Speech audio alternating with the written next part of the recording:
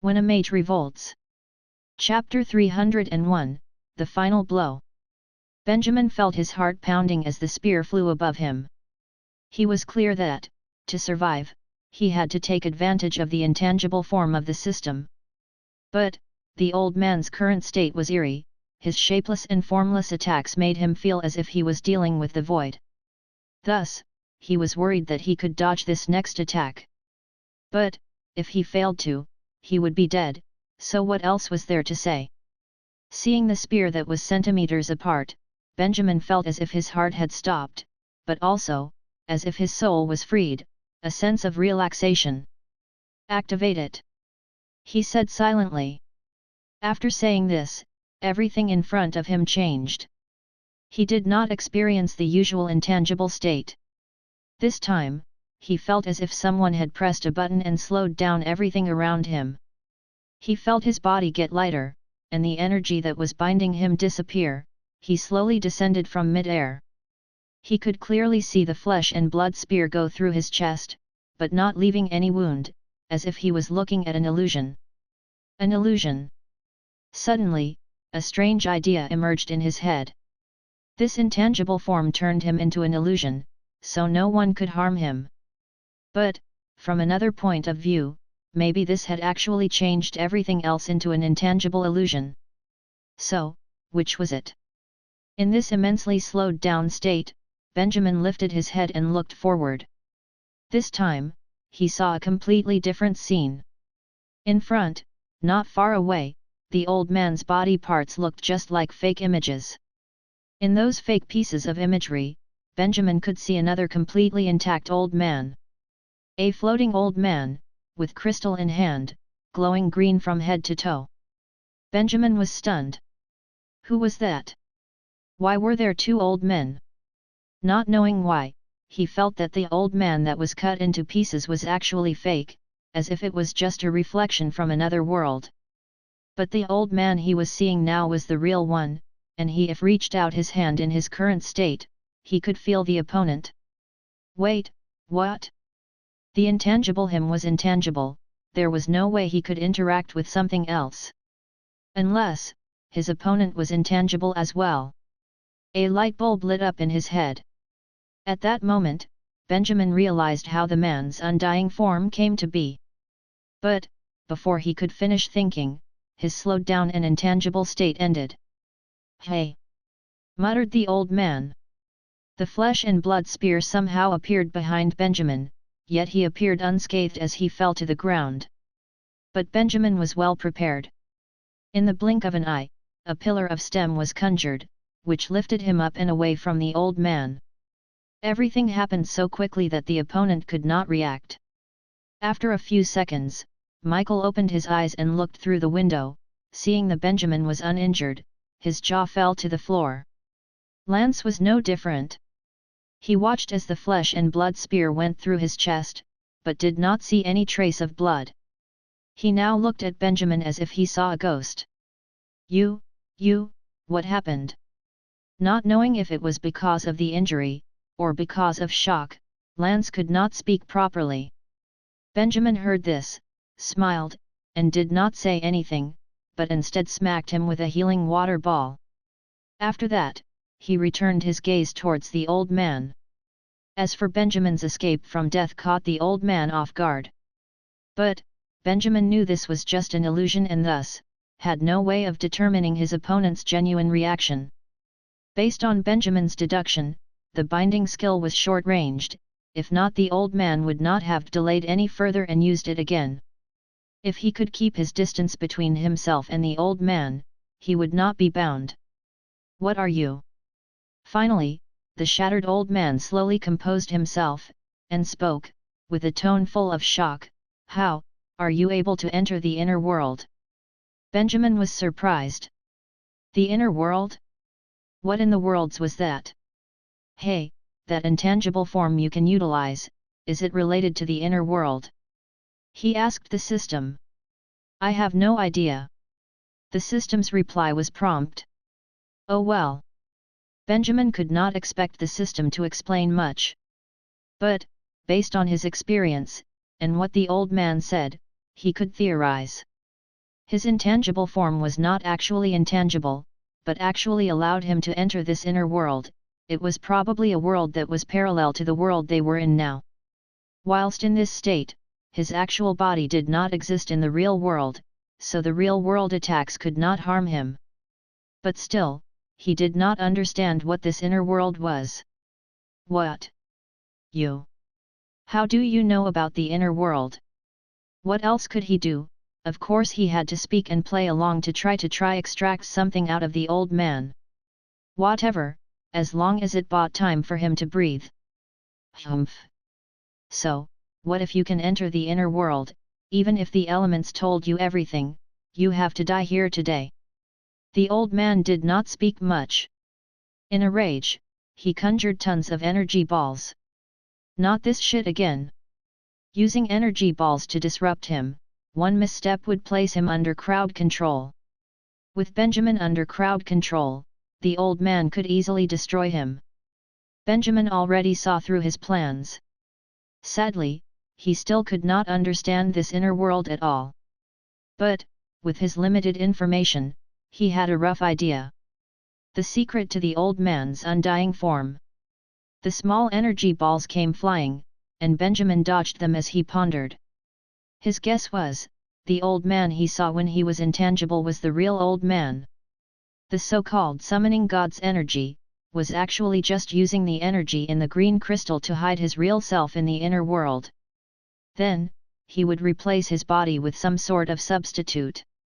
Even if it was attacked and destroyed, the old man in the inner world would be in perfect health.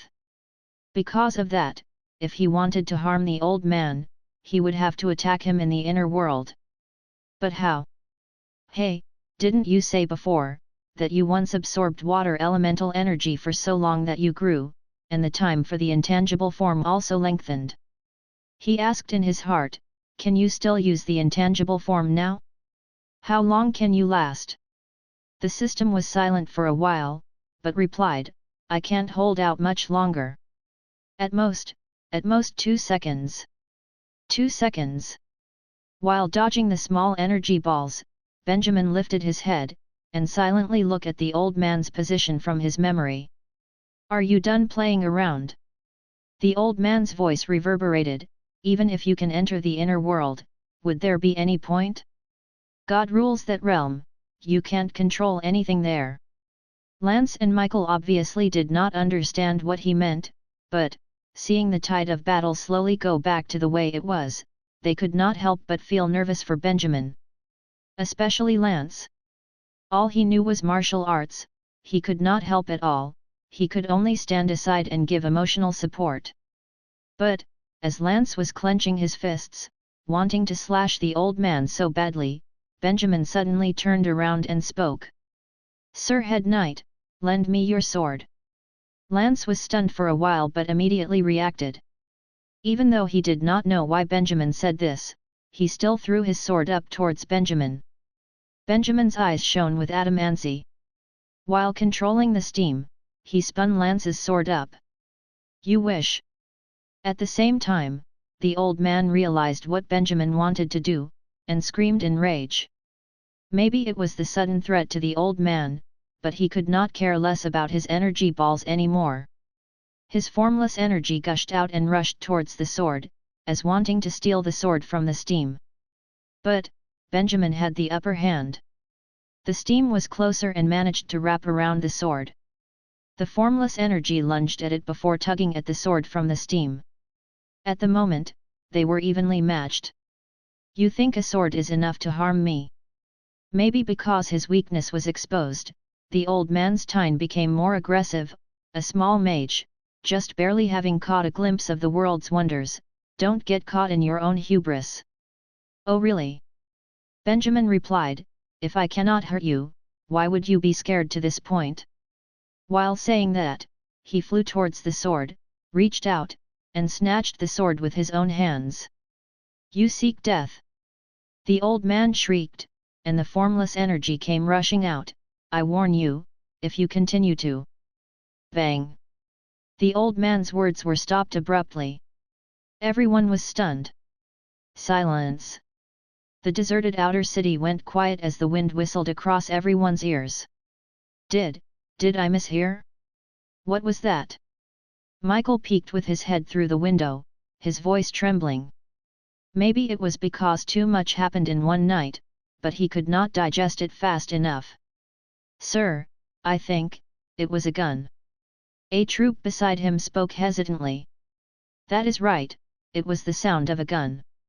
Benjamin and the old man were having a tug-of-war over the sword. The old man was still shrieking, when suddenly a gun was fired. Like the slam of a gavel, judgment was dealt. The gunfire ended everything. Phew, I'm sorry, I thought the gun was empty. After some silence, Benjamin blew at the smoke coming out of the barrel, raised his brow, and said innocently. The old man, who was still in pieces, was completely motionless. As if petrified, he could not make a sound. The night wind blew over, and the pieces of flesh and blood, together with the green circles and words, were carried off in the wind, slowly drifting into the distance. Another round of dead silence. He's dead. Lance came back to his senses and exclaimed. Benjamin kept away his gun and nodded. In his heart, he was actually a lot more excited. He's finally fucking dead. When he realized the secret of his opponent's undying form, he slowly formed a plan. Lance's sword was just bait he set for the old man. He was just pretending to want to snatch the sword. In reality, he intended to use his handgun. He did not need the sword at all, he just needed an opportunity where his opponent let his guard down. This came as his opponent screamed at him in a rage. Thus, at the right moment, he activated the intangible form, raised his gun, and fired. Everything went according to the script. In the 2 seconds of the intangibility, Benjamin killed the old man in his undying form. Then, he came back to reality, rubbed his shoulders, blew at the barrel, and slowly admired the old man dissolving into thin air. He had won. Chapter 302, The After Effects of an Obliterated Cult. 1 week later. Teacher Benjamin, the execution is over. One day at noon, Augustine pushed open Benjamin's door and said, it was the sect that was attacked that day. I don't know what they did wrong, but I saw the government's bulletin, they have all been eliminated. Benjamin stopped his meditation, and nodded, you've done well. Augustine smiled, it's nothing. But, why the sudden interest towards this? Benjamin stood up and replied, nothing much, we live here, we have to know if something big is happening in the city. That's true. Augustine nodded. She bid farewell towards Benjamin, closed the door, and left the room. Benjamin walked over to the window and looked at the street, drawing a deep breath. He had finally managed to vanquish that group of people. 1 week before, he had to use almost all his strength to defeat the old man, coming back from the brink of defeat to emerge victorious. Lance and Michael were officers in Ferelden, and witnessed it with their own eyes. The danger of this sect did not need further proof. They could not let such a sect exist in Ferelden. Thus, that night, they kept the news to themselves and hurried back to the capital of Ferelden, before reporting everything that they had witnessed to the king. After the news was delivered, the king ordered the sect be blacklisted. As for the sect's base, it was surrounded and the members inside arrested by the army the next morning. The sect members on the streets did not even know about what had happened, only a few of them could react in time to flee. But the army came rather quickly, they did not escape far before being captured. After killing the old man, Michael and Lance expressed their gratitude, and told Benjamin that the king would honor him for his contribution. And so, with the troops' arrival at Rayleigh, came the king's reward as well. 1,000 gold coins. Even though it was not huge in numbers, but to Benjamin, it was a very pleasant surprise. This is because Benjamin did not do it for money. The sect that had contact with the other world being vanquished at its early state without leaving much impact was enough for Benjamin. Who knew, maybe he had just unknowingly saved the mages of this world. But of course, Benjamin wanted to know more about the sect, especially about the inner world the old man had mentioned. But sadly, the only person who knew anything about this was the old man, the same one he had killed with his own 2 hands. The books the sect had with them were all destroyed by their own members during the capturing operation. There was nothing Benjamin could do. In Benjamin's possession, he still had the parchment, the green crystal and stone, and the eye of the zombie cow. The sect probably had records on how to use them, but by now, it was all gone. Benjamin would probably have to let these items collect dust for forever, now. They were rather unsettling items, and he had thought of asking somebody to bury it without revealing the location. But, he ended up thinking of how in novels, when an ancient evil is sealed up, it ends up being discovered by a fool 1,000 years later, then causes trouble once again. He did not want that to happen. Thus, he found time and ventured to the wilderness outside of Rayleigh. Excavating the underground ruin once more, he threw the parchment and everything else back into the ruins. He guarded the entrance until it fully closed, making sure that the connection between the 2 worlds was totally severed. After that, he left satisfied. As for information on the Rabkahala sect, it was totally wiped, on this world at least. The incoming disaster was somehow averted. But, 1 week has passed now, the effects left behind by the sect had continued fermenting within the borders of Ferelden, specifically in Rayleigh. The most obvious part was that Benjamin found that he had become even more famous. In the bulletin issued by the government, it did not state Benjamin's name, but earnestly wrote, "Many thanks to the powerful mage," using words like genius, and almighty, even a rising star amongst the mages to describe him.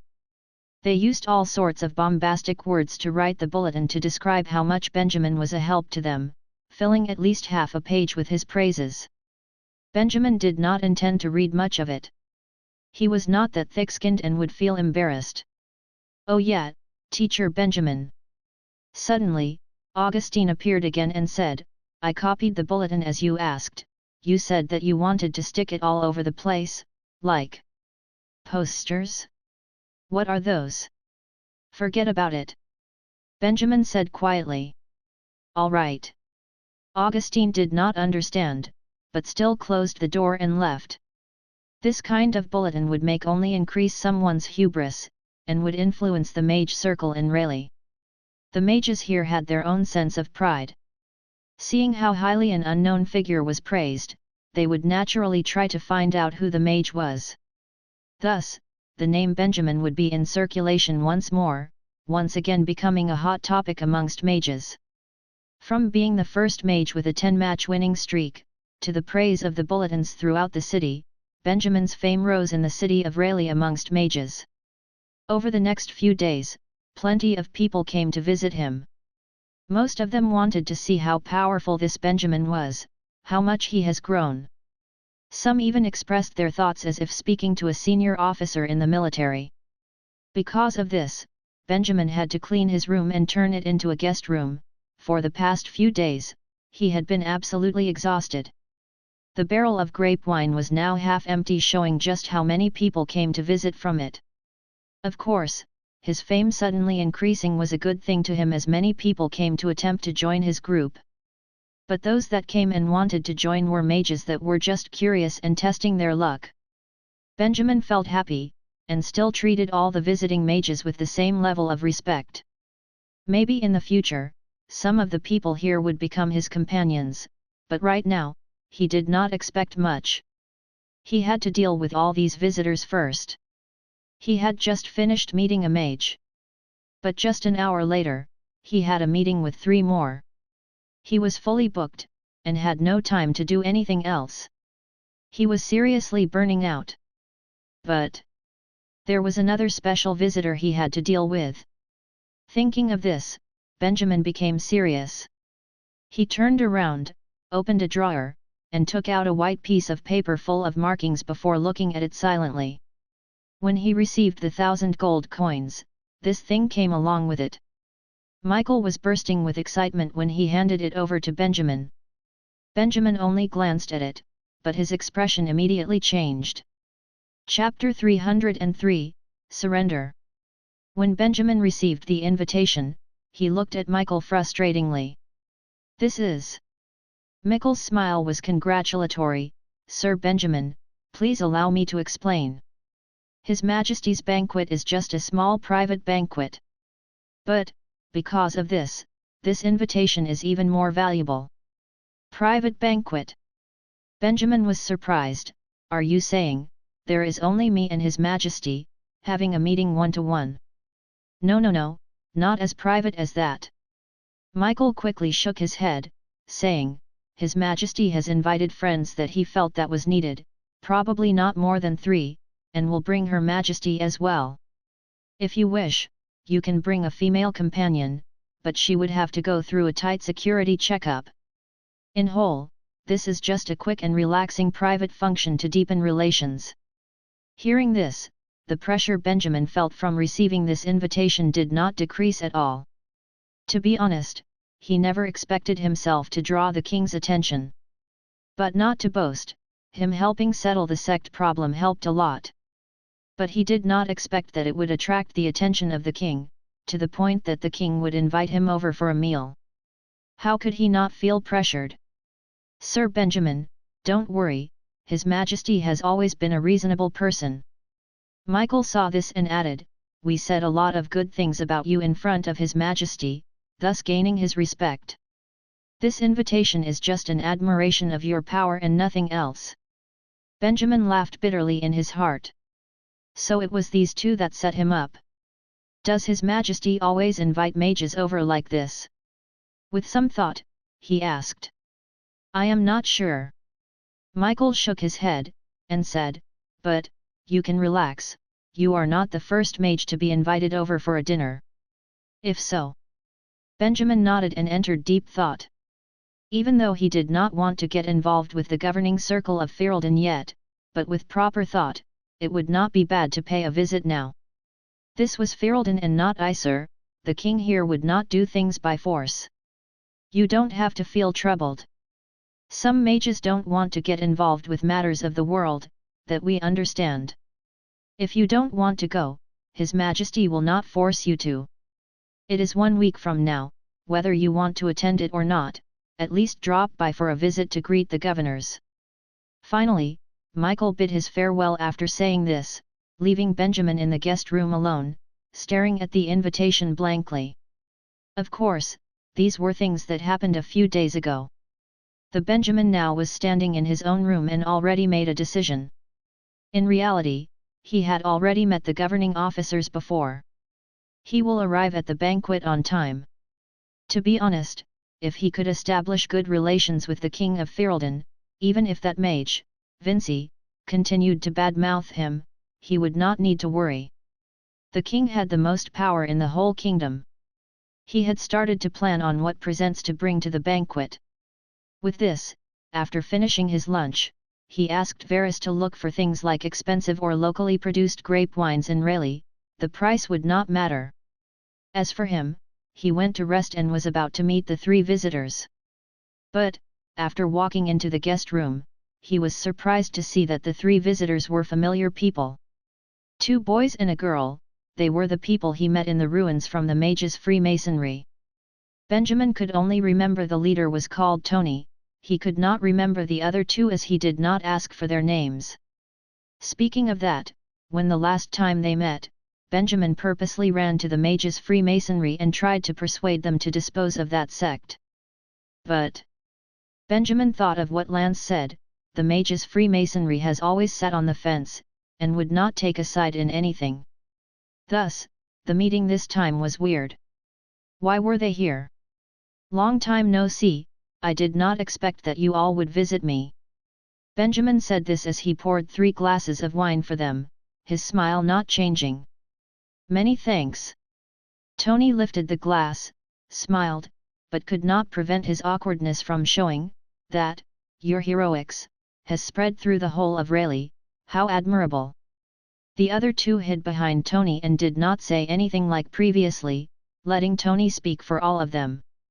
Benjamin did not know why the 3 came together. Were they Siamese twins? Do they go together when they have to visit the toilet? You flatter me, it was only part of my duty. Benjamin did not want to go in circles with them, he put down his wine glass, and said directly. Even though I do not know why you are here today, but as for the danger of that sect, I had already warned you all. Why was it when Lance asked you to be a witness, you lot just turned a blind eye?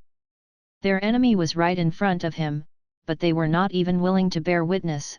He was curious on what the people from the Mage's Freemasonry were thinking at all. Sir Benjamin, you have misunderstood us. Hearing this, Tony became a bit hasty and quickly explained, we have reported everything we could, and even requested that we bear witness. But, the higher UPS don't really care about our words, and did not even treat them as evidence, so finally, you can understand, there was nothing we could do. That is right, what could they do? Benjamin shook his head helplessly. Of course he understood, the Mage's Freemasonry would probably not trust Benjamin because of Vinci, anything that had to do with Benjamin, they would just take a bystander stance. Really, what a bunch of useless busybodies. How about now?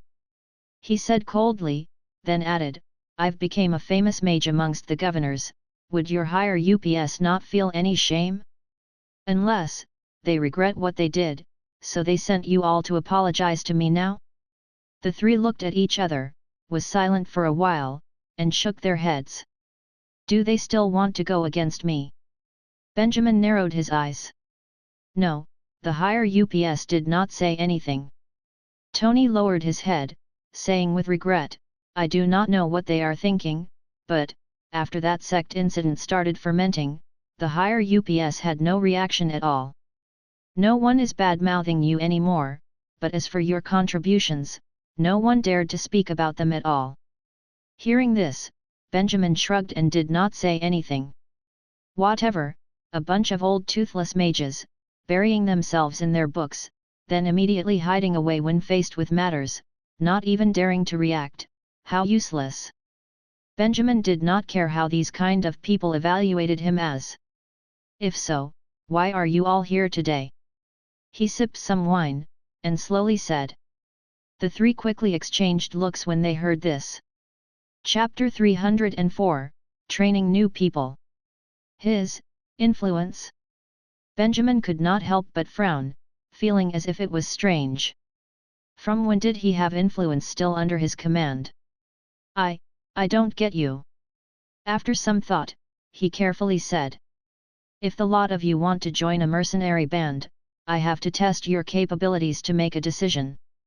Tony shook his head, saying no, you don't have a mercenary band, do you? We heard that you can create your own potions, and have made a long-term contract with some of the shops in town. At the same time, you have your own farm for materials. Maybe you haven't realized it, but this is the starting phase of a mage having influence. Benjamin heard this and smiled, you flatter me.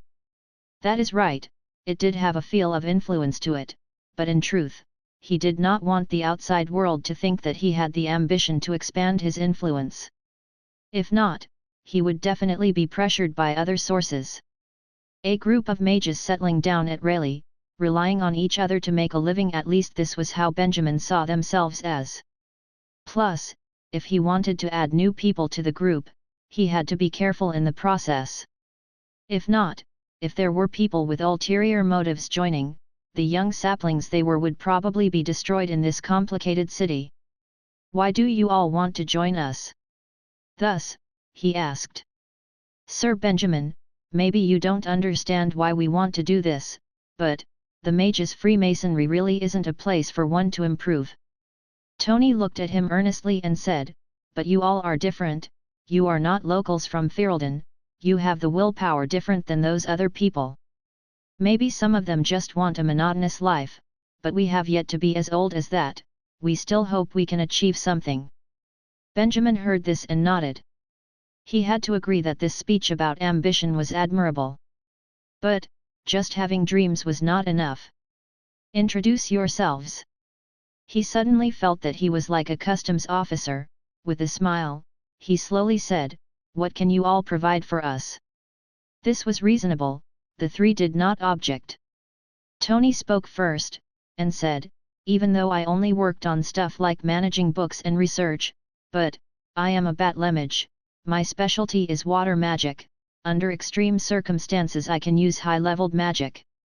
Thus, I have been observing your battle in the ruins, and I really admire your level of power. High-level magic. Benjamin raised his eyebrow. Even though these three ran for their lives when the zombie cow appeared, he may have underestimated them a little. But, being able to use high-level magic had earned him brownie points. Thinking of this, the turned his gaze towards the other two. I am Lito, I am not really good at battle, and don't have much talent on making potions. But, I have been researching on potion theory a lot, I even have my own recipe, I should be able to help you out. A theoretical type? Benjamin nodded without expression. How about you? He looked at the girl. Hello, I am Linda, I am a Batlemage as well. I specialize in fire and wind magic. I may not be able to compare to Tony in power levels, but I am still rather strong, you can have faith in me. A confident type? Benjamin shrugged. Actually, no matter what their capabilities were, he could slowly train them, what was most important was if they could integrate themselves and find their own place in the group. If not, no matter how strong they were, they would not stay for long. As for the three in front of him, after some thought, he spoke, how about this, I will give you positions first. You two that think you can fight, you can join the mercenary side for a while to see how you feel about it. As for you, you can join the potion mages and work with them for some time. We will maintain this for a month to see if you lot will get used to it. We'll make an official decision after a month, alright. Those that worked needed 3 months of probation. Working for him only needed 1, efficient is it not? Of course, maybe they have yet to work in these sort of environments, the three seemed to be flustered and looked at each other, not saying anything. Benjamin saw this and added, of course, the missions and potions you make during this month will be paid in equal with money, I will not let you all work for free. As for how much, that depends on your abilities. In the mage group, everyone had pretty good relations. They are even being supported by Benjamin, with curse books that were given free access to, they did not really need money. If new people were to join, they would definitely not agree to such terms, using money as a replacement was something he had to try. Benjamin was not experienced with this, he could only learn from the stuff he's seen and slowly experiment with it. As for the other side, the three did not really understand the whole thing, but they nodded still as soon as they heard about the salary. With this, the interview ended. Benjamin brought them to see both the person in charge of mercenary group and the potion makers respectively, and gave instructions to the both of them. When they heard about the new companions, they did not think as much as Benjamin did, the both of them were really happy. If there were more mages that joined on mercenary missions, their type of missions would also increase. The potion mages were even happier they had to rely on beginner books all this while and only knew a few recipes, they have yet to learn anything on the theory of potion making. Of course, for the accommodations of these three, Benjamin has yet to allow them to join in. Thus, they still stayed in their own respective homes. They were not unsatisfied, but they seemed to prefer it that way instead. In reality, most mages did not need to rely on things like that. Mages have always been free-spirited people, them ending up together with Benjamin like this was rare. Thus, after making all of the arrangements, Benjamin smiled and showed them out. He stood at the door and let out a sigh of relief. Not knowing why, it felt like he just registered himself as a company under Benjamin's Magic PVT Limited. Teacher, will more and more people join us in the future? Varys walked over and looked at the backs of the three walking away, and asked. Perhaps. Benjamin smiled, why? Do you think this is a good thing or a bad thing? If there were indeed more people, would everyone think that this warm place of refuge change for the worse?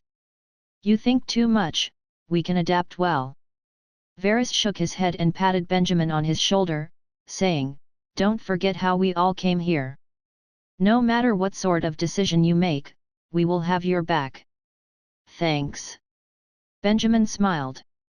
He has never been a leader before, and he did not know whether he had the talent to be one, but he ended up here today. Maybe it was his talent finally showing, but he would still feel worried once in a while. He would worry about the decisions he made, whether they were right or wrong, thinking that if he made a mistake, he would plunge to the depths. But, with those words, with these people, he gained extra courage. He could still make decisions without hesitating. Chapter 305, Headquarters of the Mages Freemasonry. A few days later. At the capital of Ferelden, the city of snow. In a sunlit afternoon, Benjamin lifted his head and walked towards the huge gate of this city. These few days, he had taken care of countless of small things, like dealing with visitors, helping the female boss handle the problem with creating magical tools for magical tools. He had a plan, but he wanted to leave it aside first and talk about it later. In his business, the time passed really quickly, and the king's banquet date drew closer. The king's invitation, Benjamin did not dare to turn down. He even took the presents and fitting clothes he bought at an earlier date as presents and hurriedly left. The location of the banquet snow was a few hundred kilometers from Rayleigh. Benjamin had to rely on his flying to reach the place on time. Before the kingdom split, Snow was one of the largest cities in the empire. At that time, most of the second prince's supporters were stationed here. Thus, when Isar became independent, the second prince came to this city and established Ferelden, and made this city its capital. When he walked into this city, Benjamin had to admit this city was much more organized compared to Rayleigh. There were no narrow gaps between the buildings, and there were no unknown roads that led to strange alleys. The roads were wide, and most of them were covered with lightly toned stone tiles which were laid straightly along the road. Benjamin could feel the citizens give off a feeling of "I live in the capital" kind of feel as he walked on the street. Before the kingdom split, Snow was famous for its growth and expansion. Benjamin could feel that the merchants here were way more numerous compared to Rayleigh. But, maybe for the sake of safety, when he walked for a bit, he could not see any signs of mercenaries. This surprised Benjamin. Banquets were normally held at night, but it was still noon, thus, he did not register himself at the palace but prepared to stroll around in the city first. He had prepared a map before this, thus, the system had to hold its responsibility as a GPS once more. Turn left in front, the Mages Freemasonry will be located there. It is said that this is the headquarters of the Mages Freemasonry. If you're interested, you can go take a look. As he walked it talked, the system was like a tour guide, and very quickly, he said so. Benjamin heard this and raised his eyebrows. The headquarters? Even though he did not like this organization very much, but might as well go take a look. After turning left, very quickly, Benjamin arrived at a majestic building that looked like the city library. "Greetings, what do you require?" When he wanted to walk in, a servant-like person stopped him by the door. Plus, the person spoke with a tone as if he did not welcome Benjamin as he walked in front of him. "What's wrong? I'm a mage, can't I just drop by the headquarters of the Mages Freemasonry to visit?" Benjamin kept his hands behind his back as he spoke. "You're a mage?" Suddenly, the person showed a confused look and took out a crystal ball-like item from the nearby beside him and used it to scrutinize Benjamin. Benjamin frowned. What was the meaning of this? Very quickly, the person put down the crystal ball and said to Benjamin in an annoyed tone, "Mister, stop your pranks. We won't allow non-mages to enter this place under normal circumstances." What the hell? A crystal ball that can tell who was a mage? Benjamin felt that it was ridiculous. Thus, he put out his hand and chanted. Following that, a piece of ice appeared in his hand as he molded it into the shape he wanted. "With this, I should be able to prove my identity, right?" He scowled. "What? How?"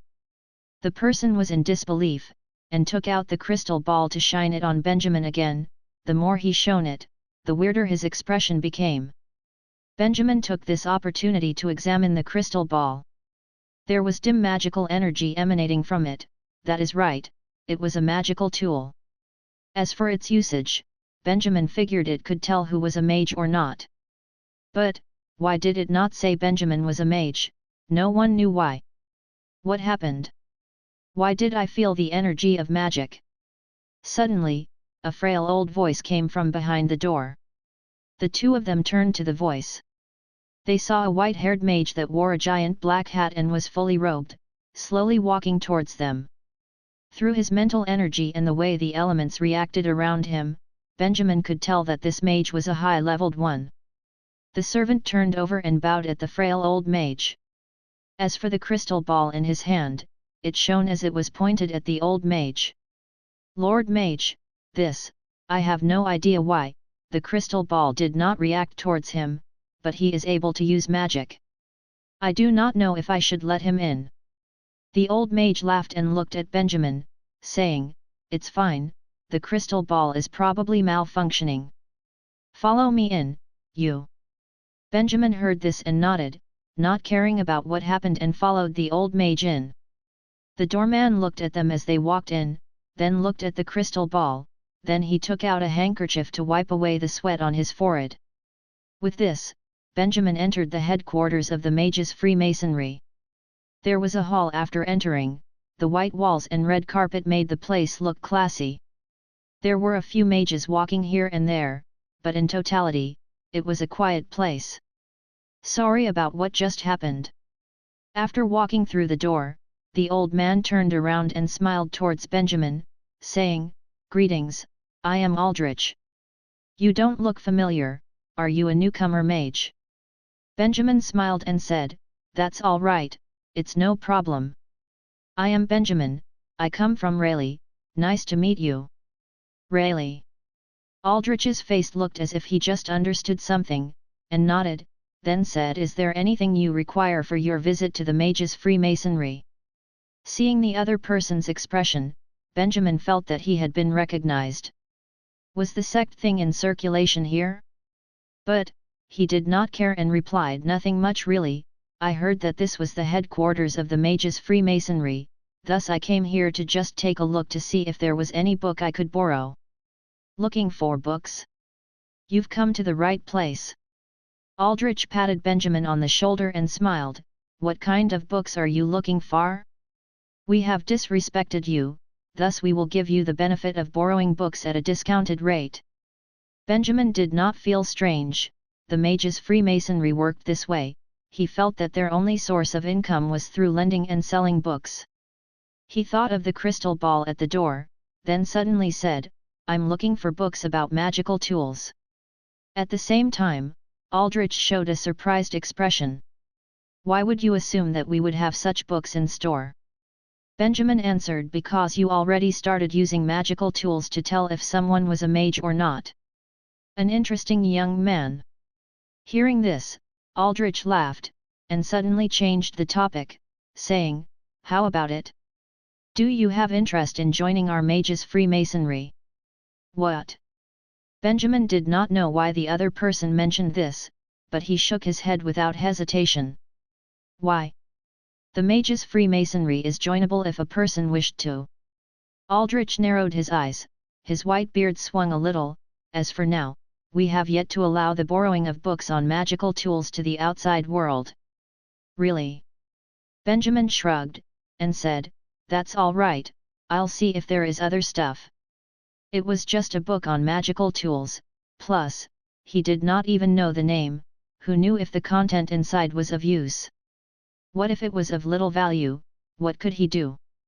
If he was unable to read it, it was fine, he was not willing to go that far. Hearing this, Aldrich did not say anything.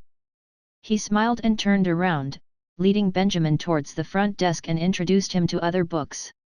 With his introduction, Benjamin found that the headquarters was really different from the branches. The books here could not be compared by the books they had in Rayleigh. Benjamin saw many books on magical theory, and even theoretical books that gave instruction on crafting potions. He was just planning to stroll around, who knew, he managed to have a huge harvest. "These books, can I borrow them?" Benjamin picked a few that he was interested in and said this. "You really know how to pick, sir.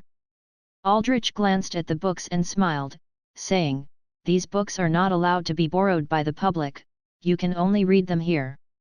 But for non-members, even after paying, you can only read up to an hour." Benjamin heard this, but was not disappointed, but showed a satisfied smile. 1 hour is enough. Chapter 306, The Palace. After an hour, Benjamin hurriedly flipped through the book, and when he came out from the designated reading room, he could no longer see Aldrich's shadow. What a strange old man! Even though he didn't understand Aldrich's role in all of this, but according to Benjamin's guess, he seemed like a typical old mage. His strength was profound and he was detached from everything and everyone. And he just dropped Benjamin an invitation to join the mages' Freemasonry. Since this was the headquarters, it was pretty normal for the higher-ups to show up. So, Benjamin didn't give it much thought since the guy wasn't even here anymore. He went over to the front desk to return the book. Just as he was about to wander somewhere else to do God knows what, he was stopped by the mages. "Excuse me, maintenance and repair work are still going on up front. No outside mages are allowed in because of the mess." There really was a secret place as he expected. Even though he was very curious, Benjamin didn't say anything. And so, he just nodded his head and didn't ask any more questions. But, as he turned around, he hid the smirk from his face. Using the water element sensing technique, he quietly spied on the forbidden area. What else could he do when he was forbidden from looking? Very quickly, he noticed there were many people in the room. There were mercenaries, with leather armors of all colors, crossbows strapped to their backs, swords and weapons of all kinds. Benjamin was surprised seeing as the mercenaries of the City of Snow was not very active at all. In that small room, the people were gathered as though they were listening to one mage talking.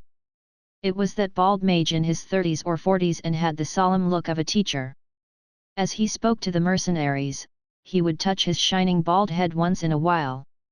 Benjamin was not very sensitive, and he didn't know why, but he felt that this guy was really strong. And just as he was about to look and explore somewhere else, suddenly the bald mage's face changed. He turned suddenly and with a sharp glare that could pierce through walls, he looked at where Benjamin stood. It was just like the teacher that suddenly appeared at the back door. Benjamin's heart dropped with a thump. Shit, there was another one who could notice him. At that moment, he quickly withdrew the water element sensing technique and quickly left without even looking back.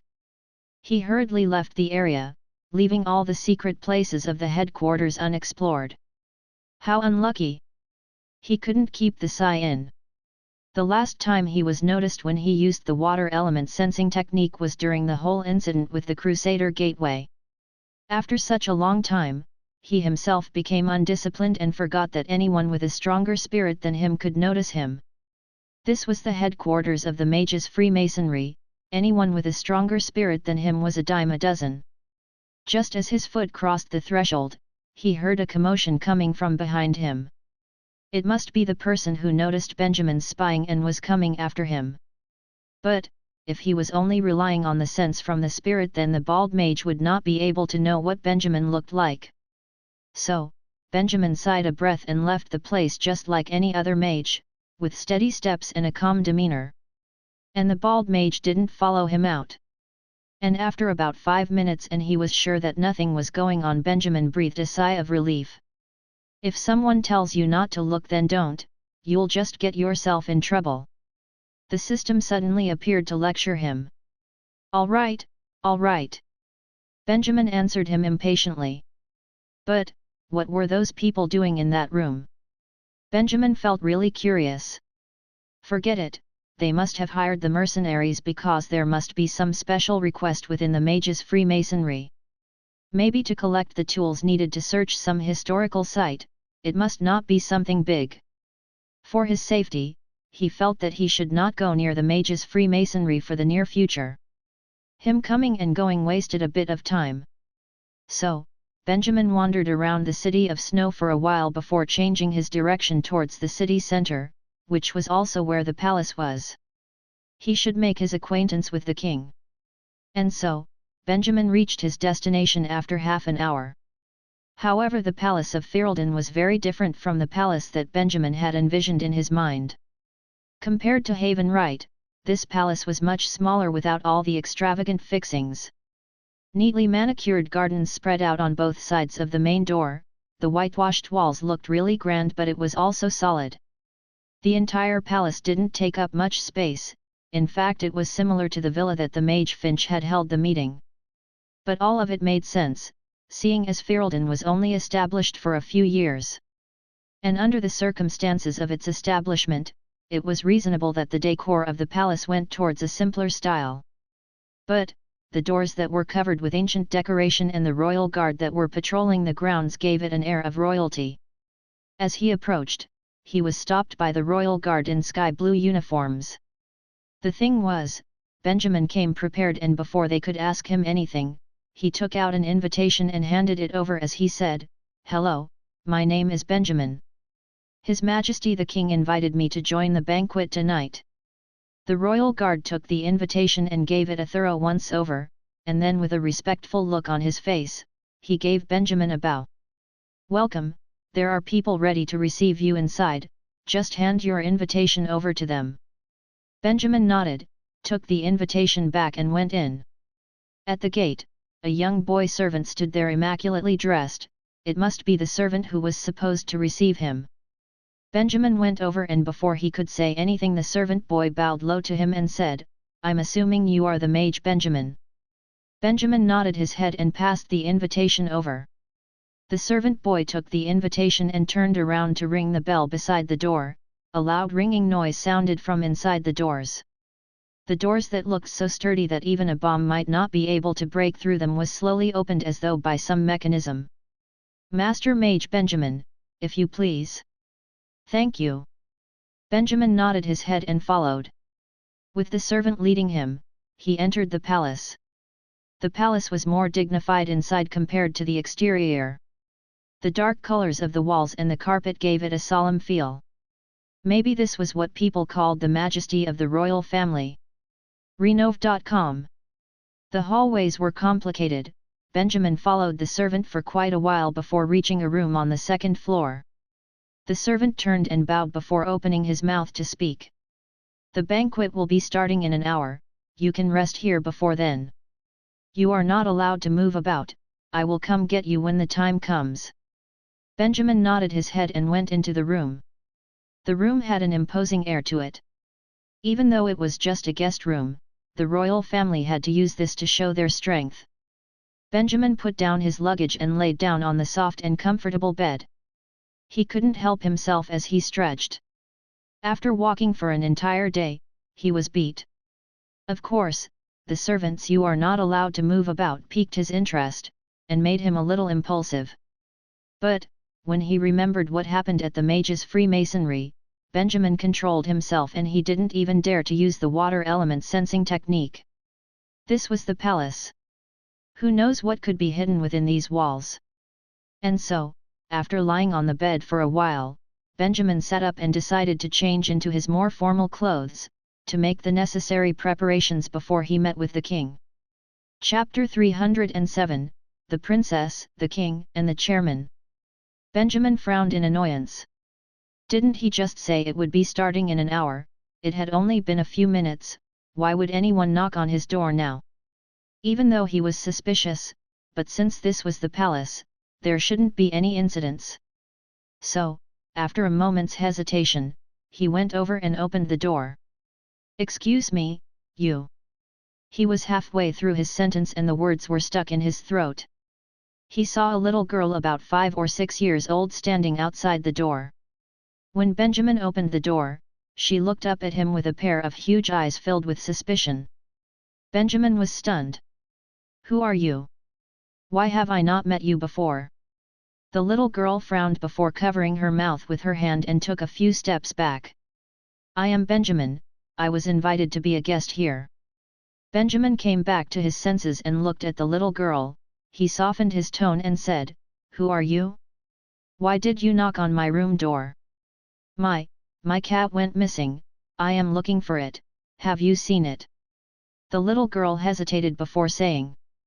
Benjamin laughed and replied, I haven't seen your cat. Do you need help? What does it look like? He could already guess who the little girl was. A little girl who could run about in the palace, wearing an expensive-looking white dress. Even though it was a little immature and ignorant of her to do so, but aside from the princess, who else could it be? He had heard of the royal family before, this little girl must have been the king's only daughter. He didn't expect to meet the princess of Ferelden so soon after entering the palace. Benjamin didn't know if this was just sheer luck. Are you lying to me? The little girl looked doubtful. If you really are a guest, then you aren't allowed to walk around on your own. How can you help me find my cat? All right then, the princess is not that innocent after all. Benjamin knelt down and said, I am a mage with a very sensitive spiritual energy, and I notice things that people don't. So, even though I can't walk around, I can still help you find your cat. He wasn't lying to the little girl. It was very easy to look for pet cats and dogs using the water element sensing technique. Of course, if he could explore the secrets of the palace while doing this, to look for anything interesting, it would be so much easier, and even if someone notices, he could use the princess as an excuse. He really was resourceful. To fulfill your own curiosity, you would manipulate a little flower. You really are despicable. The system suddenly appeared and lectured Benjamin. Thank you for your compliment, Benjamin replied in his mind. The system was speechless. In reality, the little girl tilted her head for a moment of thought before accepting Benjamin's proposal. All right, go ahead then. She tugged on Benjamin's sleeve and said, It is white with blue eyes, it is really pretty but a little fat, maybe about this much. As she said it, she gestured the size of the cat. Sure thing, don't you worry, I will find her for you. Benjamin laughed. The little girl nodded her head vehemently. Then, just as he was preparing to use the water element sensing technique, an unexpected guest appeared, ruining Benjamin's plan to search the palace. Goodness, Your Highness, what are you doing here?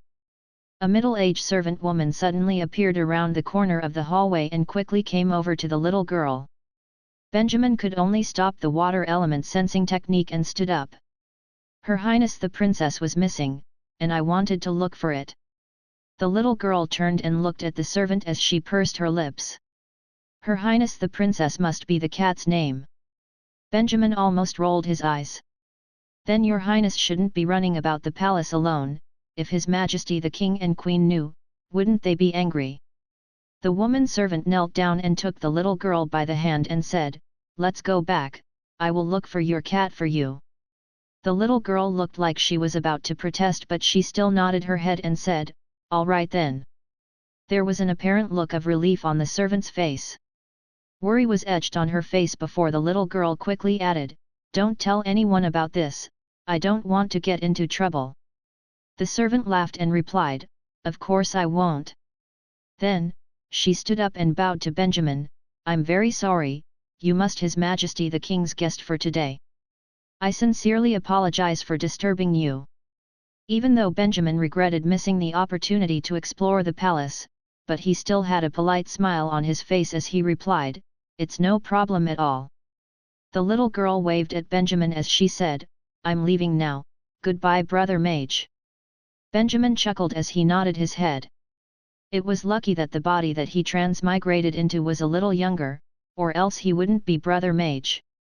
Right, suddenly the little girl turned around suddenly, she pointed to Benjamin's clothes and said with an adult voice, If you are going to join the banquet tonight, don't wear that, it's embarrassing. Benjamin was speechless. I was planning on changing but was interrupted by your knocking on my door. He wanted to say this.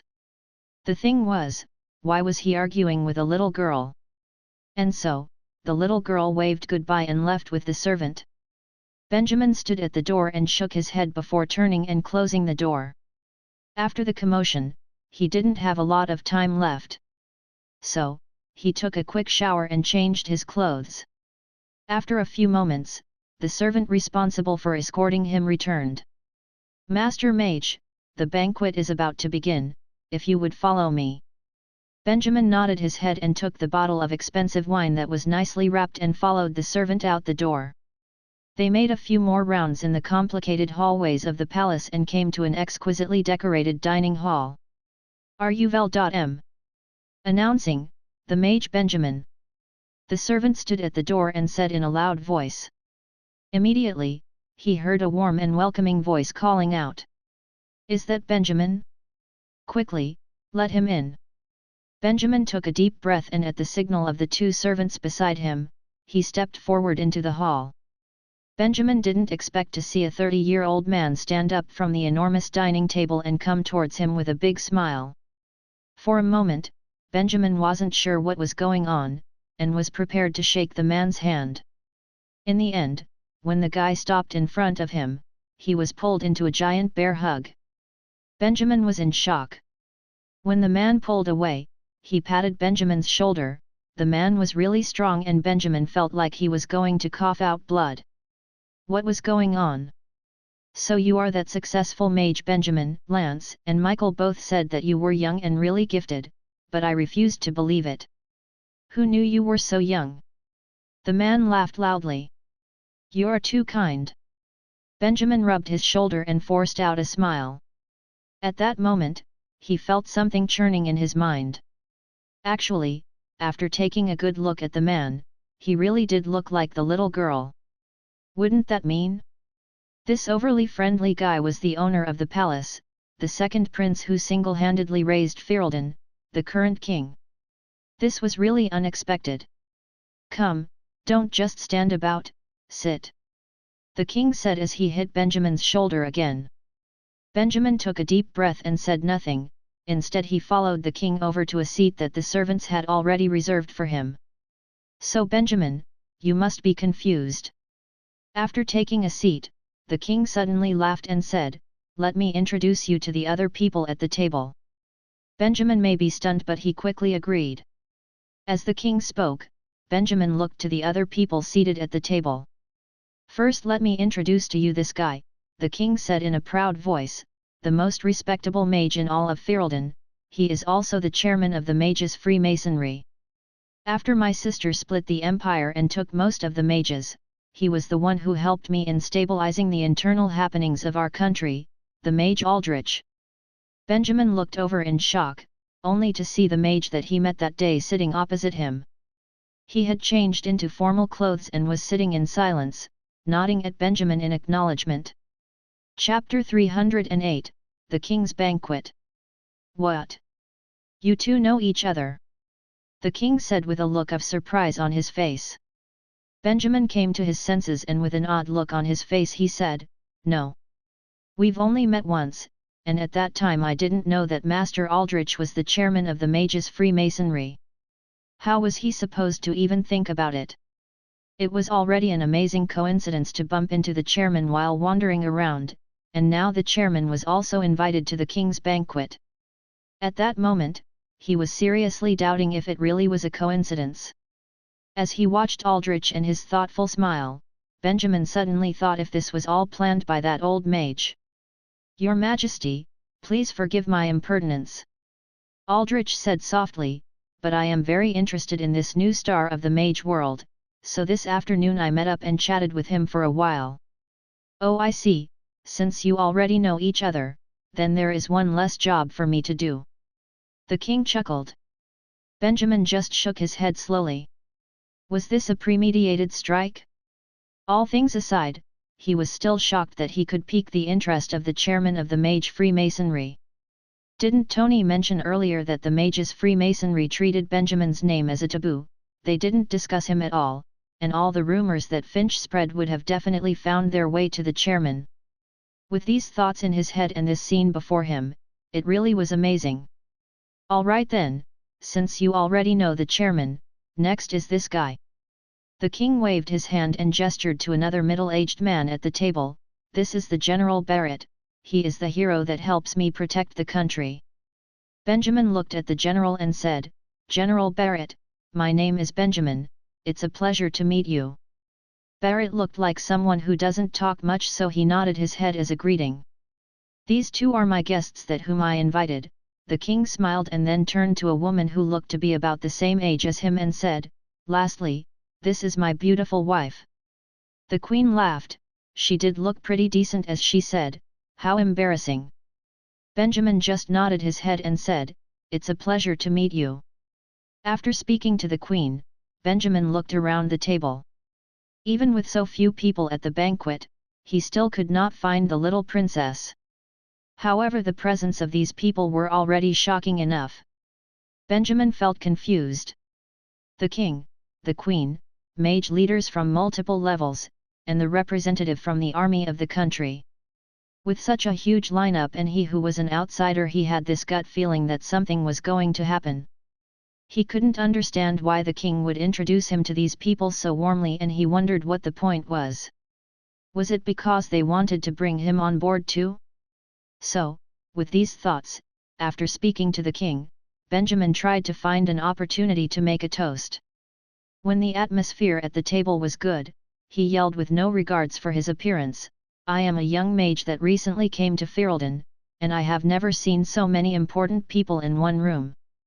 As the king gestured to the servant to serve the meal, he turned and laughed, saying, "Master Benjamin, you underestimate yourself.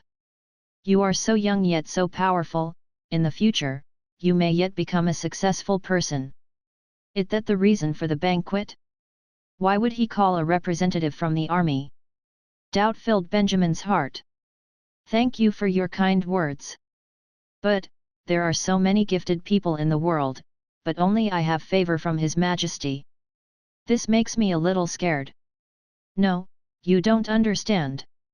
The king lifted the wine goblet and took a sip before saying slowly, "For these past few years, Aldrich and I kept a close eye on the mage world in Ferelden. There are plenty of average people, but the ones that truly stand out were few and far between. We were all worried that when Mage Aldrich got a little older, then who would carry the world of the mages in Ferelden?" "All right." Benjamin did not know how he should react. He could only lower his head and drink his wine, acting like he knew nothing. It looks like the other leaders had the same opinion in wanting to keep the useful people in their country. Only the queen's body language and attitude was a little harsh, but the king of Ferelden was playing the emotions card. "Master Benjamin, to tell you the truth, it hasn't even been 10 years since Ferelden was established and it looks like things are stable. But you know what kind of person my sister is, seeing as you are from Isar." Then, the king became quite the chatterbox as he continued saying, "I don't know what move she is going to make, but she will choose one from the 3 countries to challenge. Until then, I don't want my country to fall into her hands." The atmosphere became heavier and heavier as the king spoke. "Your Majesty, I swear to protect the land of Ferelden, and the day will never come when that woman steps here." Suddenly General Barrett said determinedly. He stood up and knelt before the king. The king was shocked, but suddenly he laughed and said, "Look at that, what am I saying? Get up, General. This is a private banquet, we shouldn't be speaking of the country. I just hope everyone here tonight will have a great time." As he said all these, he helped General Barrett up and led him to his seat. The servants on standby, at the king's command everyone began eating and the atmosphere became normal again. Benjamin sighed a breath of relief, because the king stopped talking to him. Mostly it was just, what was life like in Isar? Or how was your journey on the road of magic? Or what is your impression of Ferelden? It was getting boring. Benjamin already had a list of prepared answers and he answered them one after another. Once in a while, he would put in a joke to lighten up the atmosphere. It may be the king's banquet, but it felt more like an entertainment dinner. Throughout the entire time, Aldrich talked quite a bit, speaking of the issues in the mages' Freemasonry. Even though there weren't any really juicy stories, but the more Benjamin heard about it, the more he understood of issues that he did not understand before. For example, even though the mages' Freemasonry involves both Ferelden and Caretis, but their influence in Caretis was weak. The mages there had all sorts of secrets, hiding in the mountains. And they rarely left their house. How could they possibly gather together and be a force to reckon with? So, their conversations did not involve Caretis much, seeing as it is a country governed by the elder prince. The weak ones who could only hide behind the second prince and the little princess had everything to fear. At that moment, Benjamin remembered the letter that the church sent to the king of Caretus. No wonder the elder prince was so willing to rely on the church. Benjamin was hesitant whether he should tell the king about this. But after giving it some thought, he still didn't say anything. Moreover, he couldn't explain the origin of this story. He already decided not to tell anyone that he was from the Kingdom of Helius. If he were to say something, that meant that he was on Ferelden's side. He did not want to get involved in the fight among the three countries. So, just as the king mentioned, they did not discuss any political matters. He just considered as an opportunity to let him get to know a few big shots and forget about everything else. Chapter 309, The Assassin in the Dark. When he saw that the people were about done with their meals, the king put his cutleries down and said with an air of finality, "Thank you everyone for joining us tonight, we enjoyed a really nice dinner. Aside from that, Master Benjamin, I would like to personally welcome you to Ferelden, and believe me when I say that choosing this country to settle down in is the right choice." Benjamin nodded his head and said, "Thank you for your generosity, Your Majesty." Except earlier on when he used the emotion card, the king did not request any help from Benjamin the rest of the time. Benjamin actually enjoyed the meal he had. Moreover, by getting acquainted with the folks in attendance today, it would make his days in Rayleigh much easier in the future.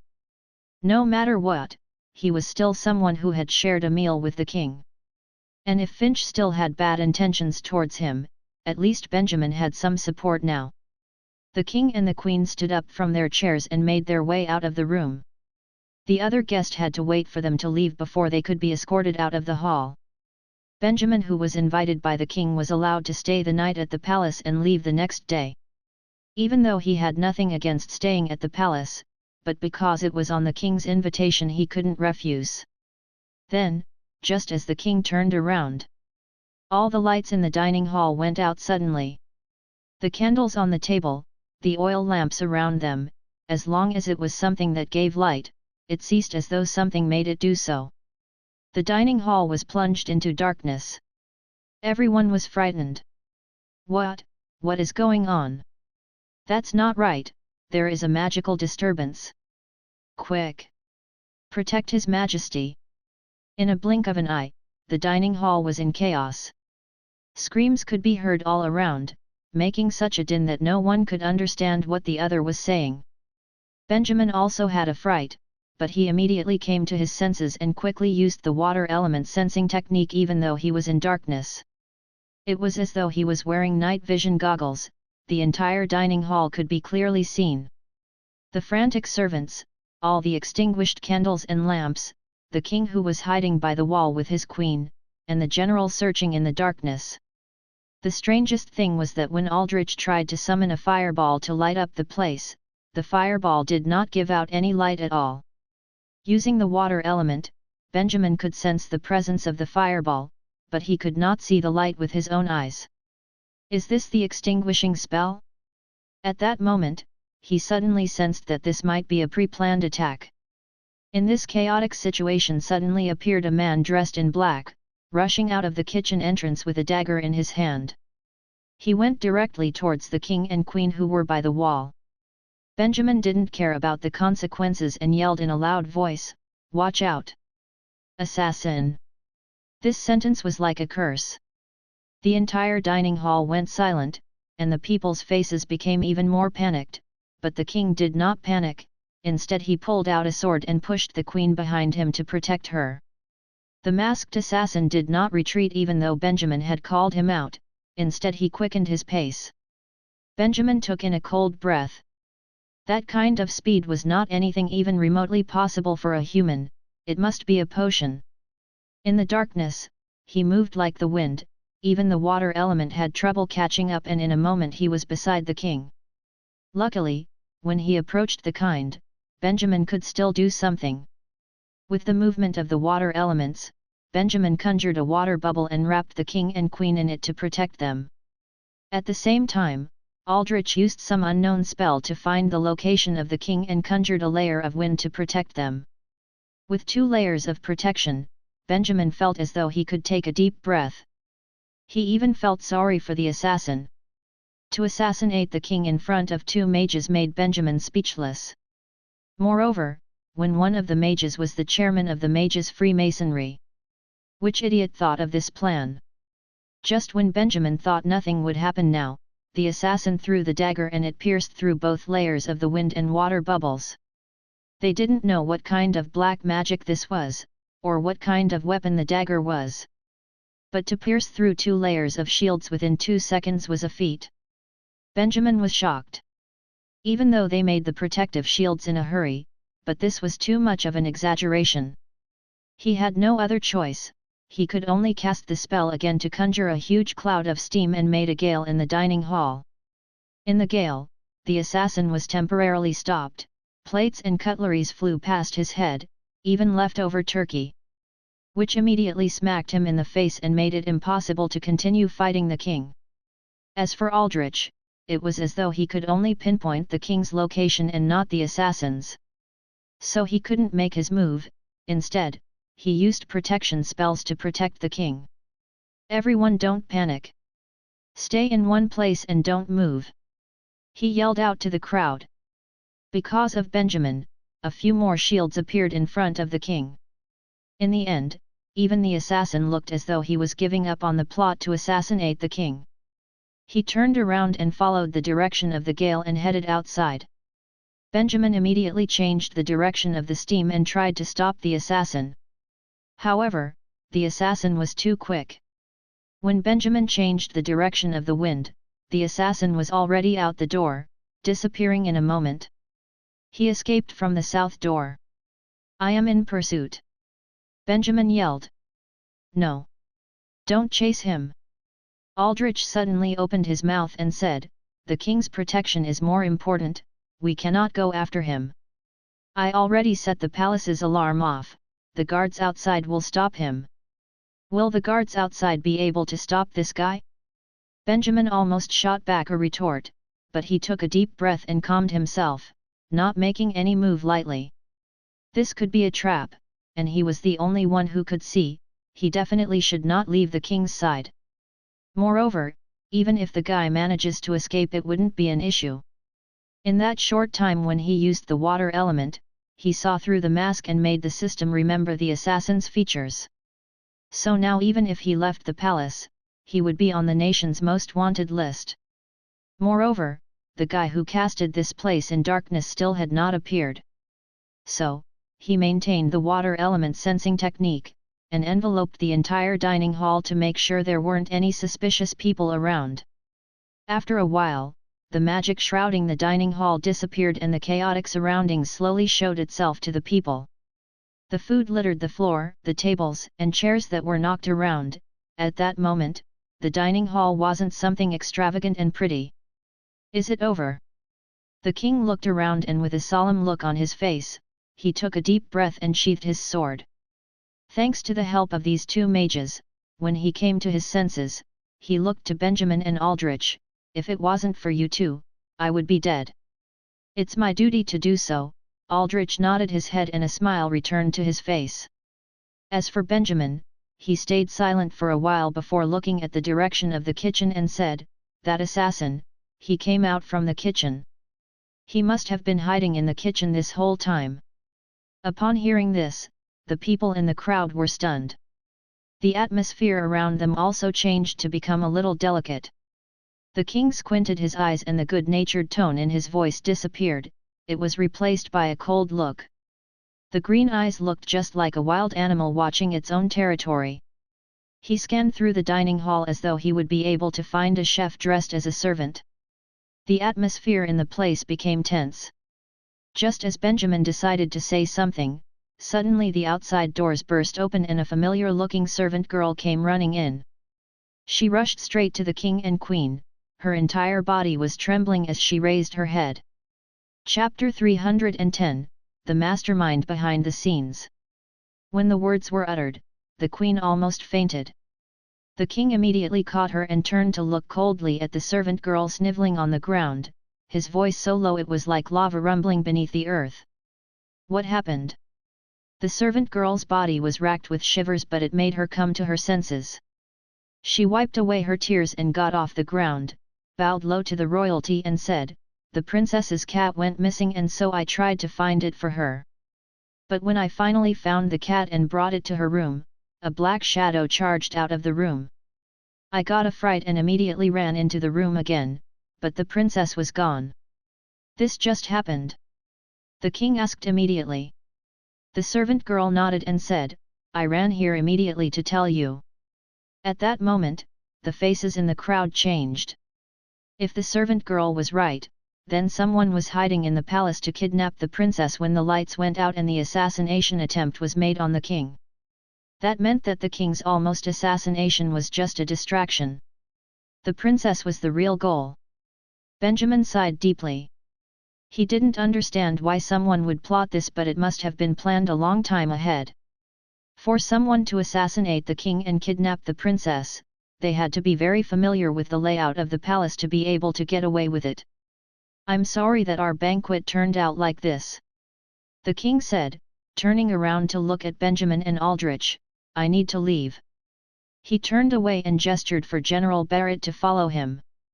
From the looks of things, they were going to prepare the army to get the princess back. "Your Majesty, wait," Aldrich said, "the guy who attacked us just now used magic, there must be some magical involvement." "I should follow you, Your Majesty, just in case." The king thought about it and agreed, "That is a good idea, then I'll get Mage Aldrich to protect me." "Mage Benjamin, your skills are amazing, but that is enough. We needn't bother you with other matters." Eubo.com. Benjamin heard all this, but he hesitated. He initially decided to follow Aldrich and to step forward and save the princess. The thing was, the system suddenly opened its mouth and said something to Benjamin and he started to doubt. He had met the little girl before and he didn't want her to be taken. "But, Your Majesty, why don't you let me protect you? You saw that I am able to see the enemy even in the darkness." Benjamin said, "Mage Aldrich, you should contact the Mage Freemasonry and tell them to look for the princess kidnapper. That would be more effective." "This?" Aldrich was dumbfounded, as though he was worried about allowing Benjamin to protect his king. "It's all right, you should contact the people of the Mage Freemasonry, the Mage Benjamin can protect me," the king said after looking at Benjamin for a moment. At that moment, Benjamin let out a sigh of relief. Because the king had spoken, Aldrich couldn't fight against the word of the king. "Since you have said so, then so be it." He nodded and turned to leave the palace. As for Benjamin, he bowed his head and followed the king, and together with the king's private guard and the general, they headed away. While they were on their way, "Are you sure you're right?" Benjamin asked the system suspiciously. "Of course, when have I ever led you astray?"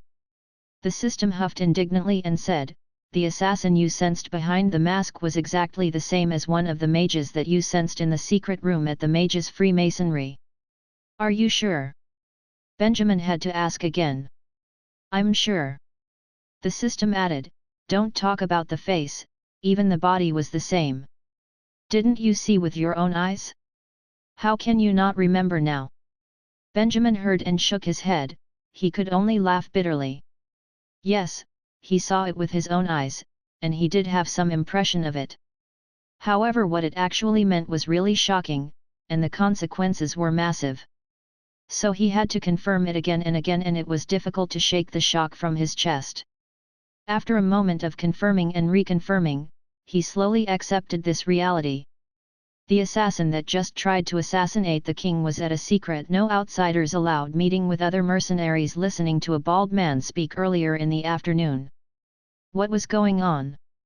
The mastermind behind everything that just happened was none other than Aldrich, who just had a meal with them.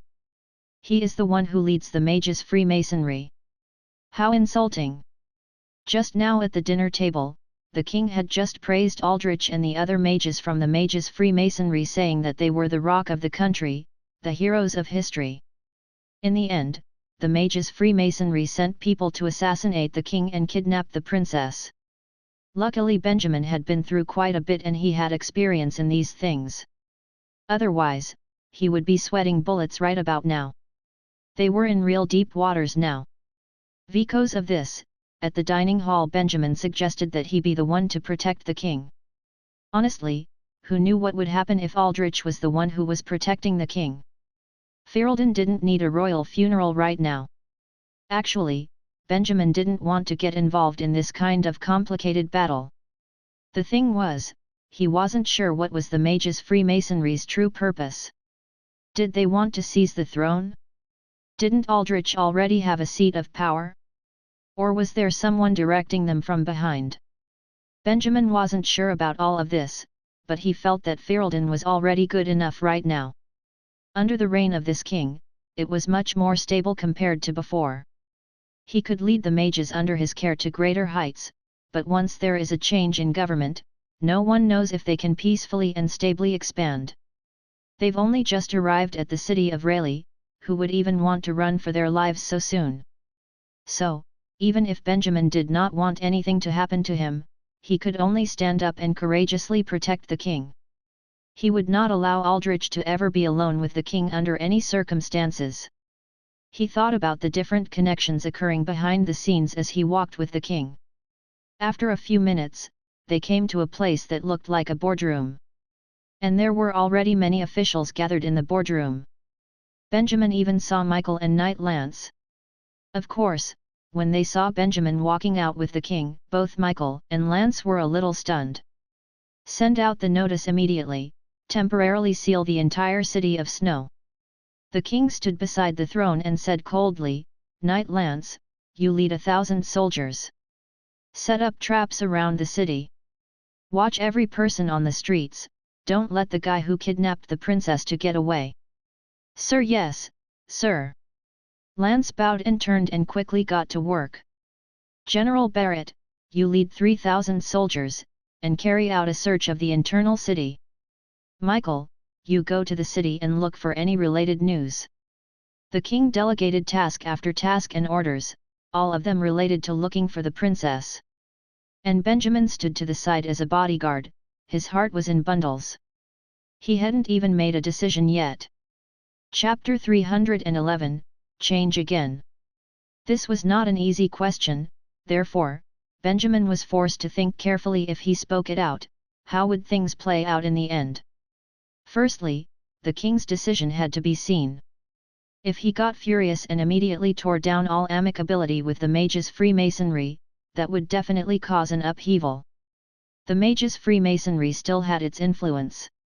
If Aldrich could inspire most of the mages in Ferelden, it was even possible to bring the entire kingdom to ruins.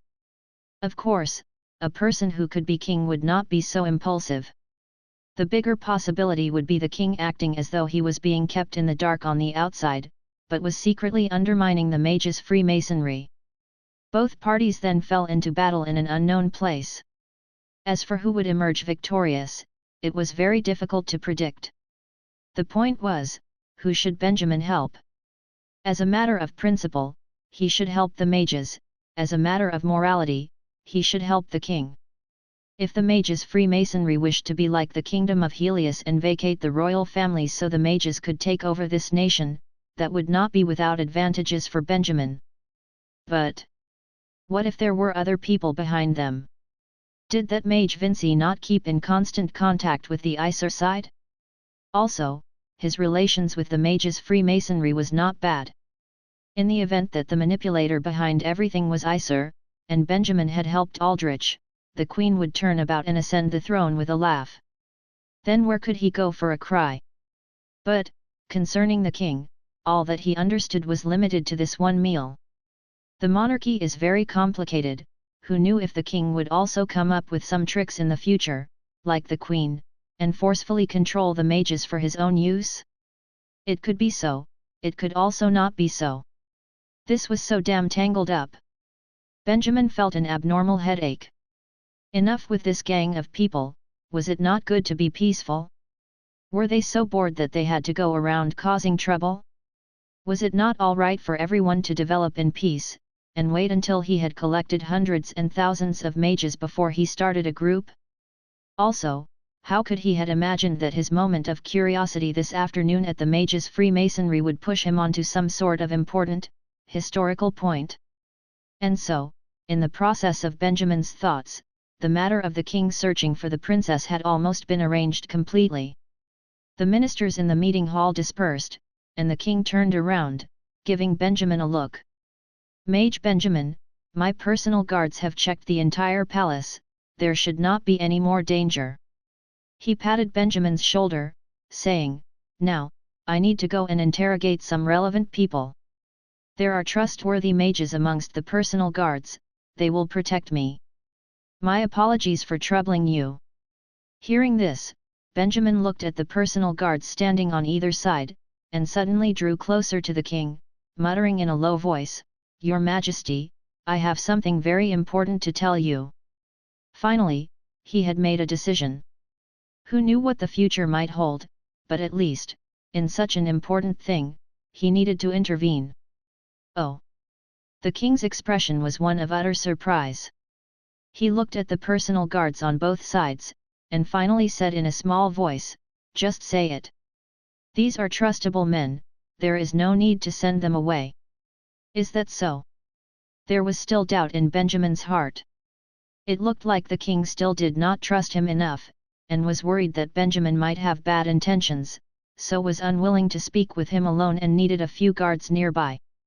This was probably the problem that came with being an emperor. "The assassin that assassinated His Majesty in the dark, I had met this afternoon at the Mages' Freemasonry's headquarters." However, Benjamin had no tricks, and said in a lowered voice. For a moment, the king's expression changed slightly. "Are you sure?" "I am sure." Benjamin continued in a low voice. "If you do not believe me, you can check it yourself. You should be able to find leads to the princess." The king's expression was subtle, Benjamin could not make out what his feelings at that moment were.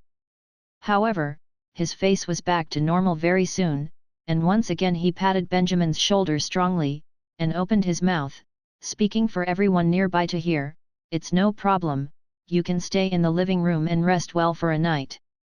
There is no need to hurry off. You have been a great help in today's matters." After that, he waved his hands, and left with a few personal guards. Seeing that, Benjamin knew what the king intended to do. Because of that, he did not object, and followed a servant that had just walked out to return to the previous guest room. He also knew, from this moment on, he had completely trickled into these muddy waters. Standing next to the window in the room, looking at the personal guards and the servants coming to and fro outside the window, Benjamin once again fell into deep thought. He kept on thinking about what he ought to do to be able to gain the biggest advantage for himself. Once the king had tested Benjamin, Benjamin would then get the king's trust. This would be his most straightforward gain. But, to only be trusted, it did not seem to be enough. Following the ticking of time, as minutes and seconds passed by, Benjamin looked at the pitch-black sky and guessed what was currently happening in the city of snow. However, at that moment, he could only wait in this tiny guest room. 1 hour later. "Teacher Benjamin." With a call, the door to the room opened, and the king, dressed as a soldier, quietly walked in. "Your Majesty." Benjamin gave a bow, and slowly said, "How? Have your Majesty tested everything that I have said? Is Her Highness the Princess at the Mages' Freemasonry?"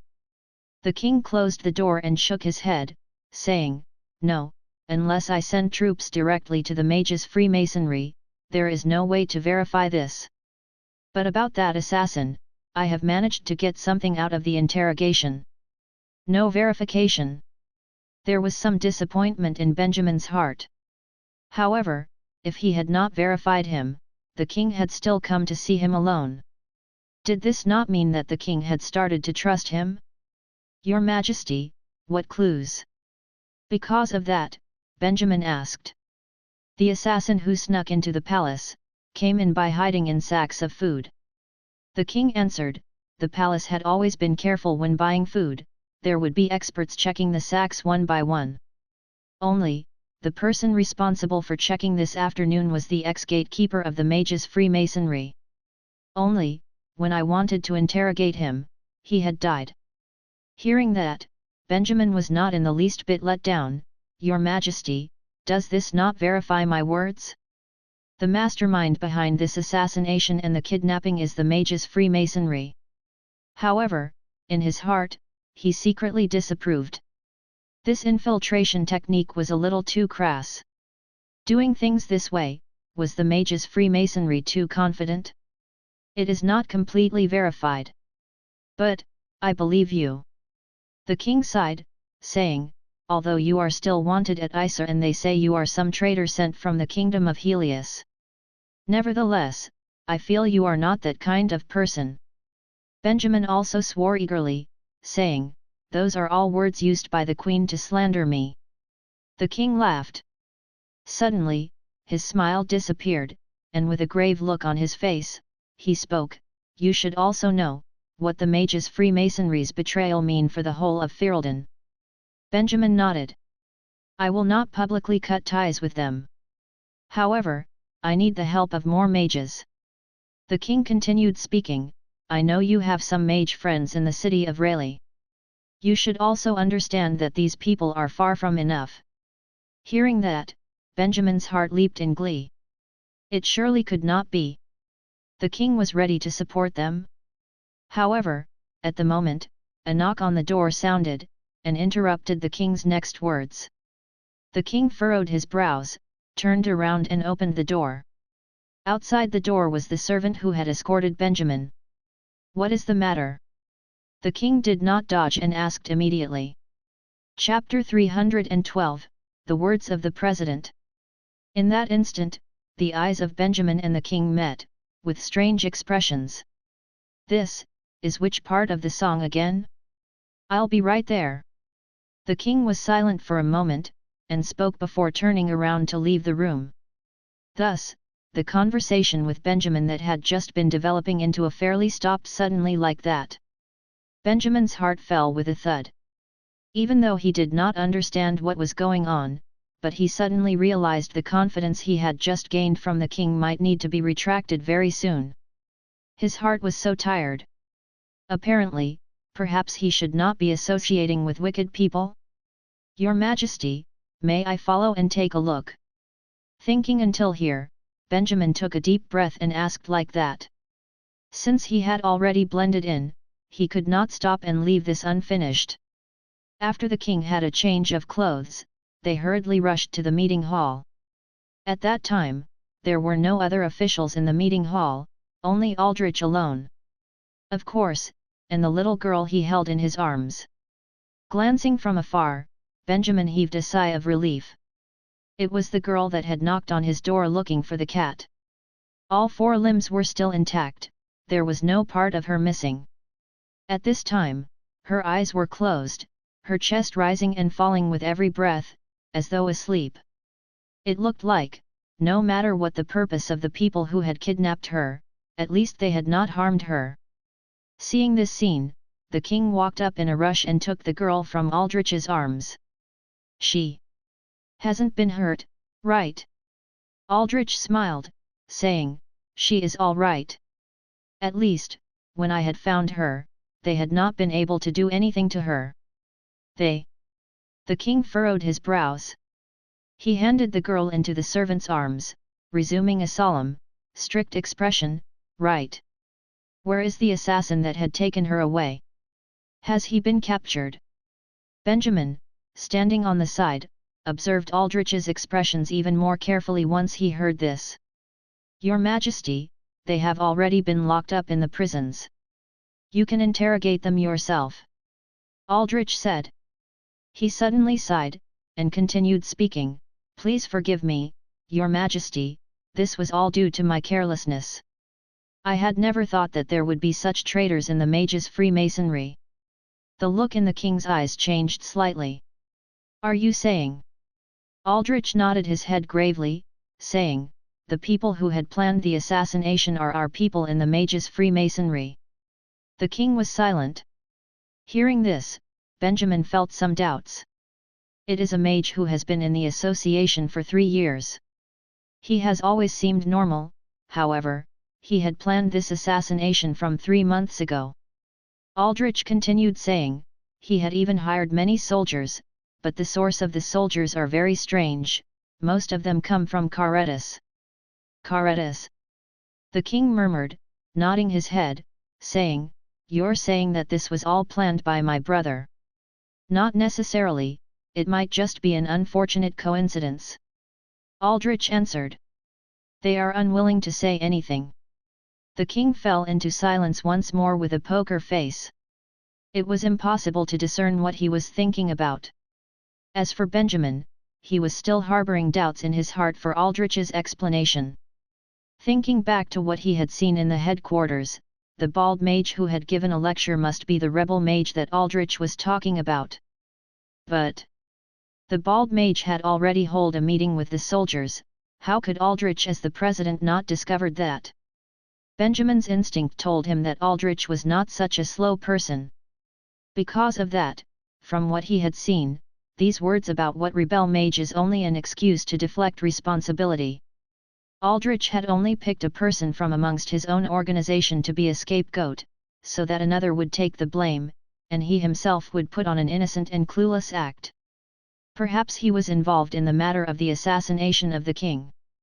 In conclusion, Benjamin did not believe this old president.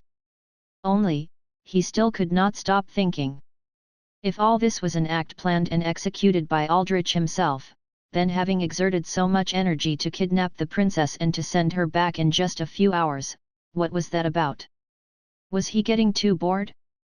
Benjamin could not really grasp this situation. Associating this to some plots in palace dramas where the crown princes were switched by raccoons and his own experiences, his heart moved and could not help but cast his sight on the little girl in the servant's arms. There was no mistake, this was the little girl he had seen before. She had probably not been replaced. Then things had gotten stranger.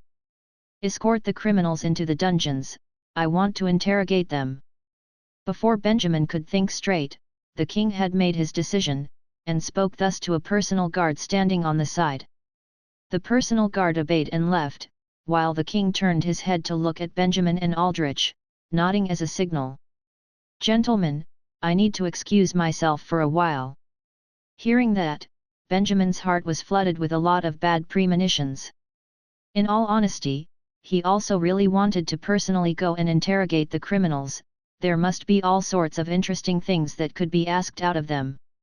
However, seeing the king's attitude, he seemed to not like outsiders getting involved in the interrogations. And as for Aldrich, if Benjamin looked too eagerly, his suspicions might be raised. Because of that, he did not brave himself and step forward again. Thus, the king brought his personal guards and left. The servant also left, carrying the princess, who was sleeping soundly. In a moment, the entire meeting hall became empty, leaving only Benjamin and Aldrich. The candle light from the crystal chandeliers above lighted the floors, casting 2 silent shadows. Suddenly, Aldrich turned his head and looked at Benjamin, revealing a smile.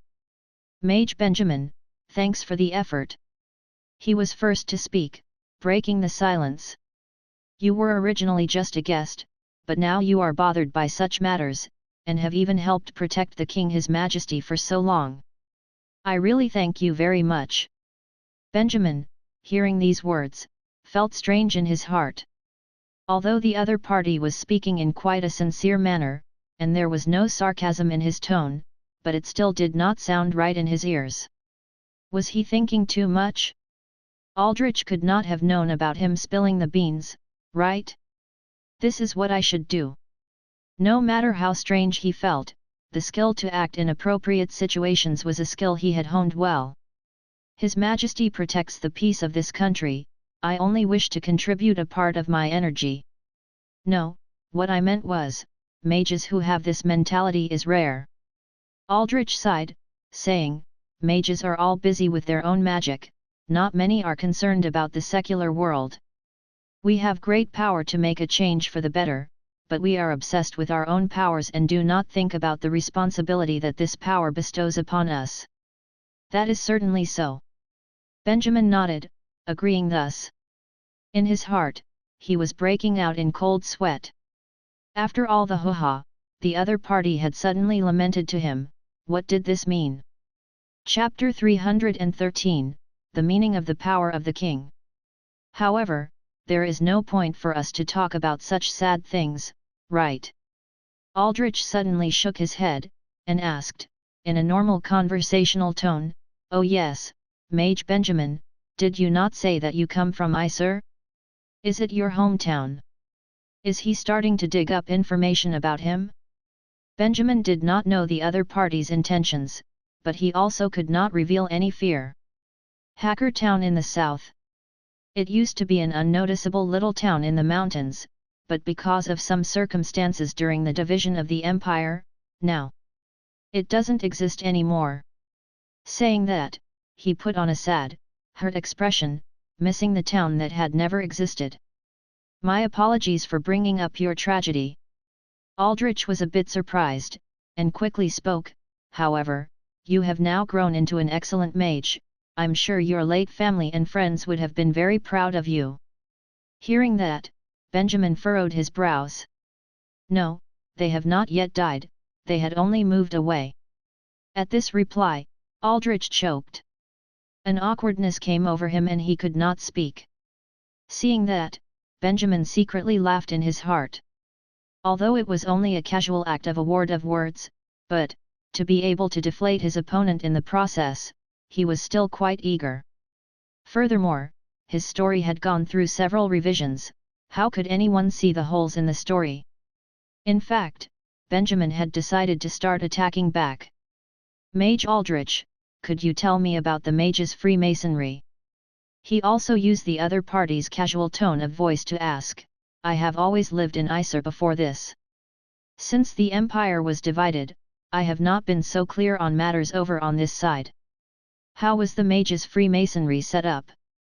Aldrich mulled for a moment, and said, This would be a long story. Benjamin showed a friendly face, saying, It's all right, it's good that it's long. Aren't you waiting for His Majesty to be done with the interrogation? I don't have anything to do, let me keep you company here. Then. Since you insist, all right. What do you wish to hear? Benjamin immediately asked, how was the first mage's Freemasonry started? Setting aside all the pretense, in actual fact, this matter was something he really wanted to know about. The first was created by the division of the empire, and could be said to be facilitated by me. Aldrich heaved another sigh, looking into the distance, as though remembering something. At the time, the Mages Freemasonry's president had brought a huge group of mages to protect the princess and set up Isar. And when he left, he also brought with them most of the Mage Guild's treasures. I was also ignorant, I did not know why the president would do such a thing, but as the vice president I had to step out and do something. At that time, I had communicated with the eldest prince His Highness, and His Highness the second prince, to restructure the Mage Guild. His Highness the Prince was not interested in my suggestion, but the second prince, which is His Majesty the King of Ferelden, had supported my idea very much, and had even given a lot of help, coming up with this idea of the Freemasonry, which had sounded really grand and mighty. The Mages Freemasonry had always proclaimed to be free from the conflicts of the secular world, but in reality, you also know which side we would tend towards when division happens. Listening to this, Benjamin was rather surprised. The setting up of the Mages Freemasonry was actually facilitated by the King of Ferelden. Then, when the king had heard that the Mages Freemasonry had betrayed him, Benjamin had a hard time imagining that, although at the time his reaction did not seem big, but what had he actually felt? Traitors have now appeared in the Mages Freemasonry that His Majesty had helped set up. His emotions must be rather heavy now. Finally, Benjamin spoke, having probed out the matter at hand. Yes. Aldrich nodded, saying, I had never imagined that tonight's assassin would be from within our ranks. He had never imagined. Nevertheless, facing this wise, worldly man, who knew how many years older than he was, Benjamin felt that he could not see any loopholes. From Aldrich's appearance until now, his entire behavior had shown him to be innocent, to have been ignorant about tonight's attack. Seeing this, Benjamin could not help but want to believe him. Only, this might come across as a bit rude, but the Mage's Freemasonry's administration is too slack. Having thought until here, Benjamin spoke in a critical, demanding tone. An assassination could be planned for 3 months and yet not one person had discovered any clues before this. Mage Aldrich, you must tighten your management. Hearing this, Aldrich nodded, saying, yes, I most definitely will. Speaking thus, he showed an extremely grieved expression, but did not seem to have to explain further. Benjamin could not help but furrow his brows. And then? Saying one sentence about how he would improve in the future, is enough to let this page blow over? Should he not explain why that gang of people had undergone preparations for 3 months and yet him as the president had not known a thing? However, Aldrich did not intend to explain. Because of that, the doubts in Benjamin's heart was once settled again. There was no question about it, it was not that he did not want to explain, but that he could not. The entire Mage's Freemasonry was under his eyes. Had there been anything, how could he have not known? It might even be him that had orchestrated tonight's events. That's right, Aldrich, or rather, the entire Mage's Freemasonry, were traitors. Realizing this bit, Benjamin could only heighten his alertness. He could not let Aldrich discover his concerns. Because of that, the following conversations between the two of them became real casual talk. Benjamin kept on although I do not wish to join you, I think you guys are great attitude, showing respect for the Mage's Freemasonry, and hid his animosity in his heart. Just like that, 1 hour later, the king was done with the interrogation of the criminals, and returned to the meeting hall with a grave look on his face. Benjamin and Aldrich stopped their chat. Your Majesty, what have you discovered? Aldrich gave a bow, and asked. The king, however, shook his head. His mouth is stubborn, he will probably not speak in such a short time. Let the interrogators drill him, it will be drilled out of him sooner or later. He did not look too happy, and suddenly said, Mage Aldrich, what is wrong with you people? A great trouble had surfaced in the Mage's Freemasonry, but you, surprisingly, did not notice it in the least bit. Although his tone was not strong, but the atmosphere of being questioned by a superior was deeply reflected. Benjamin was also somewhat surprised. The king wanted to publicly admonish this mage? Unexpectedly, Aldrich also obediently lowered his head, saying, It's my incompetence, I did not manage the Mage's Freemasonry well, causing all this to happen. Your Majesty, please forgive me. Since you know it too, then why had you not managed the mages under your power before this? The king did not seem to intend to stop, an assassination plan of 3 months, right under your eyes, and yet you had discovered nothing. Mage Aldrich, you have let me down. The king started to reproach him, there was even the feeling of a never-ending speech, with anger in his tone, much unlike himself previously. Thus, he continued scolding. As for Aldrich, an old man of 67 years old, stood where he was, like a little schoolboy with his head lowered, accepting his scoldings obediently. Benjamin watched, agape. To be honest, if Aldrich had really wanted to kill the king, he would not even need a second, right? But there he stood, receiving all of the king's wrath without speaking a word. In that moment, Benjamin suddenly understood this was probably what this simple word, king, entailed, representing a much deeper meaning. Yes, Aldrich could kill the king, but that would not be an advantage to him at all. Although Benjamin still could not see through Aldrich's plans, but, in his heart he had slowly realized that what this old mage wanted might be to steal the great power that was contained in the title of the King of Ferelden. It did not matter if it was for himself, or for another. Chapter 314, The Letter in the Night. The king had lectured Aldrich for about a full 10 minutes now. In the end, with the conclusion that Aldrich would pay extra attention to keep an eye out on the mage's Freemasonry, the king waved his hand as an indication for Aldrich to leave.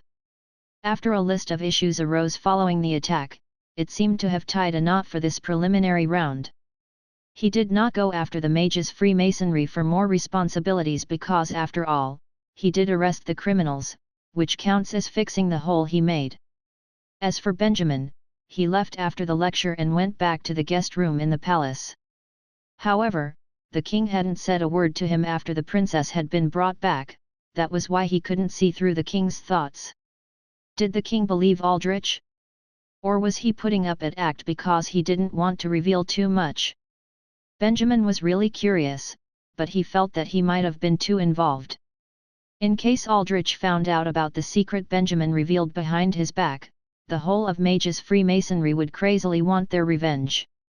If you want me to, I would say that you care too much. The system ran out and fussed. If they want to start trouble, then let them. You can act as if nothing has happened. Even if Ferelden can no longer host them, then just switch places. Switch places again? You say it so effortlessly, Benjamin said in his mind and shook his head. It wasn't easy getting Ferelden steadily back on its feet, and now, what was in it for his early investment if they switched places again? The crow of a good momentum, he had just opened up his name to the village and rented a place. After so much blood and sweat, he did not want it to go to waste. But after the shock of these events, he felt that Aldrich might not be having much peace lately. Time does not forget, and more so, they have quickened their pace. Once he gets back to the city of Rayleigh, he had to bring up some things. As time passed, it was late at night at the palace. Benjamin laid in bed and was prepared to sleep after a shower and his daily meditation.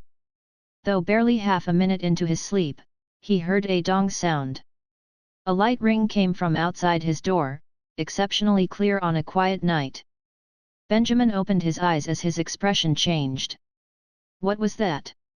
It seemed like an ability like Rection, and so, he headed towards the door, using the water elemental sensing technique. All he saw was a shadow that looked like a servant, standing by his door. As he turned around, it was further away. Then, Benjamin noticed an envelope-like object beneath the door. He couldn't help but frown.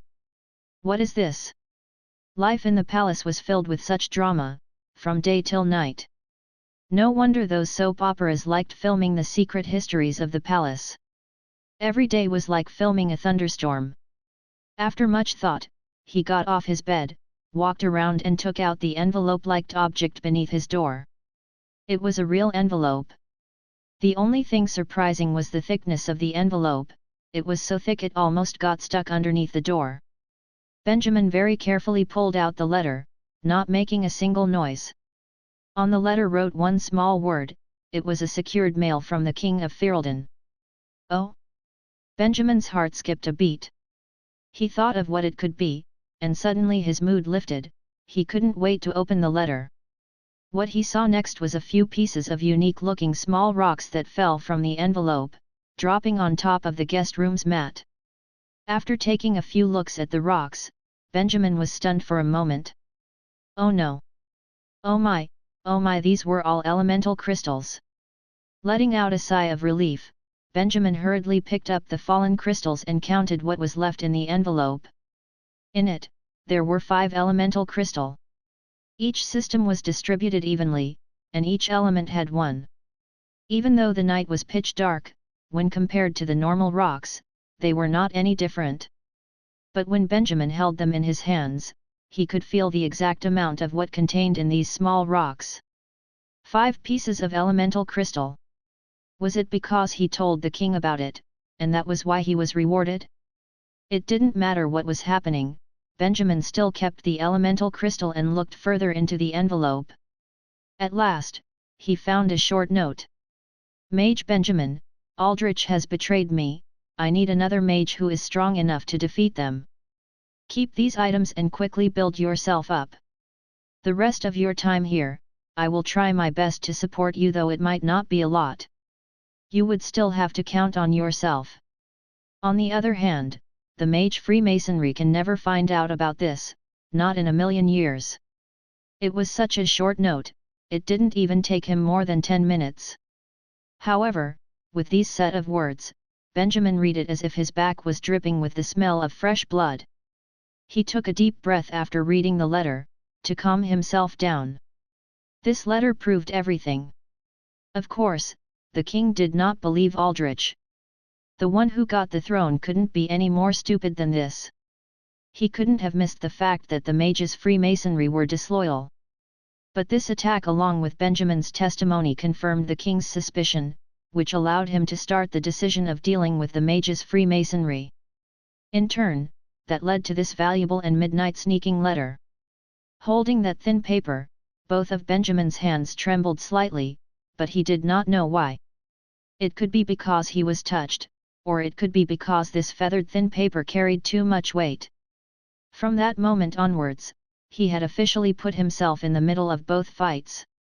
He had lost the possibility of going solo. In fact, when he whispered the news into King's ears, he had already leveraged the tracks on the railway. The route ahead was set nicely. However, their car was sure to set off the alarms in the other direction. Renvl.c. If he left with the rewards, it would have ended with his enemy, the mages Freemasonry. Hence, there was no turning back. He could only assist the king and keep the battle with Aldrich. And of course, never has he had this responsibility before. Actually, he had a strange feeling. If the king had found his traitors, why would he still believe Benjamin, a mage whom he just met today? But of course, others have their own thinking. Maybe what the king needed was not what Benjamin could offer. Instead, it was the pure motive of supporting a mage's new strength to weaken the mage's Freemasonry's position. And to be frank, even if the king had only wanted to rely on these few light elemental crystal and appoint Benjamin alone as his assistant, Benjamin wouldn't have agreed. All they had were the same enemy. With this, Benjamin lighted up a candle as he cleared his thoughts, and proceeded to burn the envelope and letter until no marks were left. After that, he held on to all different sorts of idea, went to bed again to think for a long time, before he slowly fell asleep. At midnight, this palace finally became peaceful. The second day, Benjamin woke up and very normally bid the king and Aldrich farewell, as if nothing happened. After that, along with his things, he quickly left the city of snow and sped out towards the city of Rayleigh. Chapter 315, Planning an Exhibition. At noon, Benjamin returned to his home in the city of Rayleigh. Everything was peaceful, nothing happened. It seemed that no matter how strong the undercurrent was at the city of snow, at least there was nothing but calmness in the city of Rayleigh. And in Benjamin's heart, he had figured out a way to use the 5 elemental crystals. Without a doubt, he was going to use them on everyone. There might be more mages defeating him in the future, more talented ones who might be worth being brought up. But based on an angle of pure trust, nobody could compare to these 20-odd people. He prepared himself exactly like the last. Once in a while, he would curate a challenge and the winner would get a crystal. Through these repetitive competitions, he would slowly build up everyone's fighting spirit and pushed them towards working harder. He believed that with 5 of these challenges, the quality of the mages would rise. As it said in the king's letter, he had to cultivate the same strength of defeat as the mages Freemasonry. If so, Benjamin couldn't just rely on these 20-odd mages. He had to expand his team by at least 100 people, just like how did with the 3 new ones. But this process was certainly much complicated. Now in the city of Raleigh, Benjamin was at his peak. If he wanted to recruit more people, he could. However, most of them would just be speculators. Hence, Benjamin should step forward to present his strength, not one person's strength but instead, the power of his whole team. Only with that would he attract those who seek growth as a professional mage. Though Benjamin had already prepared earlier on how he could accomplish this, he planned to achieve it with the use of the magical instruments. That was why Benjamin rushed home, had a meal and took no rests, found his finance minister Varus and discussed the upcoming things. What can the magical instrument do? Has it reached the inventory we planned before? Varus shook his head and said, not yet. According to the boss lady's schedule, it is estimated to be done in a week. There was still another week. 7 days is just right, we have to start planning. Benjamin pondered for a moment and spoke, we need a space that requires decorations. At the same time, we need a stronger advertisement to put up an exhibition. That's right, he planned to organize an exhibition, by using the magical instrument as an opening for the show. No doubt it was a rare object, but excluding other places, they were the only one who could produce it in the city of Rayleigh. If that was the case, Benjamin had to write a good piece of article on it. Other than self-use, the magical instrument was produced to sell. However, looking at sales, Benjamin's influence would broaden tremendously. Furthermore, Benjamin's expectations of broadening his influence were much bigger. Hence, he gave up the idea of using it as an equipment for everyone and decided to proceed with selling it. In the start, Benjamin had thought of auctioning it as it would have been lively and worth a lot. But after much thought, their production quantity would not allow them to host an auction. The magical instrument was so rare, he could have packaged it as more than what it was valued. Every piece of magical instrument was like art pieces displayed in delicate glass boxes, the value of it being much higher than what people can bid for. Now that would be such a tactful sales trick. If Benjamin could direct his image in that direction, he believed that without publicity, countless mages would fight to join them. That, you can rest assured. Varus nodded his head and said, regarding the exhibition venue, there are a lot of places in the city of Rayleigh. Renting it won't be too much of a trouble. Benjamin quickly added, what about decorations? We have to beautify the whole place, and only with that could we package the magical instruments. Varus pulled out a small book and after a few flips, he said, the candles, chandelier, tables, chairs, utensils. I have already contacted the distributor and we can contact them whenever. Red wine, meals, and fresh flowers won't be a tough decision. I suggest we order on the day of the event, as I am still in contact with the seller. About the serves for the day itself, I have contacted a few. Why don't you take a look, and if it is not enough, I can contact more. Listening to the report, Benjamin quite satisfyingly nodded his head. Benjamin came from a business background, and it always came in handy. In the days to follow, he would be the one dealing with people. Besides, he seemed to have already familiarized himself with connections in the city of Rayleigh. He had contacts for anything he wanted to buy. If not for the talents in this team, Benjamin wouldn't have dared to organize such an exhibition. But, even though it is not confirmed, can you calculate a rough estimation? Finally, they were at the key problems. Benjamin took a deep breath. With all these add up, how much do we need to spend? Varus seemed to have done the calculation before. He kept his book and answered, it would approximately be 3,000 gold coins after deducting the money from our bank. With our current income, we could completely cover the cost in 4 months. 4 months? Benjamin frowned. To be honest, 1 season and a little bit more was still too long. Not that Benjamin had no patience, it was just that he was relying on the exhibition to make an impact and expand his team. But if he could only expand 4 months after, then waiting for the team to shape would take how many monkey years and horse months? The palace gave him a huge pressure that made him feel that he could not wait 4 months. That can't do. The exhibition must take place a month after. Therefore, he firmly nailed the iron in the head.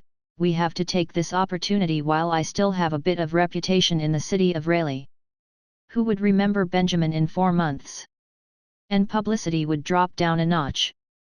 But, where would these 3,000 gold coins come from? Said Varus helplessly. Well, that you don't have to worry. In short, I would think of something to get it this month. If not, we'll follow that 4 months plan, Benjamin replied. 3,000 gold coins wasn't a small amount, but to a mage, that wouldn't be too hard. Right?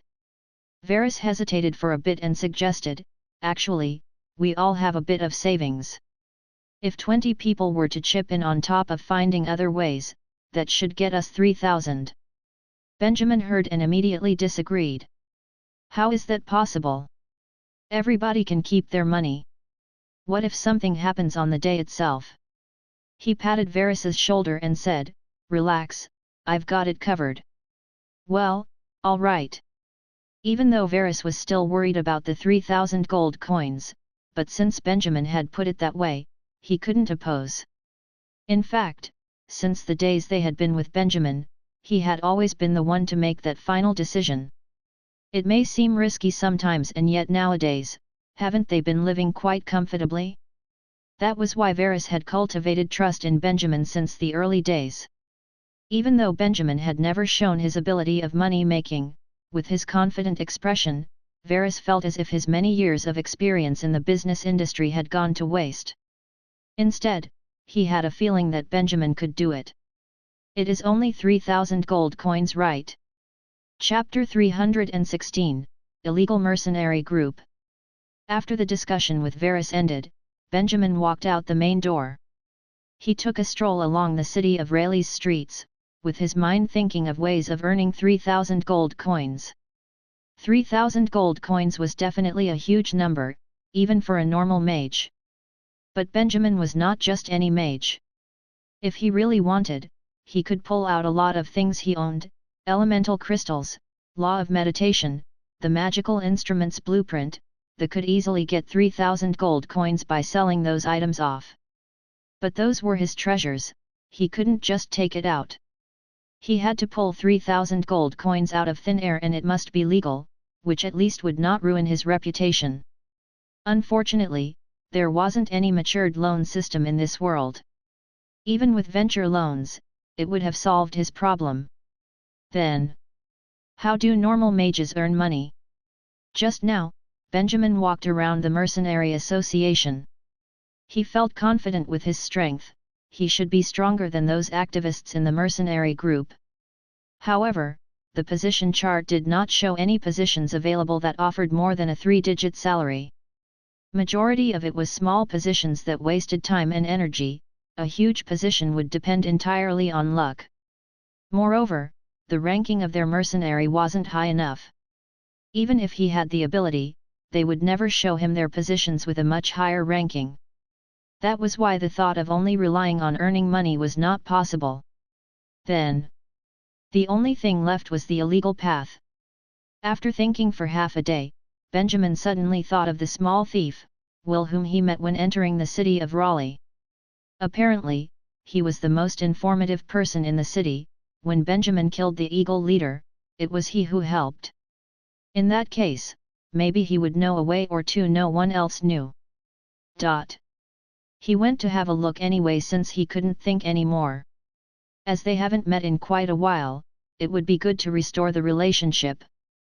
With that thought in mind, he relied on his memory to guide him, and once again, he was back at the narrow street, at Will's house. Will, are you there? This time, the door was closed, so Benjamin first knocked on the door. Luckily, even though Will always looked like he was running away from his enemies, he still had not moved elsewhere. In a bit, he was at the door. Along with a light squeak, the door opened slightly, and in between was a pair of eyes secretly looking out from the inside. "It's me, can't you recognize?" Benjamin said. The Will behind the door stared blankly, but immediately reacted by opening the door. In a small voice he said, "It's you. Mage Master, quickly come in. Come in first before you speak." Benjamin saw and figured out who he was hiding from. But he shrugged as he walked in without a care. "Mage Master, long time no see."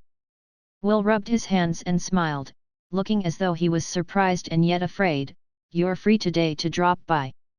Benjamin felt lazy to entertain, so he cut the chase and said, "What ways do you know that could earn me quick money?" Earn quick money. Will was dazed. Earning money is not a tough thing, but how much do you want to earn? 3,000 gold coins. Will's expression became forced. However, he had met people with experiences. He took a breath to recover and said, well, even if you're a mage, 3,000 gold coins still cannot be earned so easily. If it was easy, why would I come to you? Benjamin shook his head and replied, didn't you claim yourself being very informative? Why don't you think about what's happening in the city of Raleigh and see if there's a chance I can earn a huge sum of money? In that case. For a moment, Will sank deep into his thoughts. Benjamin saw but could only patiently wait aside. 5 minutes later. I've thought of a few ways you could earn that kind of money, it's just whether you could accept it or not, said Will, while he rubbed his hands. Go on. Will nodded, and said, the first type, the city of Raleigh has recently gained back a few caravans. If you wish, you can get a few votes and all you need is enough ability, then 3,000 gold coins won't be a problem. The second type, the city has a lot of business companies and I've figured out where the banks of a few are at, but it is heavily secured. If you have the confidence, you can also pair up with me and we can steal it once. Benjamin held his forehead. Isn't there a way that doesn't involve snatching or stealing? Will seemed troubled. Well, that. Hear me out. Recently an underground illegal mercenary group accepted a big client. Hence, they started this activity called 7-Day Prison. I did not ask about the details of the event, but from the looks of it, it is easy money. Quite a few of the well-known official mercenaries are participating. It's quite scary. Benjamin couldn't help but was struck by a thought, as he heard what Will said. Just let me explain first. What is the meaning of this illegal mercenary group? Will turned around, took out a strange badge and passed it to Benjamin. Very simple. Some jobs that don't get accepted by the Mercenary Association will still need someone to do it, and so, this idea started. For example, whatever murderers group or brothers league associated things, that we all banned by the government. But if there are demands, it will always exist. For a moment, Benjamin became interested. Stealing or snatching was too dangerous, but like these organizations, your identity would be hidden. All he needed to do was exchange his looks, then he can slip in without anybody realizing. Also, it would not have caused such a huge effect on the public. Moreover, these businesses that can never be seen were the best ways to earn money. With that, he accepted the badge Will passed over. This badge and the ones mercenary associations gave out looked completely different. In fact, this one seemed quite refined. The shape looked like a swastika, white underneath but filled with scarlet dots, as if it was stained with blood. So this is the illegal mercenary group's badge. Benjamin felt quite meaningful. He asked, regarding that activity, go find out the exact details. I want to know the context of the activity and specifically how much that would earn me. Will shook his head, that friend of mine did not want to reveal. He said, if news flowed out, the situation would become dangerous. I am only a thief, how would I dare to ask more questions? Benjamin frowned, then how can one contact this illegal mercenary group? You would have to go on your own. They feel that might be the safest way. Will explained more, however, I know their activity venue. It comes alive almost every night and this badge is your entrance ticket. If you're brave enough, you can go have a look. Is it? Benjamin nodded his head while a thought came to him as he toyed with the badge in his hands. If that's the case, then let's take a look tonight. Will's expression hardened. We. Benjamin nodded and smiled. Yes. It was you who introduced me the place, so now you would have to let me be the tour guide. In case it was a trap, I would still get support. What do you say? Chapter 317, The Violent Underworld. That faithful night. In the cold lonely streets west of Raleigh City, Benjamin and Will, clad in dark robes, quietly stopped in front of a brewery-like building. Is it here? Benjamin raised his eye and looked at the brewery. It almost looked haunted. He couldn't help but feel skeptical. It's right here. Will peered through his cloak and took a good look. Tori's Brewery, a regular brewery by day but a haven for the sinful by night. Heaven for the sinful. These illegal organizations sure had a lot of fancy names. How do we get in? Will replied, around the left side, there's a door. Knock on it 7 times. Someone will lead you in. Benjamin nodded and immediately instructed, all right, go ahead and knock then. Will had a sour look on his face, can I not go in? Benjamin smiled, nope. It didn't matter how unwilling Will was, under Benjamin's coercion, he still had to lead the way and eventually brought Benjamin to the side door of the brewery. He took a deep breath then lightly knocked on the door 7 times. Knock. Knock. Knock. After knocking, he nervously retreated a few steps and hid behind Benjamin as if there was an ambush behind the door. Benjamin couldn't help but shake his head. He looked and saw that the door that was originally closed tight now had opened, revealing a small slit. He gave it some thought before using his water element sensing technique to scan the room, revealing a man the size of a boar behind the door. His hand was gripping the edge of the door, his face clearly annoyed. Sir, give the badge to him. Will whispered to Benjamin. Benjamin took out the uniquely designed badge and handed it over to the man through the slit. The man grabbed the badge and moments later, opened the door. Follow me. The man still had an annoyed look and snorted like a bull. He tossed the badge at Benjamin's feet, turned around and walked deeper into the brewery. Benjamin wasn't surprised and picked up the badge. He pulled Will and followed Boar Man in. He was curious about whether there were any hidden levers in the brewery. Behind the door was a long corridor. After half a minute of walking, they reached a place that resembled an abandoned warehouse. The man walked over to a wall and moved some empty wooden pails, before knocking on a brick 2 times. The brick slowly slid open like an automatic door. Now a dark entrance appeared before them. There were noises that traveled out through the entrance. Benjamin nodded. This was an interesting lever, the soundproof wasn't too shabby either. There seemed to be quite the commotion down there. After this, the man that led them there left without saying a word. Benjamin then dragged Will through that narrow entrance as they went through together. Benjamin's vision was a blur accompanied by a quick descending sensation. He then ended up at the source of the commotion. This place couldn't be compared to a marketplace, it was much louder. It was so noisy that one would feel numb in the head upon entering. Benjamin frowned. It was a spacious underground square. There were all kinds of mercenaries walking about in armor. They wore weird masks on their faces, most of them carried injuries that weren't even bandaged up. Blood seeped out of their wounds like a water fountain. The air was thick and musky whereas the ground beneath them was smeared with what looked like blood. Benjamin looked at a spot where a large crowd had gathered around a circle. There were shouts of anger and excitement. The group was as excited as boiling water. Go on! Go on! Son of a bitch! Stab him! Stab him to death! Motherfucker! I've lost everything! Benjamin raised his brow. The water element scanned through the crowd, revealing Benjamin the cause of the commotion. At the center of the steaming crowd, was a stage that looked like a ring. Inside, there were 2 mercenaries, brandishing swords and stabbing at each. Their faces were painted with weird colors and they wore totem mask. Their facial expressions could not be seen but there was a clear intent to kill.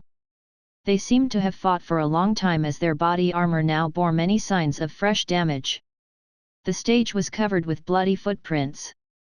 Suddenly, the mercenary on the left struck and stabbed clean through the chest of the mercenary on the right. After a few quivers, the mercenary on the right crumpled to the ground. The surrounding crowd let out a mixed scream of excitement and disdain.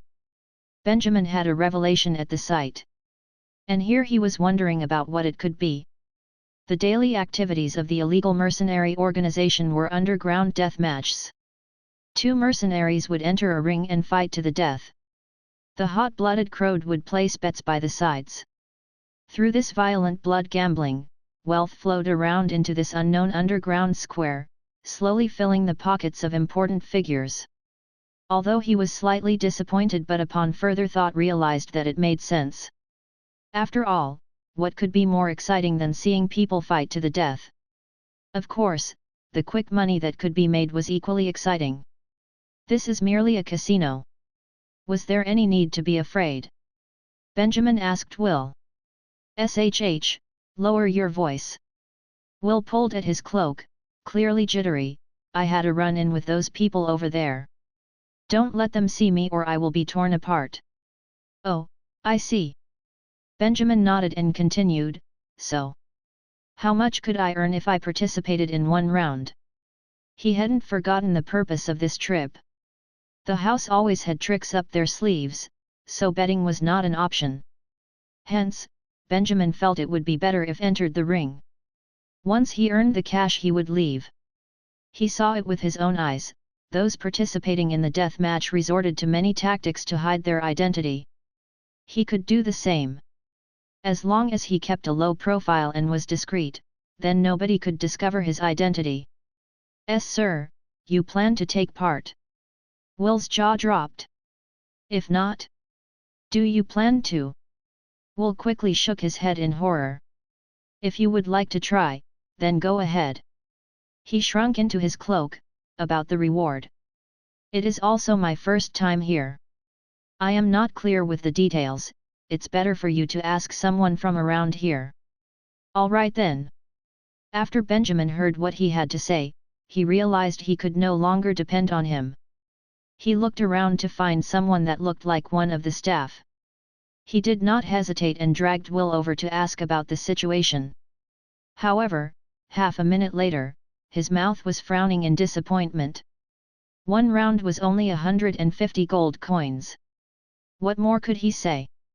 The price was actually decent, and it was a huge amount to the participating mercenaries, but Benjamin could not fight 20 rounds in this place. The rule was a fight to the death. One lost and it's your funeral. In other words, a continuous run of 20 wins in a place like this would be an unbelievable record. If Benjamin dared to do so, and to do it within only a month's time, the main organizers would rip him apart. Hence, the most he could do here was 5 to 6 rounds, cashing in less than 1,000 gold coins. After thinking it through, Benjamin was on the verge of leaving. Chapter 318, The Ways to Cheat. Benjamin could sense that the staff was looking at him indifferently. All participants can obtain up to 5,000 gold coins. After a brief pause, he continued, "However, it's better for you to give up. You don't have what it takes to enter." Benjamin was surprised upon hearing this. 5,000 gold coins per participation. How rich was the organizer of this activity? He quickly followed up, "Then how does one qualify?" The staff peered at him and shook his head. He couldn't be bothered to answer, but under Benjamin's persistent questioning, he still replied, "If you could have 3 continuous wins in the ring, then you will be qualified." And here he thought it was going to be hard. Benjamin laughed heartily and nodded, 3 rounds? All right, I'm in." He went straight to the counter to register for the ring under the surprised gaze of the staff. A non-legal binding fight to the death contract, a weird mask provided by the organizers and some worn-up armor and blade. Mages wouldn't participate in this type of competition, so he decided to hide his identity as a mage. After some adjustments, he was unrecognizable. He recalled the little military training he had and picked up the rusty sword. Sir. Apart from stabbing at each other, no other weapon is allowed." Will was getting panicky and pulled Benjamin to the side. He whispered, "Are you really going to participate?" Benjamin smiled, "I have my methods." He had used some time to observe the square. Those sitting behind the rings were all mercenaries filled with killing intent and not a single mage with sharp spiritual energy.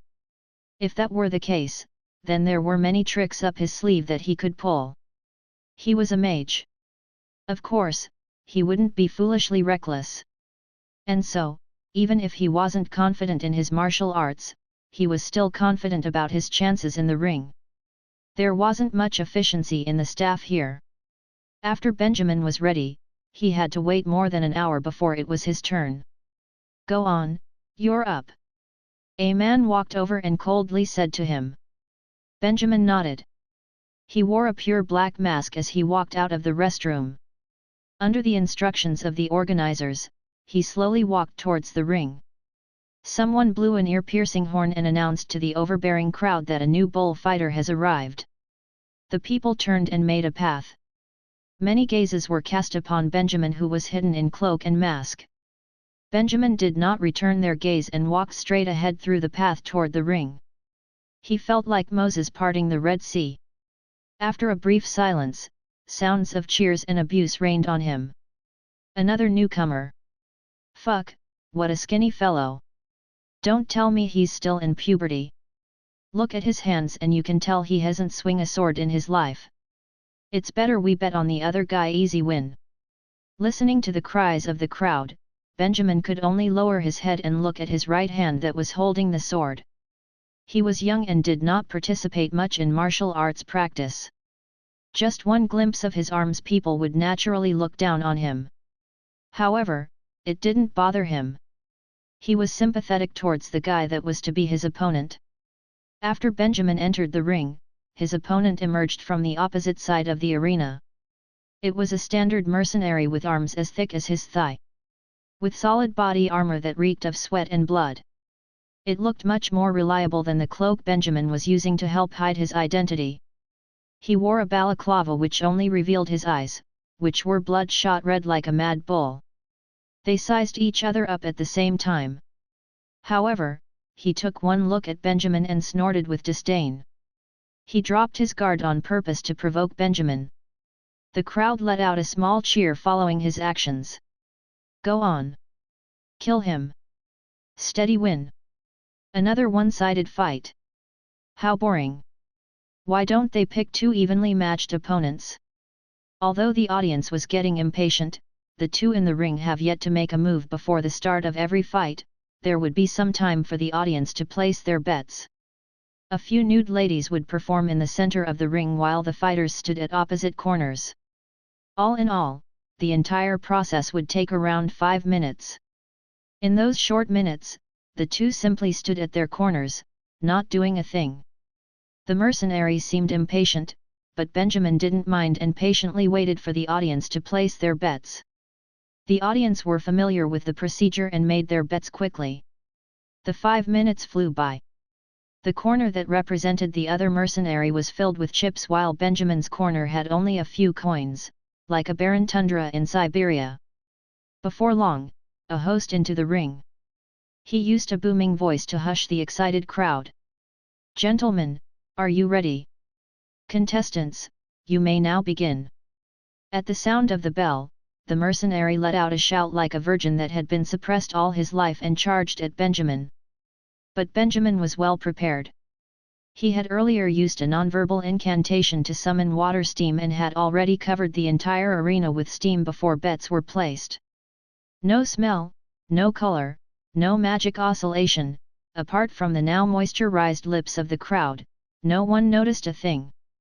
This steam was Benjamin's trump card. Just as his opponent was about to make a full swing, he controlled the water steam as he gently slid to the side. With the forces of the water steam, Benjamin moved more than a meter in an instant and dodged the sword without any problem. Benjamin stared back at his vicious opponent, who was now in complete disbelief.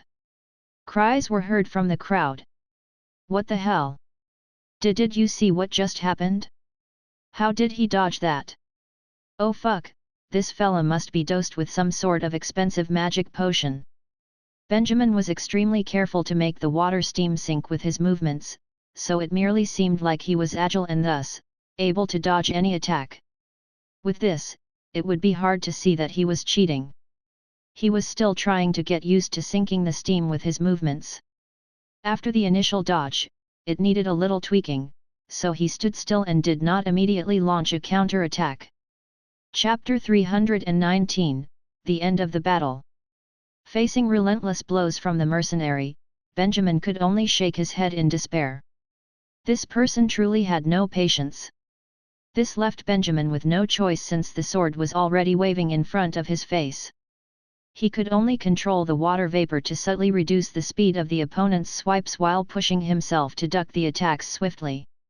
With the sound of ding, the mercenary's huge sword touched the floor. But at this moment, Benjamin was already at an entirely different location. The audience below the stage were watching with their mouths open. Even the master's skills are this incredible. Even Will, who was standing in the crowd, took a deep breath and whispered to himself upon witnessing the scene. Obviously, even though he knew Benjamin was a mage, he did not even see any trace of magic from that incredible evasion of attack. If someone who was in the know like Will could not observe it, what more of the others? They looked as if they had just met a monster. It was rare to see people bundled in a cloak here. Since everyone was here to fight to their death, regardless of their opponent, they would be beaten until they were covered with injuries. Wearing a body full of armor would be the smart choice for them. In addition, Benjamin did not have a big frame, so the audience only thought that he was a daft fool who did not value life and only wanted to mess things up. However, after what had just happened, Benjamin became mysterious in their eyes. In their view, this guy bundled in a cloak was beyond odd. Every time he moved, the speed of his movement seemed to suddenly switch from slow to fast, their eyes could not keep up with the pace. Because of that, they could not even see clearly how Benjamin moved. They only saw him move mysteriously and ducked the blow. Is it something humans can do? Most of the audience attributed the phenomena to the magic potion. But even then, their expressions were still of shock.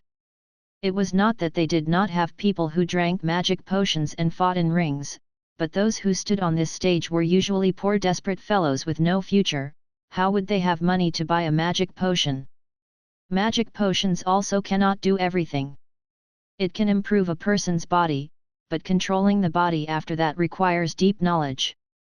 It was not as if you gave anyone a bottle of the best magic potion, that person will immediately become an unbeatable professional. How can there be such things in the world? Because of this, they began to feel that this guy bundled in the cloak could be some unknown but high-ranking assassin who for some reason, decided to come to this rink and play with the kids. In conclusion, many people were beginning to have a face of regret. Fuck this guy must have been invited by someone to come here and eat our small fish, an audience member remarked after observing the huge contrast in the bets placed. He was turning green with regret. Why did I not try and bet on him? Regardless, the bets have already been placed. Most of the audience could only witness the scene with complicated emotions. Even the excited cries from before subsided. On the stage, the battle continued. The mercenary also noticed that things were not well, but he already stood up and drank a bottle of violent potion. He knew that he could not back out anymore, so he bit his lip and fought on. The 2 missed attacks gave him a bad feeling. If it was like before, he would adjust himself and find new opportunities.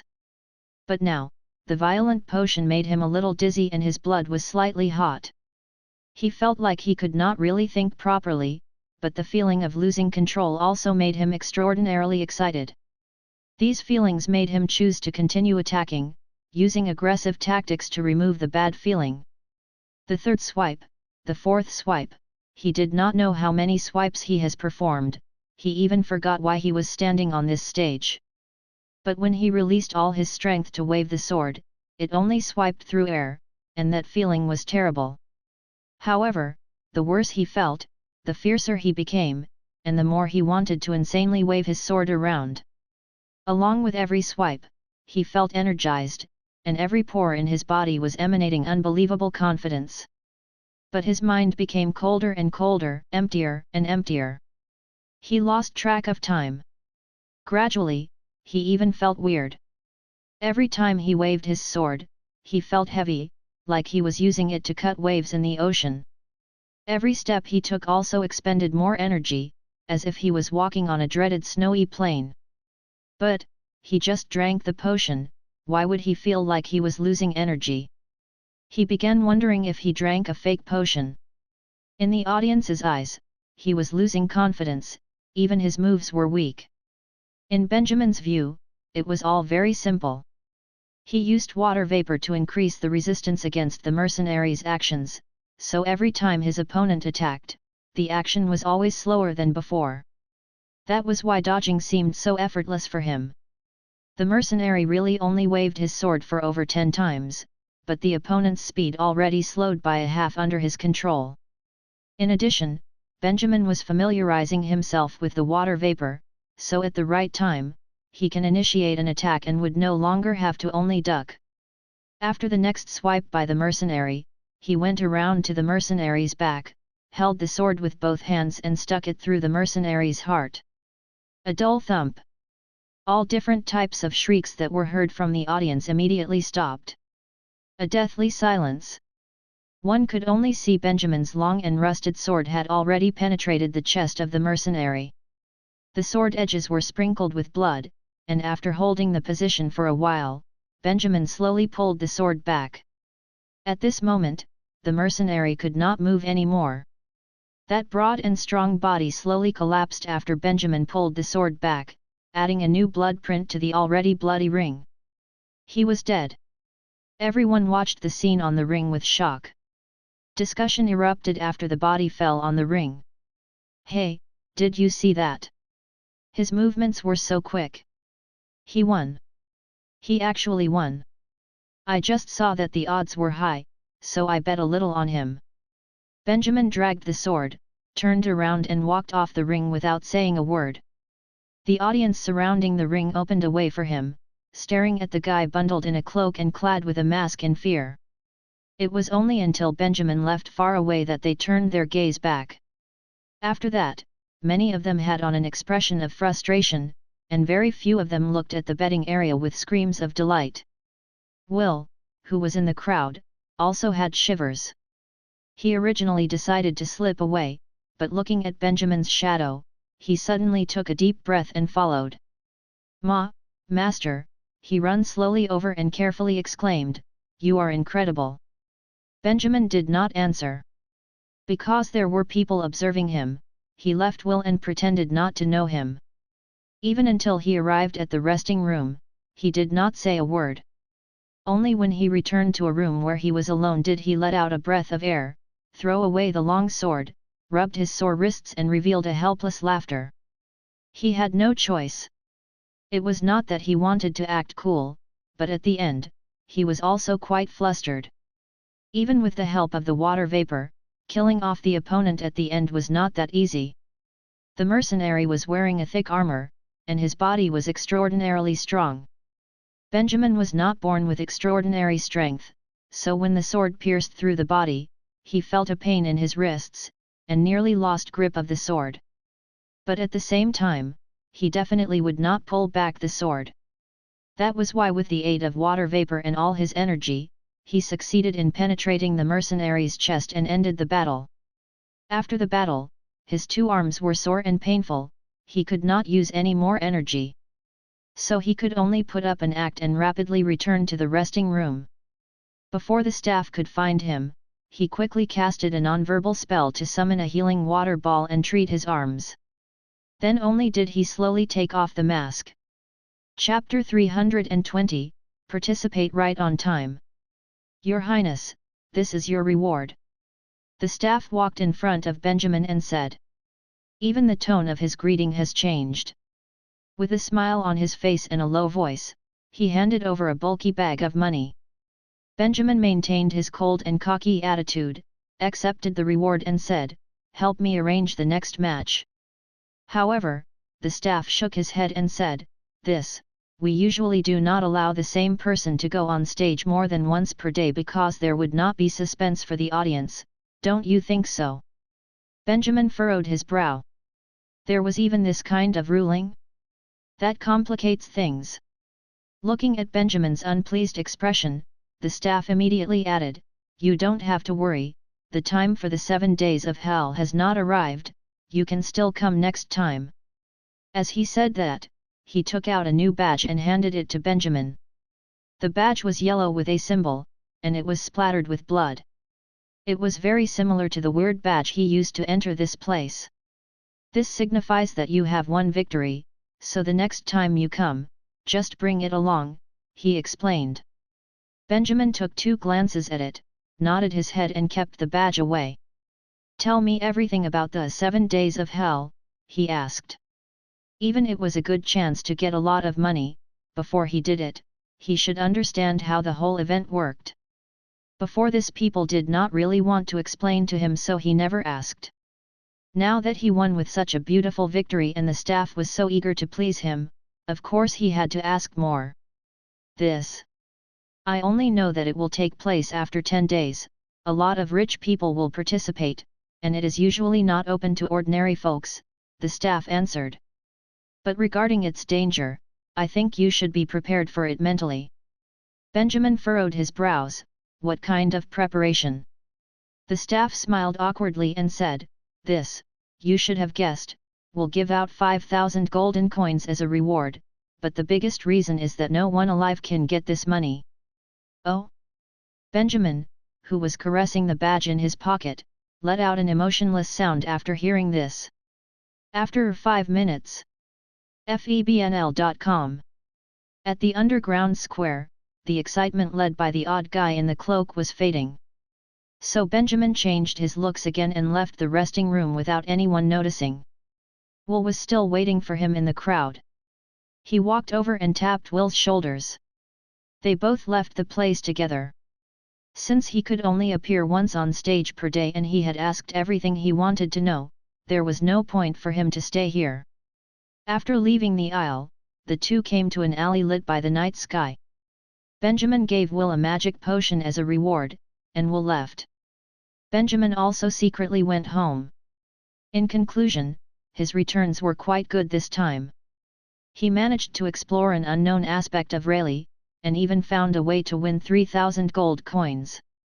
Even though the staff made the 7 days of hell sound like something incredible, in Benjamin's view, it was just a method for these people to earn and launder money. He would not be frightened by a mere statement. In the following days, he stayed at home in the morning and focused on meditating. When he was free he helped Varys with the preparations. At night, he transformed into the odd man in the cloak and came to Rayleigh's underground world to fight. In order not to attract too much attention, he did not go for 3 days consecutively. He went once and rested the other day, sometimes he rested for 2 days. With every battle, his method of combining water vapor with his fighting skills became more mature, and he saw it as part of his training for the mysterious 7 days of hell. At the end, he obtained the badge with the red symbol that signified 3 victories without anything untoward happening. You are qualified to join, the staff looked at Benjamin and said. But I have to confirm beforehand, do you really want to join the 7 days of hell? Benjamin nodded without hesitation. So he took Benjamin to another corner in the underground square, to some place that looked like an office. It will be here. For following matters, Mr. Derek will explain to you.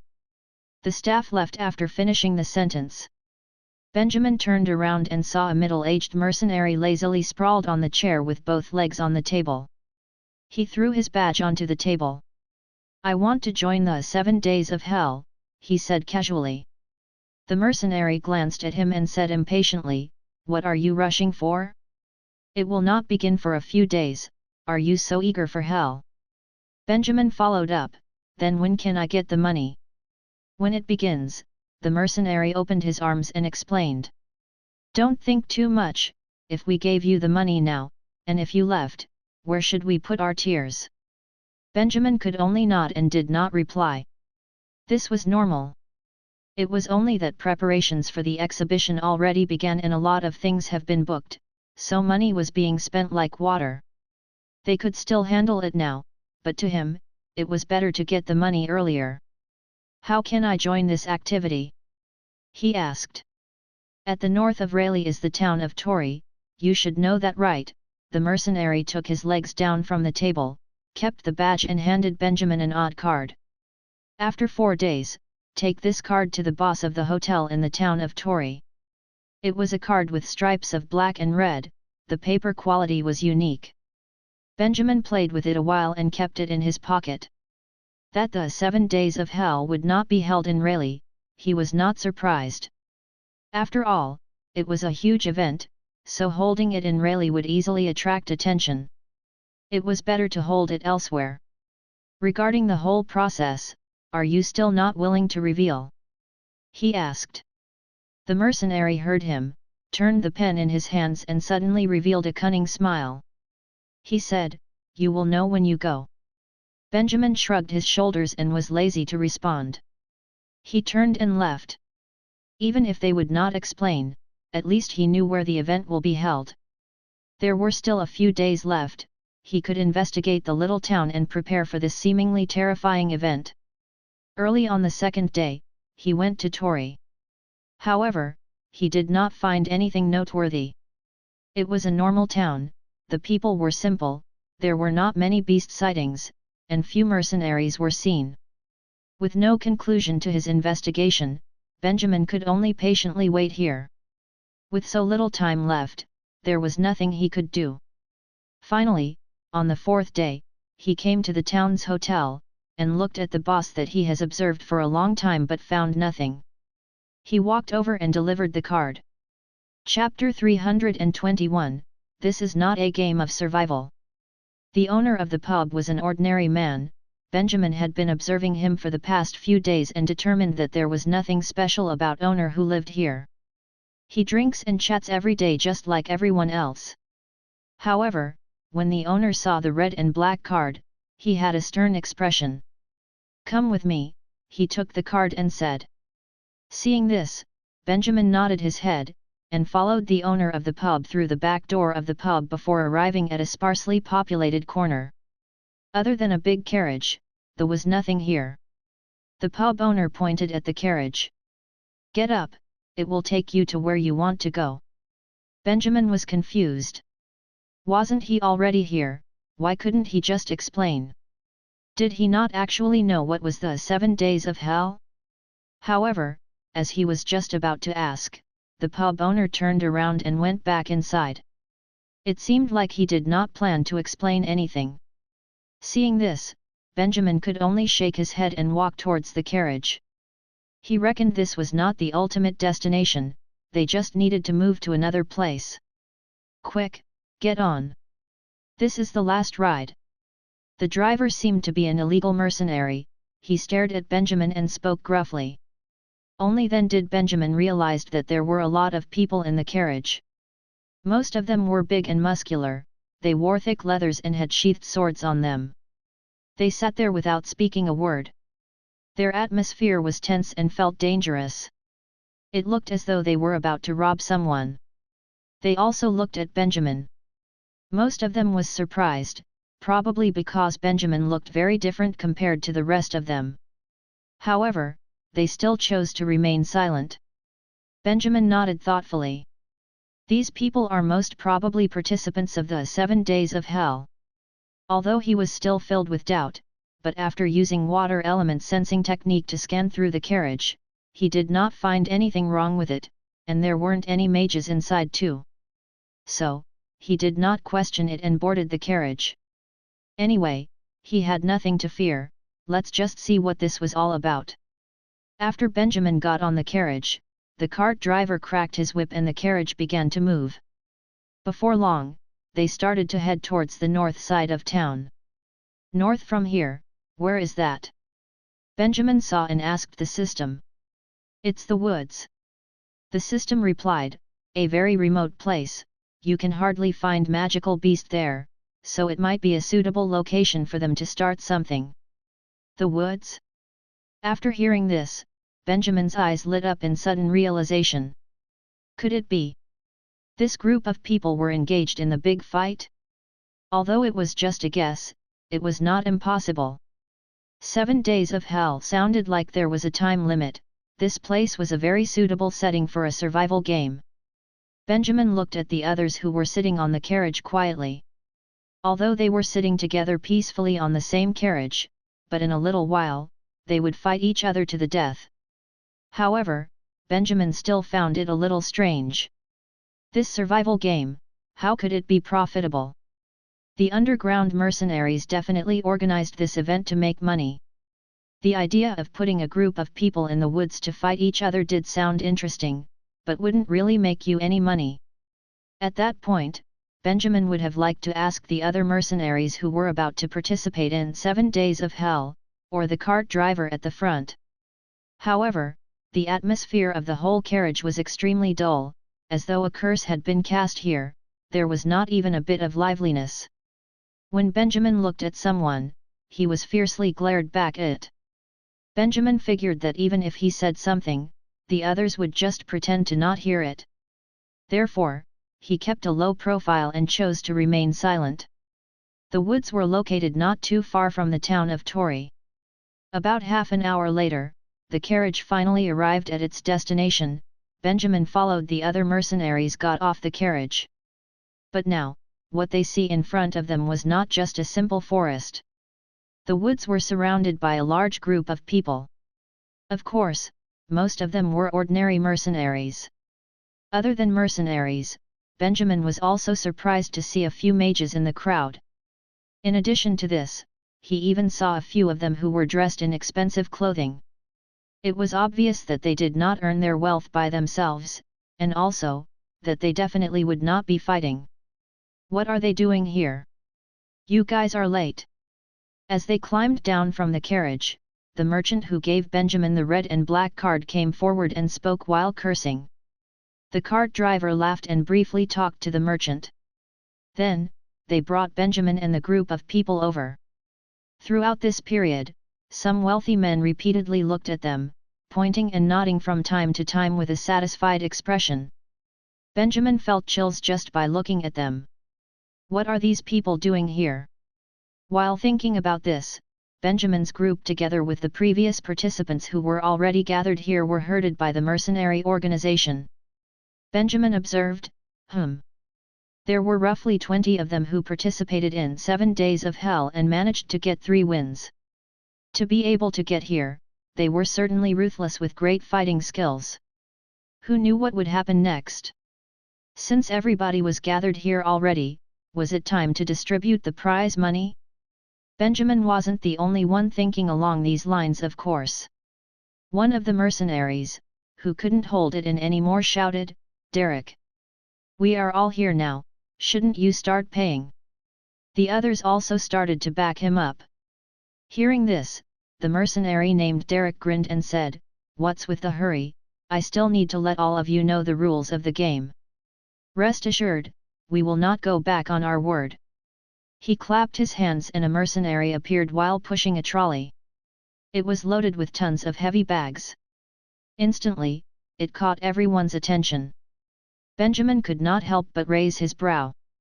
Through the water element sensing technique, he saw 5,000 gold coins evenly distributed into more than 20 bags. Obviously, this meant that they would not get 5,000 gold coins each. Did these people really want to play the game? So, the people dressed in wealthy clothes, they were here to bet? These are bags of gold coins and everyone will be given one later. The amount in the bags add up to a total of 5,000 gold coins. Derek slowly spoke, "But before you get the gold coins, each of you must turn over your weapons and sprain your own hands." Suddenly, the contestants were all fired up. "Bastard! What did you say? My hands, I dare you to try and take it." But Derek was still smiling as he continued, "This is one of the rules of the game, if you do not wish to comply, you may leave. The others will need to bring the bag of gold coins into the woods and live there for 7 days. Throughout the 7 days, you may kill each other to take each other's coins. At the end of the 7 days, the survivors can leave with their amassed gold coins." The contestants suddenly quietened down and looked at each other, trying to observe as much of each other as possible. It seemed that they were quite confident in their abilities. Each one of them felt that they were the strongest and that they could stay alive throughout and eventually get all the gold coins. Sprained hands were not a very serious injury, it was just to increase the difficulty of the game. When faced with a large enough amount of gold coins, nothing was a problem. Benjamin subtly shook his head. Then, what about those people? Benjamin suddenly piped up, pointing at the group of wealthy men. The other contestants heard this and looked at Benjamin strangely, as though they did not understand why he cared. However, Derek heard this and laughed. He was slightly amused as he replied, "Nice observation, these people are the sponsors of the 7 Days of Hell." As expected. Benjamin did not say anything, but already had a rough idea of what kind of sick event this was. His thoughts were verified by what Derek said next. After you sprain your hands and enter the woods, the sponsors will also enter the woods accompanied by our elite members. They will start hunting you. He laughed. You cannot fight back, otherwise, the mages that we hired will slaughter you. Chapter 322, The Beginning of Hell. Derek's words caused a violent uproar. Fuck this and fuck you, I quit. Whoever wants to play, go ahead, I personally won't risk my life on this shit. Most of the contestants were enraged, they pulled their swords out, wanting to leave. It seemed like these illegal mercenaries were ready to fight their way out as they drew their weapons. However, the few mages who Derek had hired had already started to cast a spell before they could even finish their sentence. Walls started rising from the ground to form a cage which trapped all the participants inside. Some of them who tried to escape got caught off guard as they hit the wall. There was no way for them to escape. The mages flew in the air above them and looked at them coldly. A word of advice, don't think about escaping again. Derek's voice came from the other side of the wall, since all of you are trapped here, you have no choice. Instead, you should start thinking about how to stay alive throughout the hunt. Obviously, he did not quell their anger by saying this. Most of the contestants were even more stirred up, they slashed at the walls with their swords, trying to break the walls and get out of the cage. However, a thorn rose from the ground ended their resistance. Ah! Piercing screams came from the cage, even the nearby birds were frightened and flew out of the woods. What they saw was a mage in the sky who had his hands stretched out toward them. And on the ground, one of mercenaries who had tried to break through the walls and was now impaled on a large spike sprouting from the ground. Blood poured out of him like a fountain. Inside the wall, it went dead silent. As the others looked at the sharp thorn drilled through his body, they could not help but gasp and involuntarily took a few steps back. Even for those who had fought countless underground battles, they could not bear to look at this gruesome scene. Suddenly, one of the wealthy sponsors suddenly piped up, "Oh, why did you kill him? There's only so little prey this year and you have already killed one, we want a refund." Derek quickly went over to appease them, "Sir, please calm down." As most of the contestants were scared stiff, no one dared to act rashly, even after hearing what they said. Since the mages had range on their side, it was obvious that they could easily deal with these short-ranged fighters. While the contestants were excited, he hid within them, observing any changes in the situation. When the few mages attacked, he carefully analyzed their strength and found that they were stronger than he initially suspected. He counted, the organizers invited a total of 6 mages. Benjamin was thinking whether or not he should make a move, but fighting 6 of them at once, he wasn't sure if he could kill all of them. If one of them managed to escape, Benjamin's identity would be exposed, and he might make some enemies. This would cause him endless troubles. Therefore, he restrained himself and watched what was happening quietly. But looking at the reactions of the other contestants, Benjamin suddenly had an idea. He grinned, but quickly hid it. "I believe that all of you understand the rules of the game. As long as you stay alive for 7 days, the money is yours." After he appeased the rich businessmen, Derek once again spoke to the contestants, "First, throw your weapon to the side and break your own hands. Those who break their hands first will receive their gold coins earlier and get a head start to start hiding in the woods. They will have more time to hide and the possibility of them surviving will be higher." After hearing this, the mercenaries went silent for a moment, most of them still hesitant. Derek continued, "I can only say that there is not much time left for you. In 15 minutes, the hunt will begin. If you are still here, the hunters will have to kill you here. This was the straw that breaks the camel's back. After hearing what Derek said, some finally chose to give in. They threw their swords aside, crossed their hands, bent it behind them and heavily fell back. This caused a series of screams, and when they stood up again, their hands were lifelessly hanging by their sides. Derek nodded his head in satisfaction. The mages continued to cast spells, blowing out those who have broken their hands, whereas Derek's mercenaries watched them closely to prevent anyone from escaping. After inspecting them, they hung the bag of gold coins on their waist. After this, they rushed into the forest without looking back. Once someone made the first move, it lifted the psychological burden of the rest of them. It was probably because they realized that they had no choice, and that this was the only way was to survive. Therefore, there was no point in being angry. Instead, they became even more determined as they fought to break their hands first so that they will have better chances of surviving. Benjamin followed the crowd without making a sound, broke his hands just like the rest of them, and entered the woods. In less than 2 minutes, more than 20 contestants had disappeared into this particularly silent forest. Derek grinned. He turned around, looked at the impatient businessmen and said slowly, "Sir, please be patient, the 7 days of hell that we are looking forward to will begin shortly." 2 of the wealthy businessmen nodded. Their fat faces revealed an excited smile. At the same time, in the woods, the contestants ran into the woods without thinking of fighting each other. All of them chose a path and soon disappeared into it.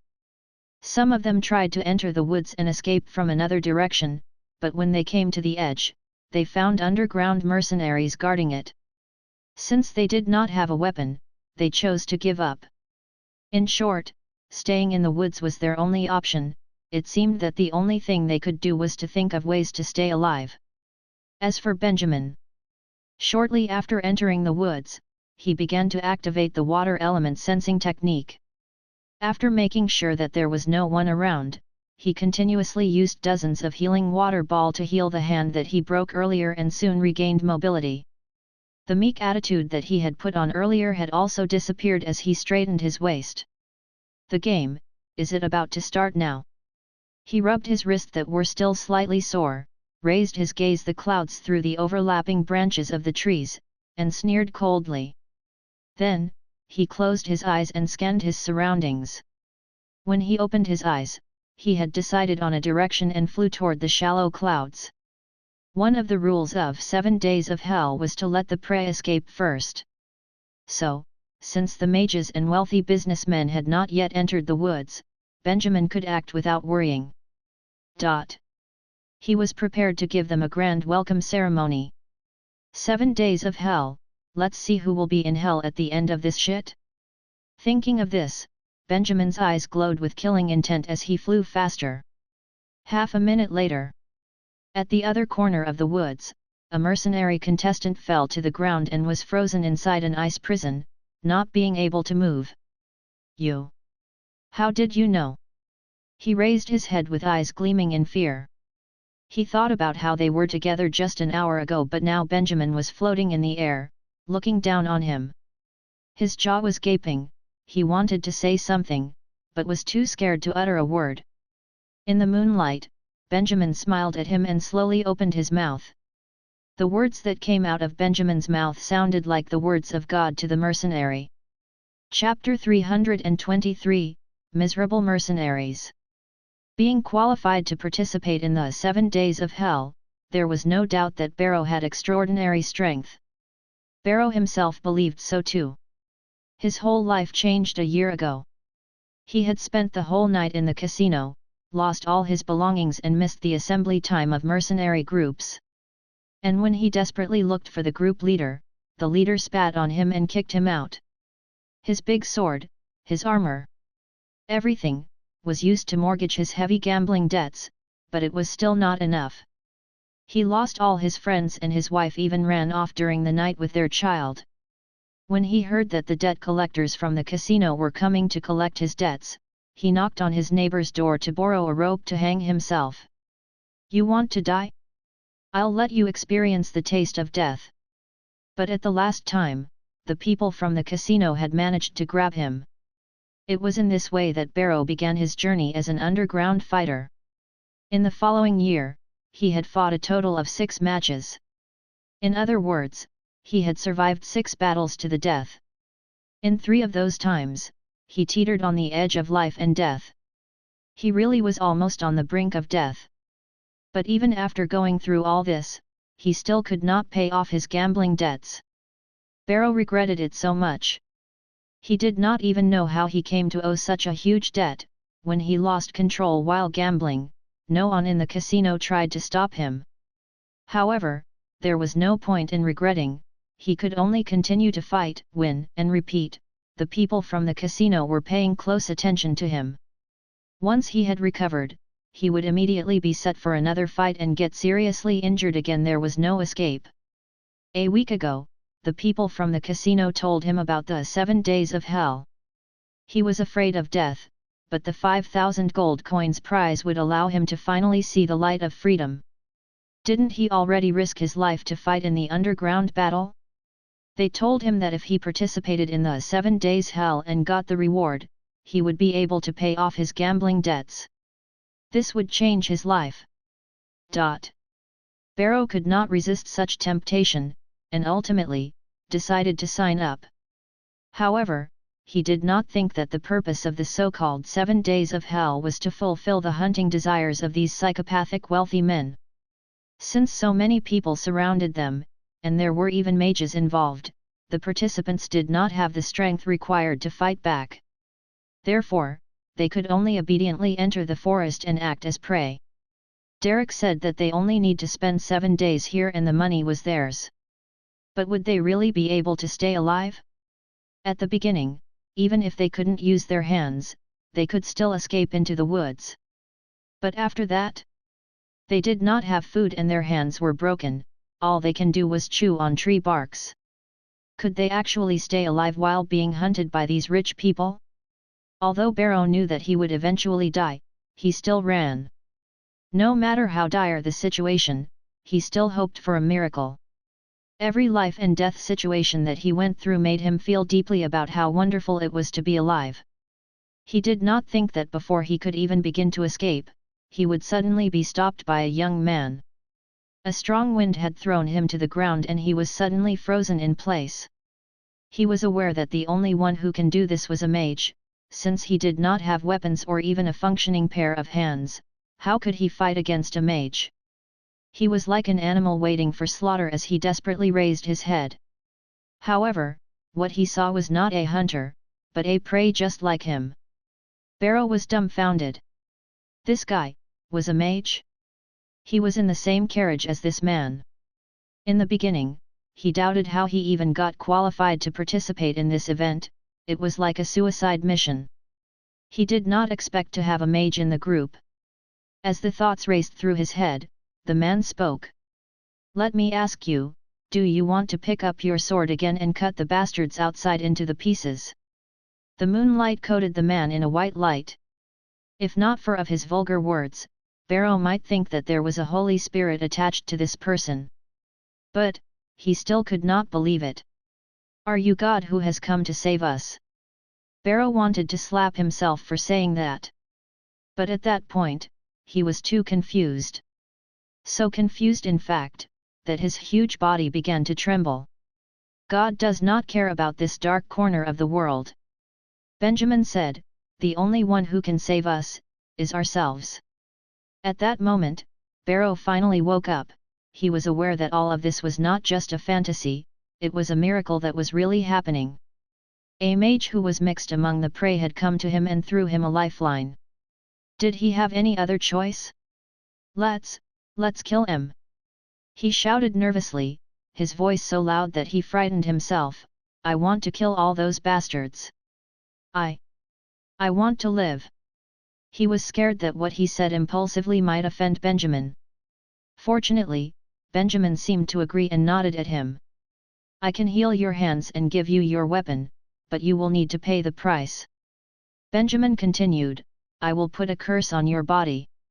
From now on, you must obey my commands."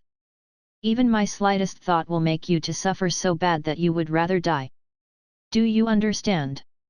What he said made Barrow a little distraught. He did not understand what the curse was, but he knew that the freedom that he had just gotten was lost once again. You do not have to worry about it too much, I will not enslave you or force you to kill yourself. As long as you are loyal to me, I will not hurt you in any way.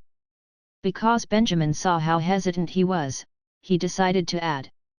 Hearing this, Barrow eventually nodded his head. So, Benjamin waved his hands with a satisfied expression. The ice that was freezing Barrow disappeared and countless healing water balls appeared. The water balls surrounded him, and gradually, the pain in his arms disappeared. He was pleasantly surprised to find that he could even clench his fist again. Then, a sword made entirely of ice appeared in front of him. You can use this. In the meantime, wrap your hands with a cloth before holding the sword to prevent yourself from getting hurt. Soon, I will get you a real sword. Barrow stood up and looked at the figure floating in the sky, then looked at the ice sword in front of him. He did not know why, but his eyes were watering. It seemed that no one had spoken to him with such respect for a long time. It was as though he was back in the days when he was in a mercenary group, before he destroyed his life by gambling. He had been given another chance to start his miserable life all over again. What are you waiting for? Benjamin urged, hurry up, we have more than 20 people to save. Barrow pulled himself together and nodded his head excitedly. He tore off a piece of his clothes, wrapped it around his hand and picked up the ice sword off the ground. I am ready. He was as nervous as his first time doing a mercenary quest. His body language and tone were obvious. Benjamin could easily sense his tension. Barrow did not expect Benjamin to turn around and smile at him kindly instead of shouting at him. Chapter 324, The Hunting Process. The hunt had officially begun, and by now Benjamin had met a total of 6 prey mercenary. Since there was not much time, even after using the water element sensing technique to quicken his search, in the end, he could only find 6 of them. Fortunately, the process of convincing them was easier than he thought. These people did not have any intention to resist, on the contrary, they were actually very willing to accept the curse and pick up the ice sword to fight. Some of them even swore their life to Benjamin. Benjamin was flattered. He had unintentionally become a saint, even though he was just pursuing his own interest. But on the other hand, these people were filled with despair and had no hope for survival. Benjamin, who suddenly appeared before them, became their only hope for survival. With this, he cured 6 aggressive mercenaries and put a curse on them. They then joined the team and obediently followed Benjamin. As for the other prey, he could only hope for other opportunities to get into contact with them. After all, now the hunters were awake. It was about time the wealthy businessmen walk into the woods together with a large security team and 6 mages. After observing them, Benjamin found that they were divided into 6 teams. All of them were talking and laughing as though they were on a picnic while they headed deeper into the woods. They are coming. Benjamin turned around and spoke to the mercenaries who were behind him after observing the whole incident with the water element sensing technique. MR Mage. How will we make our move? One of the mercenaries asked. Hearing this, Benjamin smiled and said, we will wait. His goal was clear, it was to kill everybody. But to do so would not be easy. All 6 mages were able to perform the flying spell. Once they realized that something was wrong, they would escape in separate directions. Benjamin did not have any way to stop this from happening. On one hand, he could try to kill all of them in one blow and settle all 6 of them at once. On the other hand, he could try to find ways to cut off the communication between each of the mages and kill them one by one. Either way, they had to wait patiently. This forest was quite big, therefore, in order for these people to find their prey, they would need to delve into the deeper parts of the forest. Each of the mages guarded one of the 6 teams. Since Benjamin wanted to attack them one by one, he would wait until they were separated. But, he had an uneasy feeling that something might go wrong. There were a lot of people who went into the woods together with the hunters, in fact, there were around 100 of them. It would cause him a lot of trouble, if he missed even one or two. And the most critical point was how to deal with those outside the woods. A conservative estimate would place around 1,000 people guarding the border of the forest. With only 7 people, punching their way out would be near impossible. After thinking for a while, Benjamin turned around, looked at the mercenary nearest to him, and said, Your name is Barrow, right? He lowered his voice and spoke seriously, I have a very important mission for you, are you willing to do it? Barrow was slightly surprised but immediately nodded his head. Benjamin flashed a satisfied smile and said, Well, later, I will use magic to secretly send you out of the woods. After leaving the woods, you need to hide yourself well and go back to the city of Rayleigh to help me pass along a message. Barrow looked a little stunned, this. Could I really? Of course. Why not? Benjamin said, This is a crucial message and you must deliver it if we are to have any chance of escaping. Are you willing to do this? Barrow heard this, took a deep breath and confidently said, Yes, I am. Seeing this, Benjamin smiled and patted his shoulder. After settling this issue, his heart was more relieved. The plan was almost ready. Before the wealthy businessman got too deep, Benjamin took his 6 attendants and went to the other side of the woods. There were not many guards outside this part of the woods, but Benjamin still did not make a move on them. Instead, he created an ice drill to dig an underground passage and sent Barrow out of the woods without anyone noticing. Although it was very convenient using magic, the entire process took a lot of time. To make sure that Barrow got away safely, they even had to refill the passage before leaving. Wandering through the woods in darkness, it was eerily quiet, there were birds chirping from time to time, but it was all white noise. However, Benjamin was satisfied with the atmosphere. The weather was good, and the stars and moon were hidden and so did not provide much light they could sneak about easily. Previously, he had used the water element sensing technique and the system's arrangement ability to create a map of the entire forest. Now, he was slowly leading the remaining 5 of them towards the direction of the enemy. Half an hour later they found their target. Probably because the 7 days hell had just begun, but most of the 6 teams were not separated by huge distances. However, one of the team was in a completely different state. They were chasing someone. Quick! Quick! Don't let the kid get away! The few rich businessmen who were leading had guns in their hands while they rode on the back of the sturdiest-looking guards. The guards panted heavily as they ran forward. In front of them, a mercenary was singled out and running for dear life, a bag of coins on his waist excitedly jiggled at his waist. Bang! Bang! Bang! The rich men took a shot after a shot, trying to hit that mercenary.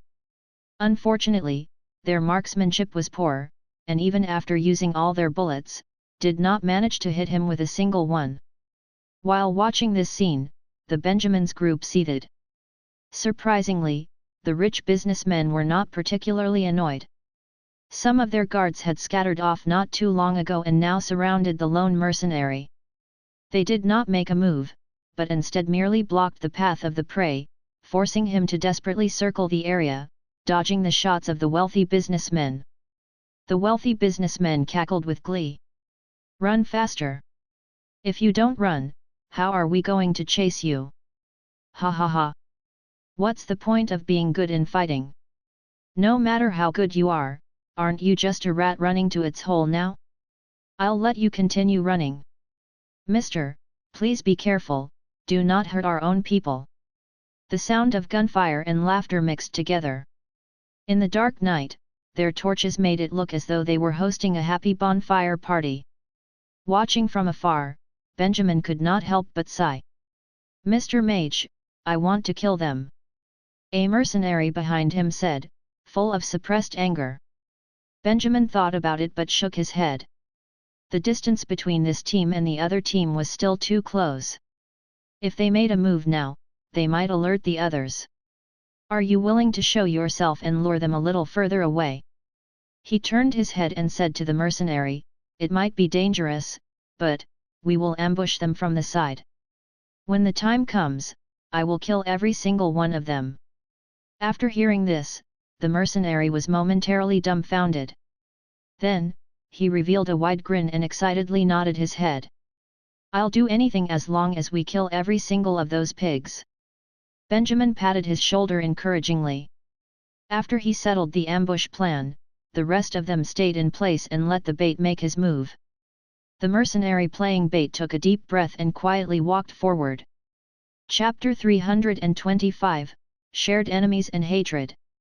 The cat and mouse game continued, the fat aristocrats riding muscular guards that were already struggling under their weight. They had already fired an uncountable number of rounds. The mercenary who was singled out was still scurrying around, trying to avoid the shots of the rich businessmen. He was sweating profusely, his eyes were blurry, it seemed that he was starting to lose consciousness. The only thing that drove him to continue running was his instinct to survive. It was unknown if it was intentional or not, but none of the bullets hit him, so the game continued. Benjamin could not bear to continue watching. How bad was their marksmanship? They managed to miss every single one of their shots. If a group of mercenaries who specialized in firearms watched that scene, they would probably be vomiting blood out of frustration. The only fortunate thing was, since they played with him for such long time, the mercenary who was singled out did not die so quickly, so Benjamin and the team had a chance to lure them away. As the mercenary tired and started to slow down, a nearby guard suddenly screamed out, interrupting the wealthy businessmen. Look! There are people there! In the direction he was pointing, they saw the mercenary who acting as bait slowly stand up from the bushes. Suddenly, the wealthy businessman's face lit up. Ha ha ha ha! This guy is so stupid, he could go anywhere but he actually ended up right next to us. Oh no, he's running away. Quick! Quickly catch him! According to the script, after the baiting mercenary was being discovered, he should act like he was stunned, then immediately turn around and quickly head towards the rendezvous point. The guards by the side saw this and immediately chased after him. However, since the baiting mercenary had not been surrounded and was physically strong, he easily outran the guards. He even slowed down slightly, so the guards could keep up. No, the guy is going to get away. Several wealthy businessmen were anxious, and one of them shouted, Mr. Mage, quickly chase him, do not let him get away. We will settle this guy first, then slowly take care of him. The mage who was flying by their side seems to be a little reluctant, he already ran away, it's not like he can run out of this forest, let's chase after him after you're done with this one. Another wealthy businessman growled in dissatisfaction, I'm the one paying you, just do what I say. If we kill less than the other teams, imagine how much money we could lose. Quick! Catch him before the other teams spot him. The other wealthy businessmen also started chiming in. It seemed that the businessmen had a small competition amongst themselves. The mage had no choice. He could not refuse the command of his boss, and thus, headed toward the direction of the baiting mercenary. Since nobody was riding a horse, the mage who knew how to fly was the fastest among them. Regardless of how fast the mercenary ran, the distance between him and the flying mage would be eventually closed. Fuck, how does he fly so fast? The baiting mercenary continued to run while looking back. He was still a distance from the location of the ambush, if he was caught by the mage before reaching, he would be screwed. Benjamin can't jump out to save him as he had to avoid startling the others. Therefore, he could only try to speed up and run like hell. Stop running, no matter how far you run, you will still die. The mage saw, shook his head in the air and shouted from afar, save yourself some energy, so you can die comfortably, all right. The mercenary looked back and cursed, if you die then I'll stop running. The mage did not speak but his face turned rage instantly. The two of them were using their full strength, and in a short period of time they had already ran far away from flicker of the torches behind them. However, the mage was catching up. Soon, the mercenary was in range for the mage to cast a spell. The sound of incantations came from behind. Hearing this, the mercenary's heart skipped a beat, but he could not care less. He swung his broken hands by his side to help move quicker. His whole body lurched forward as he rushed forward. The mage behind him saw this and had a strange expression. Impossible, his hands. Unfortunately, by the time he realized that something was wrong, it was already too late. I really wanted to see the expression on your face. Benjamin's voice suddenly came from behind the mage, but, I can't risk letting you inform the others, so I'm sorry, it's better if you go silently. The mage could not react in time. Benjamin sneered coldly while flying behind the mage. He put his palm lightly on the back of the flying mage. Benjamin held an ice needle. This was glittering in the dark in between his fingertips and penetrated it deep into the mage's skin. The mage immediately lost his ability to move, and his expression was frozen. He still had his "something is wrong" expression on his face, showing that he could not react at all before Benjamin had disposed of him. He's dead. The baiting mercenary who was running stopped, turned around and walked slowly towards Benjamin. He looked at this scene, revealing a doubtful expression. Benjamin nodded his head. While desperately running, the baiting mercenary had not even realized that he had reached the agreed ambush area. Benjamin found a good opportunity to jump down from the tree, sneak behind the mage and assassinate him. The mage's awareness was obviously not very good. The hidden nonverbal spell casting gave him no chance of survival. Just like this, he died. The number of enemy mages, -1.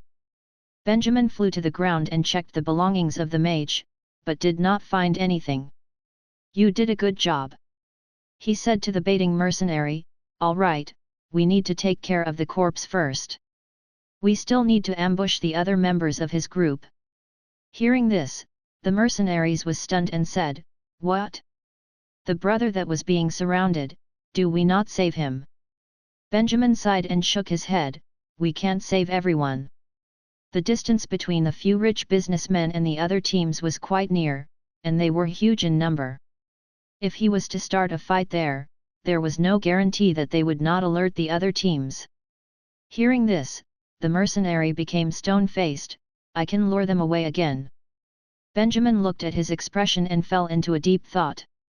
Those who came to participate in the 7 days of hell did not even know each other. However, based on the dangerous experience that they were sharing, these murderous mercenaries were now bounded together by a common hatred for their enemies. Just because of common hatred, the mercenary was willing to risk his own life. Benjamin was touched. Feelings are real and this is true love. The system spoke out in his heart. Shut up. Benjamin promptly replied. Either way, the mercenary's performance reminded him that even though he had no relation with the mercenary that was surrounded by the businessmen, but, for him to watch others getting toyed with, honestly, he was not happy about it at all. If he saved him, he might become a good member of his team in the future. Looking at attitudes of the wealthy businessman and mages, they weren't being alert at all. This 7 days of hell should not be their first session. In every session, mercenaries who were previously like ferocious beasts had their teeth pulled out and were played with to their heart's content. In their minds, they had lost the basic concept of danger. They only came over to play. They felt that the toys couldn't possibly hurt them. Therefore, their vigilance was near zero. Thinking about this, Benjamin changed his mind. Chapter 326, Killing Spree. Even though it was long after the mage left the team to chase the bait, the rich merchant's hit and miss hunting game had yet to end. Perhaps due to the appearance of a new prey, but they quickly started to lose interest in their current one. A few of them looked around impatiently. What the hell, why do I keep missing? One of the businessmen suddenly pointed at a guard beside him and ordered, you there. Quickly grab that guy and stop him from running about. We will keep missing at this rate. Hey! Me! Yes, you! Stop standing there for a fool, and go! The guard instantly showed a face of dissatisfaction. Need he say more on the gunmanship of these rich people? If he were to grab the mercenary, who knew if the bullet would end up in the mercenary or him? The rest of the guards looked at him sympathetically. What are you dilly-dallying about? Quickly go now! The other rich merchants shouted once again. The guard could not object and so ran over and caught the mercenary who was starting to lose consciousness. He locked the mercenary's arms and held him as a human shield in front of him. The rich merchants excitedly whipped out their guns and aimed at the target. Bang! Bang! Bang! A round of shots was fired, but the mercenary and the guard were both still standing, completely unharmed. A large tree next to them had its bark, unfortunately, ripped right off. The few rich merchants were starting to become unhappy with the results. One of them shook his head and climbed down from the guard's back. He went forward and stuck the gun against the mercenary's temple, prepared to end the life of their human toy. Seeing this, the other guards let out a sigh of relief. At that very moment, the supposedly unconscious mercenary suddenly opened his eyes and snarled viciously. The rich merchant was startled and in his panic, loosened his grip on his gun. The mercenary then raised both his legs and gave him a hard kick. The rich merchant flew at the impact of the kick as the rest watched in astonishment. His overweight body rolled several times on the ground, almost hitting a rock in the field. "Yes, sir." The guards went pale and immediately surrounded him. The guard in charge of restraining the mercenary was stunned for a moment. He panicked and quickly countered by punching the mercenary.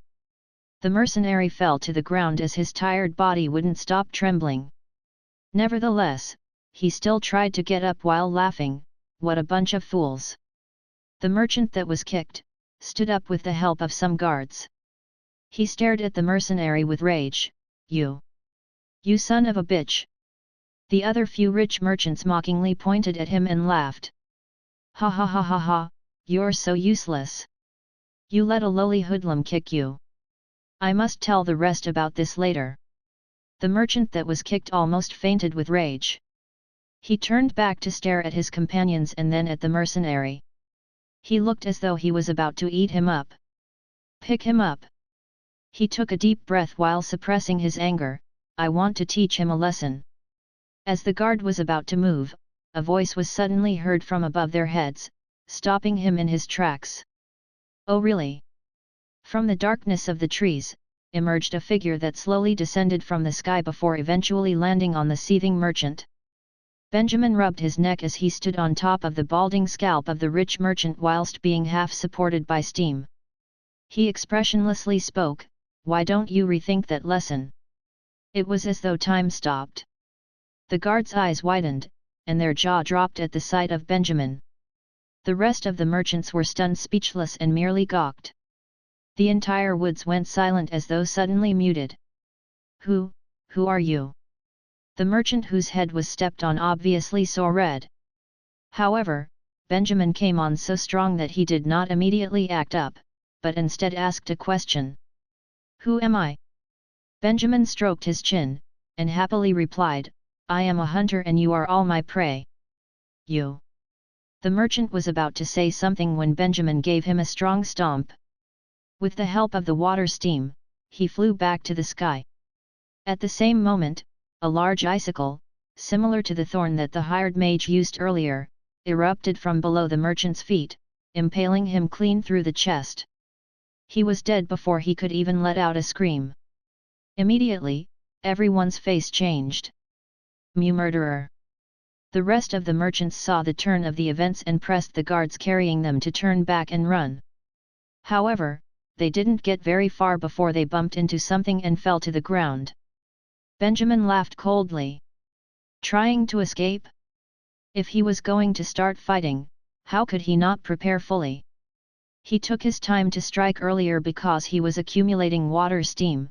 Now, the controlled water steam had formed a huge steam dome, trapping everyone in it. More importantly, he manipulated the internal structure of the water molecules to strengthen the water steam so that sound would not escape. In other words, no matter how much they screamed, nobody could hear them from the outside. With this soundproof barrier, Benjamin would not need to hold back. "You may come out now." The mercenaries that previously lay in ambush charged forward and began to slaughter the frightened guards. The ground became warm as the air became thick with the scent of blood. "Do don't kill me. I have a lot of money, I can give to you," a merchant begged as Benjamin stabbed at him repeatedly. "Wait. Why, you're a mage, right?" One of the merchants fell to his knees, and clenched his fists together. "You're a mage, why do you help those lowly mercenaries? If you spare me, you will obtain unimaginably rewards." Benjamin looked at him with disgust. "Oh really? Weren't you guys the one treated me as a mercenary, and forced me into these woods?" The merchant was confused and immediately stammered, You were here from the beginning." Benjamin smiled and nodded. The merchant was in despair and shook his head. He murmured in disbelief, "It can't be. How could there be a mage? Didn't they say all the prey would be regular humans? Did they lie to us? Whether or not they lied to you, I wouldn't know." Benjamin raised his arm. "However, you can ask them yourself when I send you all to hell."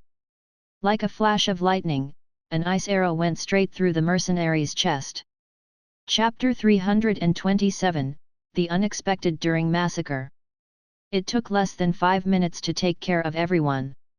It could be that the mercenaries had a lot of suppressed rage that they were killing everything in sight. By the end of the slaughter, they were covered with blood and bits and pieces of their ice swords were left in the bodies of their victims. Although the guards were decent at combat, they did not have a strong will to fight and merely tried to escape. However, the gas trapped them within. They were like fish on a chopping block, one by one they were cut to pieces. The mercenaries had gone so berserk in their pursuit of bloodlust that Benjamin had to summon a spell to bring them back to their senses. "All right now, the enemy has been eliminated." He stared at the mercenaries and exclaimed, "We have to clean this place up before the other teams find out." The mercenaries slowly returned to their senses and realized what they were doing. They puffed heavily and looked at one another. They then started to wipe the blood stains off themselves. Benjamin looked at the mess and frowned. There was a lot to clean up. Corpses, blood, the scent of urine and shit, these things were difficult to take care of. He needed to make sure it was all gone before the mages from the other teams discovered that something was not right.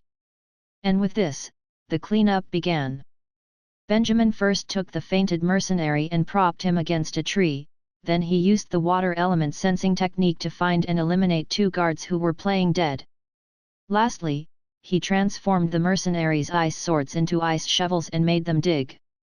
Apart from digging graves, there weren't any other better ways to conceal the evidence. After the burial, it would be a huge plot of empty land, but Benjamin could do nothing about it except to take a huge rock and place it there. The hunters weren't very alert, they probably wouldn't notice. The digging was completed quickly as there were a few mercenaries working at it. Benjamin then used the water steam to flush the corpses and blood into the hole. He even summoned water balls to rinse the field. Once they covered the hole with soil, they moved a big rock on top of it, thus ending their project. Burying them here is actually quite helpful. The system suddenly popped out, they were such scums alive, at least they can fertilize the plants after their death. "You seem to take note of the oddest things," Benjamin criticized. After clearing up the battlefield, he removed the gas barrier and let the water steam dissipate along with the smell of blood.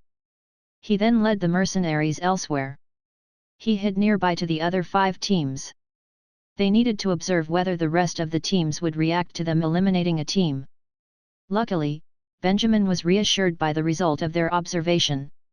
The team that was closest to them had set up a base site, started a campfire and was having a picnic. The light smell of barbecue filled the air and there was merry singing. The atmosphere was quite merry. These guys were totally oblivious to the carnage just happened. Benjamin became more relaxed after seeing this. Hence, they stopped at an area further away and used a water ball of healing to slap awake the fainted mercenary. What happened? Benjamin smiled, nothing much. We have already slaughtered the pigs who were hunting you. You need not worry. The mercenary stared at Benjamin, perhaps he was recalling the scene prior to fainting. After that, he fell forward and kneeled facing Benjamin. Mercenary Edmund, at your service. Benjamin shook his head and helped him up. He threw him a sword that was looted earlier. This hunt is far from over. Benjamin patted his shoulder. Do you wish to come along and give them real hell during these 7 days? Edmund stared at the sword while lost in his thoughts. He then nodded firmly. And just like that, Benjamin took these few mercenaries on a quest in these seemingly quiet woods to spread carnage and bloodshed. He did not slow down his pace. In fact, it was better that they quicken their movements under current circumstances. If he could eliminate all the teams in one night, he would not hesitate to do so. However, the other 5 teams were too close with one another, making it too difficult to pull off. They could only set bait and ambush, guerrilla-style combat, to lure and crush the enemy. Every team had a mage, who could potentially cause issues for Benjamin. The first mage died due to the incompetence of the merchant. However, Benjamin would have trouble separating the rest of the mages from their teams. However, they still managed to ambush and eliminate a mage from another team on the second night. They trapped the remainders of his team in a gas barrier for another massacre. With this, the number of teams in the woods was down to 4.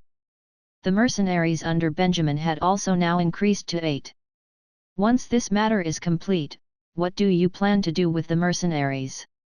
The system suddenly appeared again while they were clearing up the battlefield. Of course, I will make full use of them. Benjamin answered without hesitation. They have the ability to pass 3 matches of underground fighting.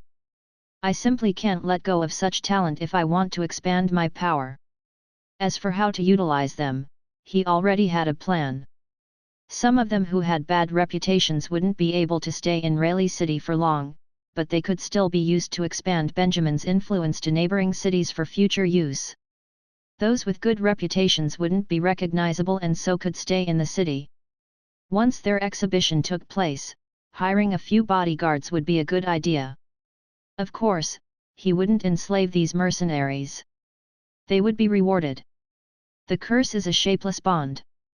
He would only use it as a means of restraint if they ever lost their minds. Benjamin couldn't help but feel as though he had received a bountiful harvest. His participation in this 7 days of hell not only solved the monetary issue, but it strengthened his capabilities as well. He couldn't believe all this was handed to him on a silver platter. As Benjamin was still silently gloating himself, something suddenly happened on the outer layer of the gas barrier. Someone was attempting to charge in. Benjamin's face changed. They were still clearing the battlefield. If they were spotted by other teams, it would be chaos. Benjamin immediately flew over to that area. When he arrived, he hid in a tree and secretly watched. What he saw was a fellow dressed like a guard trying to penetrate the gas barrier. He was alone and seemingly drunk. He was staggering about, and his pants were undone, probably trying to take a piss. He was probably unaware of how he even reached the area and repeatedly walked into the barrier. The guard idiotically stared into thin air and tried to punch at the air, before getting his hand bounce right back. Benjamin slapped his forehead. Fuck. Your team is not even here, was it really necessary for you to come this far for a piss? It would be better to take care of him now. He summoned an ice arrow with his nonverbal spell casting and sent it straight through the man's chest. He then commanded the surrounding water steam to drag the corpse into the barrier with the intention to kill and bury him later. The burial process was not met with any other incidents. What he did not account for was the trouble that came after. Hey! Kent, where did you go? A few of the guards started heading his way. They shouted as they walked, the wine glass you used earlier belongs to Milord, Milord is pressing for it. Quickly, return now. Hearing this, Benjamin could only shake his head. No matter how comprehensive his plans were, in the end, there would always be some unexpected variables. Chapter 328, Finishing off in one go. Benjamin quickly signaled at his mercenaries who were still digging. "Stop digging. There's a situation." He was stern. "Another group of people will probably arrive soon, we need to take care of the first." Benjamin had murdered the drunk guard that had wandered over to relieve himself, thinking that it would be a quick and easy dispatch. He didn't think his death would complicate things. But if the rich merchants were crying out to get their things back, pretty soon, it wouldn't just be a few bodyguards bumping into their gas barrier, it would be the whole damn party. Therefore, Benjamin had to strike first to gain the upper hand. They should attack first to catch them off guard. They would have to leave the cleaning up for later. The mercenaries received their new orders and put down their shovels. They were cheering with excitement. It seemed they preferred slaughter over manual labor. They quickly assassinated the guards that were conducting the search. Then, they huddled together near the team's location. As they moved closer, Benjamin's face started to change. Through his water element sensing technique, he could clearly see that the social gathering was not of one team but four. He wasn't sure of the purpose, but all of the merchants and guards that had entered the woods earlier were now gathered together. The remaining 4 mages were seated together, having barbecue whilst talking. Benjamin's heart thumped heavily. This was troublesome. With the 4 teams gathered together, the numbers of opponents were now in the hundreds. They gathered like the nomadic clan, with tents fixed in a big group. This made it hard for Benjamin to make a move. It was possible for a few people to go against tens, but unheard of for a victory against hundreds. Not to mention they had a few mages. "Hey! Where's that rat? If I don't get my chalice back, it will be the end of you all." A reprimanding voice could be heard from afar. Benjamin took a deep breath. Yeah, big trouble. Time was of the essence. He suddenly closed his eyes and entered the space of consciousness. The ice-breaking spell was summoned continuously, followed by more chanting. The water elements swirled around, and countless ice cubes started to appear in the pitch-dark space. Eventually, the cubes started to pile up. Benjamin's capabilities had improved significantly considering the sheer number of ice cubes he could summon. However, even after seeing the little ice mountain pile up, he still shook his head. It was still not enough. If he wanted to trap a few hundred people here, he needed much more. He started focusing his energy intently. He summoned more ice cubes while compressing and strengthening the ones that were already summoned. Meanwhile, in reality, the mercenaries stared at a motionless Benjamin. "This. Sir, do we still go ahead?" One of the mercenaries couldn't help but whisper. Benjamin did not respond. The mercenaries looked at one another. Not far from them, the missing chalice incident was escalating. The merchant continued to reprimand, getting another batch of people to search for the guard who took the chalice. If they were to continue in that direction, they would soon discover the truth. "What should we do?" Mercenary Edmund took another glance at Benjamin, then at his companions. "Why not, we sneak over and kill off the newly dispatched group?" The way he saw it, if this group of people was taken care of, it would buy them more time. Benjamin still had his eyes shut, without any reaction. The other mercenaries saw this and nodded in agreement to the plan. "Would 6 of us be enough?" Edmund continued. "2 of us should remain here to guard over Sir and wait for his instructions." The other mercenaries nodded. They had just finalized the plan and were about to act when they were cut short by a voice. "You need not bother about them." Benjamin opened his eyes and looked at the mercenaries. Although he had entered the space of consciousness, the system still reported what was happening in the real world to him. Benjamin was quite satisfied with the mercenaries' response to the situation. However, it was unnecessary right now. "You will be bait once again.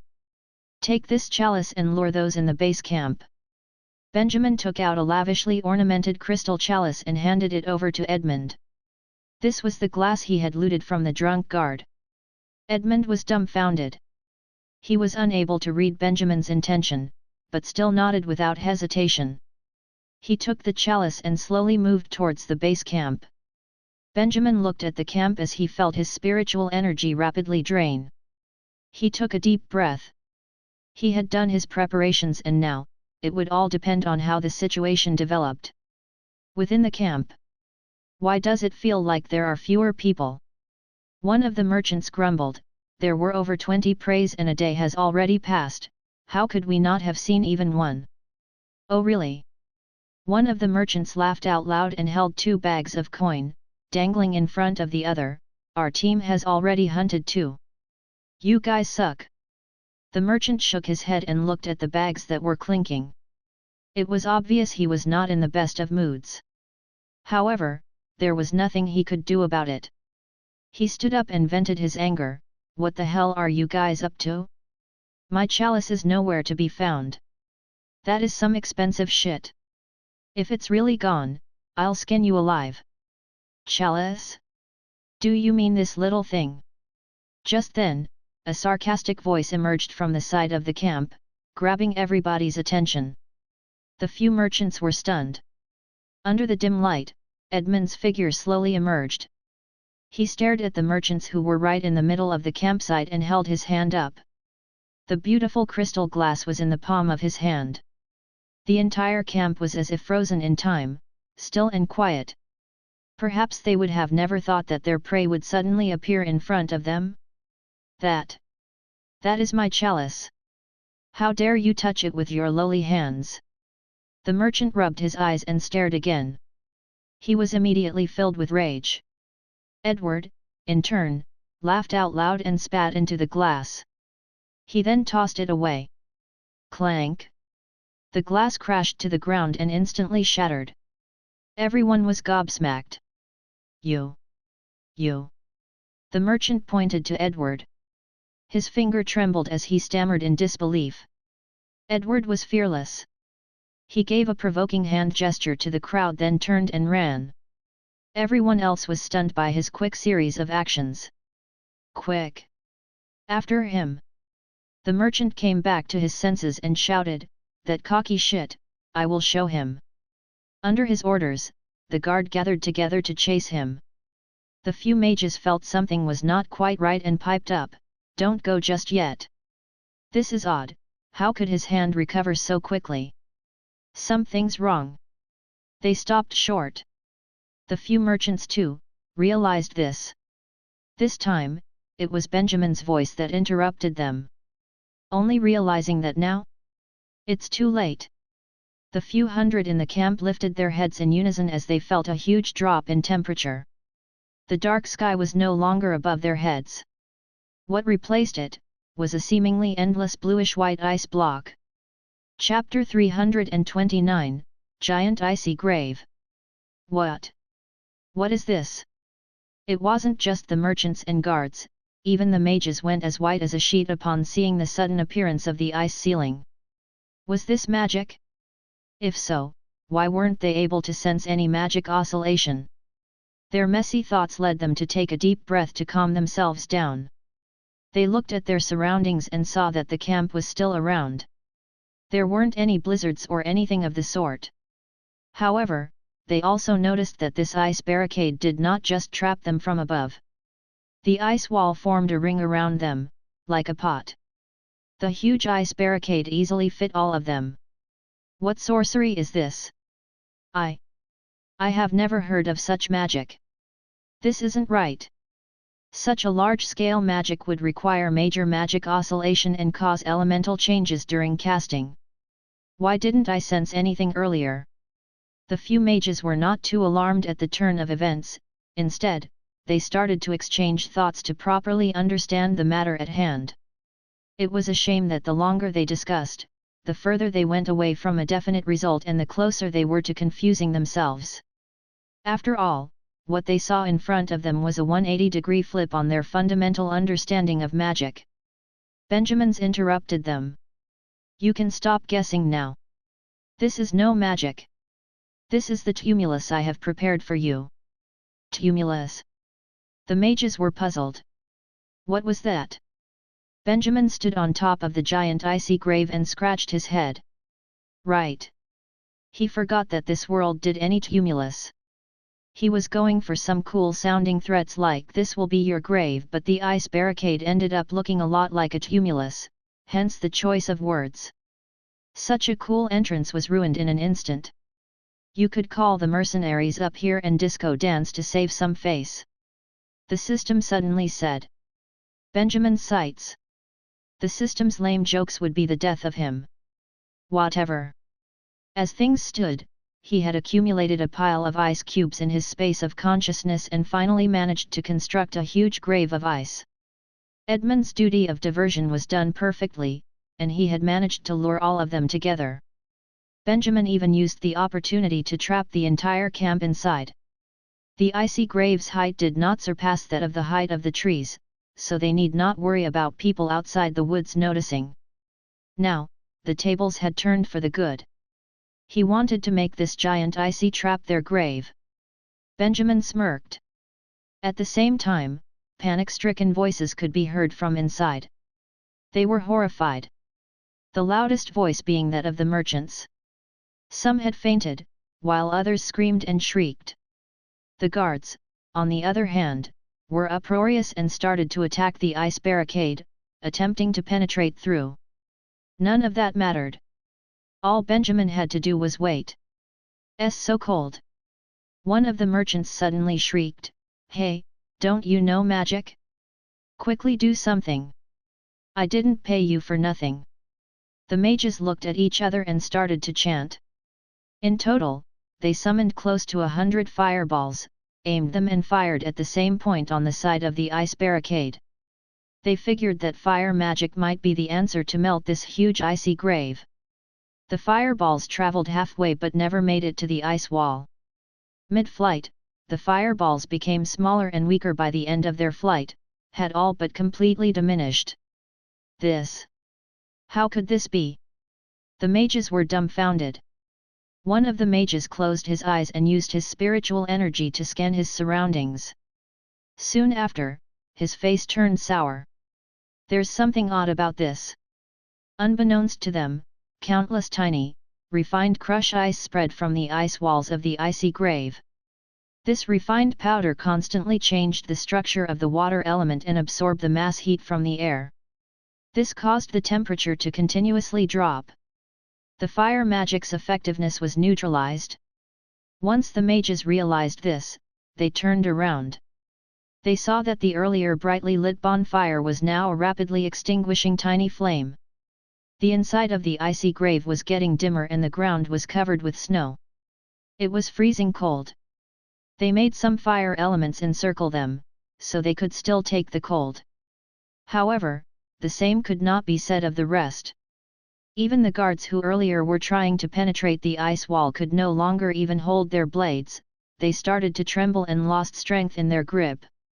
"Sir Mages, please do something. If this continues, we will freeze to death." The merchants grabbed onto the mages. They begged desperately, with every exhalation, steam came out of their mouths.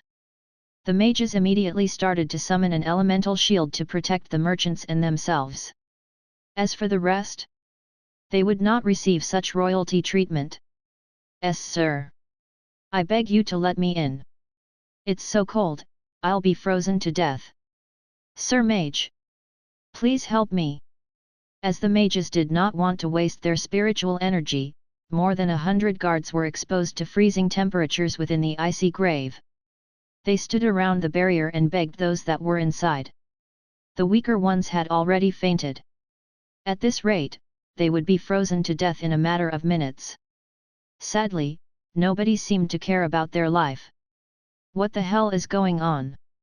After seeking refuge in the shield, the merchants returned to their senses and started panicking. "Why is there a mage here? Why did he attack us? Are you pieces of shit doing anything at all?" The mages all shook their heads, stared at the ground. "We don't know neither." Here they were, sitting, eating, and being merry when some huge, unknown magic sealed them from the top. They might even die here. Die here? Is this a joke? They were slowly calming themselves after the ambush. They still looked as puzzled as ever. The 7 days of hell had been organized a few times now. The merchants were regulars who would come over annually to relax. The mages that were hired thought they were just for show. They didn't expect to encounter any serious trouble. They honestly didn't think that anything would go wrong. And yet, here they were. What was going on? They came here to relax. It was all in good fun. Why were they on the verge of death now? Hey, you outside! The merchants shouted, who the hell are you? Why did you trap us here? We have a lot of money. Let us go and you will enjoy a lifetime of riches. The other merchants all reacted the same, presenting Benjamin with all kinds of lucrative offers. The mages weren't as naive as the merchants. You could say that they still had the will to fight. Once the shield took form, they started to chant some complicated magic to break through the ice barricade. As they were doing this, Benjamin spoke. You cannot even perform a handstand. Without such honor, nobody would be willing to trade with you. The merchants were confused with what they heard. Handstand? Honor? What was that? If I can do a handstand, will you let me go? One of them asked. Benjamin held in his laughter and responded, yes. It was obvious that the merchants were dubious about this. However, their desperation to survive surpassed their rationale, and before long, someone took up Benjamin's offer. A few Humpty Dumptys placed their hands on the floor with a grimace and attempted to perform handstands. The result of their attempts was devastating.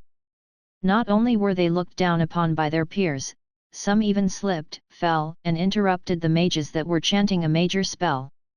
Are your heads filled with cow dung? I will toss you out of here. The interruption caused the magic to reflect back at one of the mages. He vomited blood and started to scream at the merchant without caring about his employment status. Benjamin, who stood on the outside, almost burst out laughing at the sight of this. Chapter 330, Spear of the Earth. Within the icy grave, the remaining 3 mages were almost finished with their incantation. Benjamin did not do anything to stop them. Maintaining the state of the giant icy grave had consumed most of his energy. He did not have additional spiritual energy to attack them. That being said, he wasn't too worried about the enemy's magic attacks. Every point of the ice barricade was packed with countless tiny ice cubes, compressed to the point they were like steel. It would be a huge shock if they were able to break though.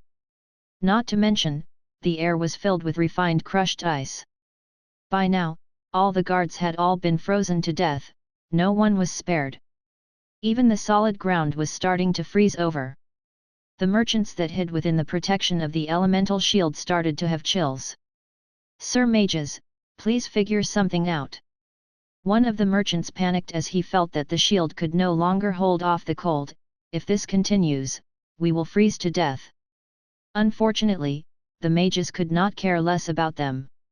Perhaps with their lives on the line, riches no longer mattered. They were not fighting for their employer but rather for their own lives. However, they were still compassionate enough to allow them to share refuge within the shield. Shut up! The mage coldly responded, one more word and I will toss all of you out. The merchants quickly quieted down.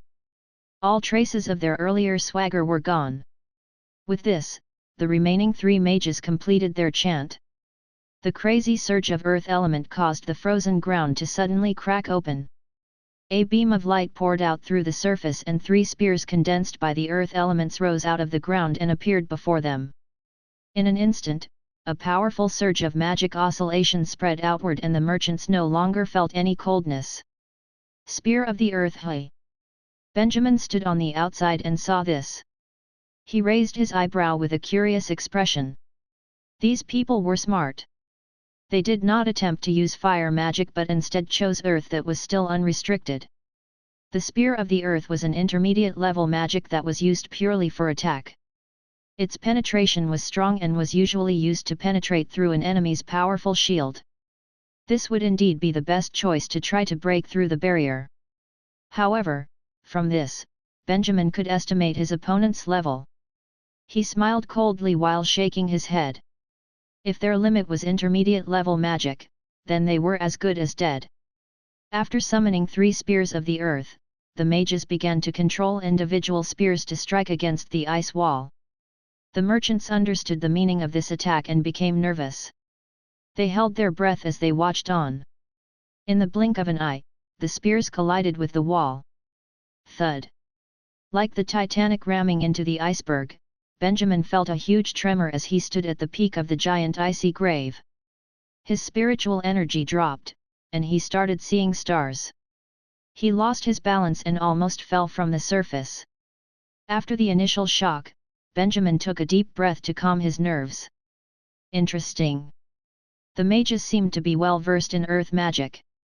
This hand of spear of the earth unleashed such amazing impact while under their control.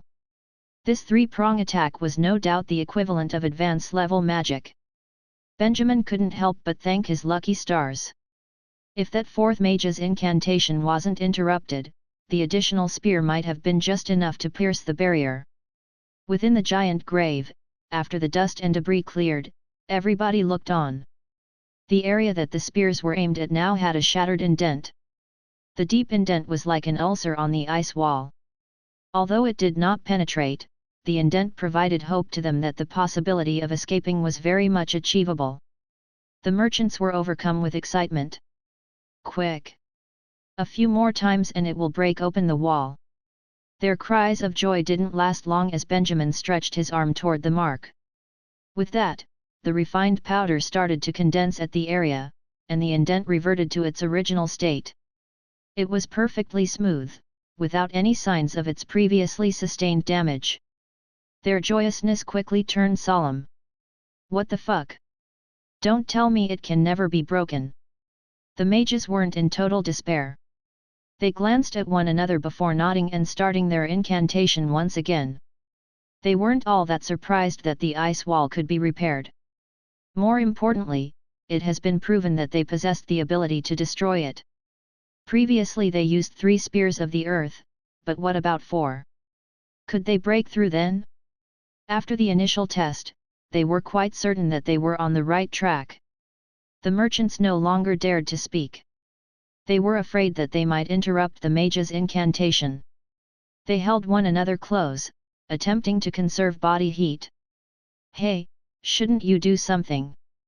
The system suddenly spoke up. You might not be able to defend against 4 spears of the earth. Even if you do, judging by their persistence, they would go repeat the cycle with even more spears. Can your spiritual energy hold out against theirs? Benjamin shook his head and answered, no chance. Then should you be doing something about it? Benjamin smiled and answered, it's all right, just watch and wait. In moments, the temperature in the icy grave dropped once again. The shield and body heat started to fail the merchants as their strength started to falter. The 4 mages started to shiver, but their strong wills kept them going long enough to finish this round of incantations. The surface of the ground once again cracked open and 4 spears of the earth appeared, with an even stronger magic oscillation interference. Quick! Break the wall! One of the merchants coughed out. The mages' eyes shimmered with firmness. They launched the spears as hard as they could at the wall. Only this time, it did not create such a loud noise. Just as the 4 spears were about to collide with the ice barricade, the ice wall opened up like a living being. The spears flew through the hole and disappeared without a trace. The hole then closed and the hole returned to its original shape. Everyone was dumbfounded. The mages' eyes widened as they stared at the smooth solid hard wall. They were absolutely speechless. The merchants who were still conscious rubbed their eyes and looked at one another. It was like they were hallucinating. How could the spears just disappear? Unlike the merchants, the 4 mages understood what was going on. But they were really hoping that they were wrong. They could overlook the fact that they did not sense any magic oscillation. But from the earlier scene, they felt an unimaginable amount of control over magic. They did not know their opponent, but to them it seemed that he was a god. The shit that he just pulled should not have been possible. Is this still even magic? Within the giant icy grave, it was pin-drop silence. "Have you played around enough?" Benjamin broke the silence. "I have already said that this will be your grave." As he said this, the elemental shield that was protecting them finally cracked, exposing everyone inside to the extreme cold. "It's over," Benjamin whispered. Chapter 331, A New Trap. Benjamin stopped the magic after around 15 minutes. The whole giant grave of ice evaporated into thin air as the forest once again returned to silence. Edmund and the other mercenaries had come out and were walking towards the direction of the grave when they were suddenly hit with a biting wind. They crouched down and braced themselves for the cold. When they lifted their heads, they saw that the giant mound was already gone. Seeing this, they were stunned. "Sir, you took care of all of them." They hesitated for a while but eventually walked inside to look. All that was left of the campsite that had been baptized in ice was an intense aura of death. Hundreds of corpses littered the ground, giving them goosebumps. Other than that, every single one of the corpse was covered with a layer of frost, looking as if they had just been dragged out of a freezer. Edmund tried kicking one, but it felt like he was kicking a steel plate. The mercenaries' faces were filled with fear. Was this the power of magic? Speaking of magic, they suddenly thought of the 4 mages at the campsite. Thus, they searched for and eventually found the 4 familiar corpses beside an extinguished campfire. They moved the corpses aside and found a small hole underneath them. "This is..." They wanted to use magic to tunnel a way out. A voice said from behind them, but the soil had been frozen to the point that it was harder than granite. They tried their best, but could only manage this small hole before succumbing to the cold. The mercenaries turned around to face Benjamin. Their stances revealing equal amounts of respect and fear. "You are amazing, Lord Mage." Benjamin nodded. Seeing the corpses of the mages, he breathed a sigh of relief. For this battle, he did not really run into many problems, he just saw it as a way to test his abilities.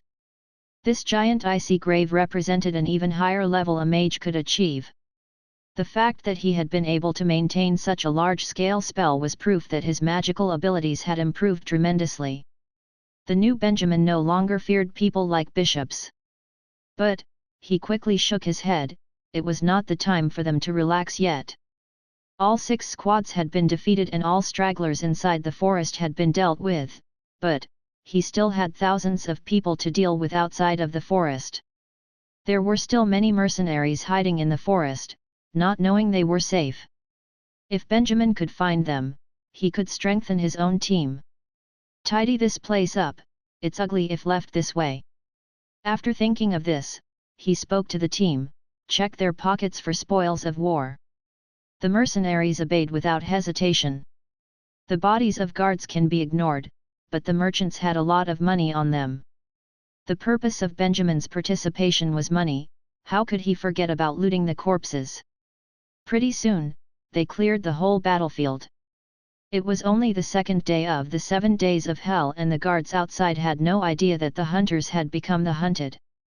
Benjamin still had plenty of time to deal with them. The most important thing was for Benjamin to wait for reinforcements. Wait. Suddenly, Benjamin looked at one of the guards' corpses and had an idea. He reached down and took off the guard's helmet. He held the helmet in his hand, examined it, and formulated an idea in his mind. A day later, the illegal mercenary group that was hired to guard the forest were bored out of their minds. Their job was to prevent any prey from leaving the forest, however, right now there was absolutely nothing for them to do. "Damn, why is it only the 3rd day?" One of the mercenaries complained, "We still have to stay in this bloody place for 4 more days. How troublesome. It's only 20 people, can they hurry up with the killing?"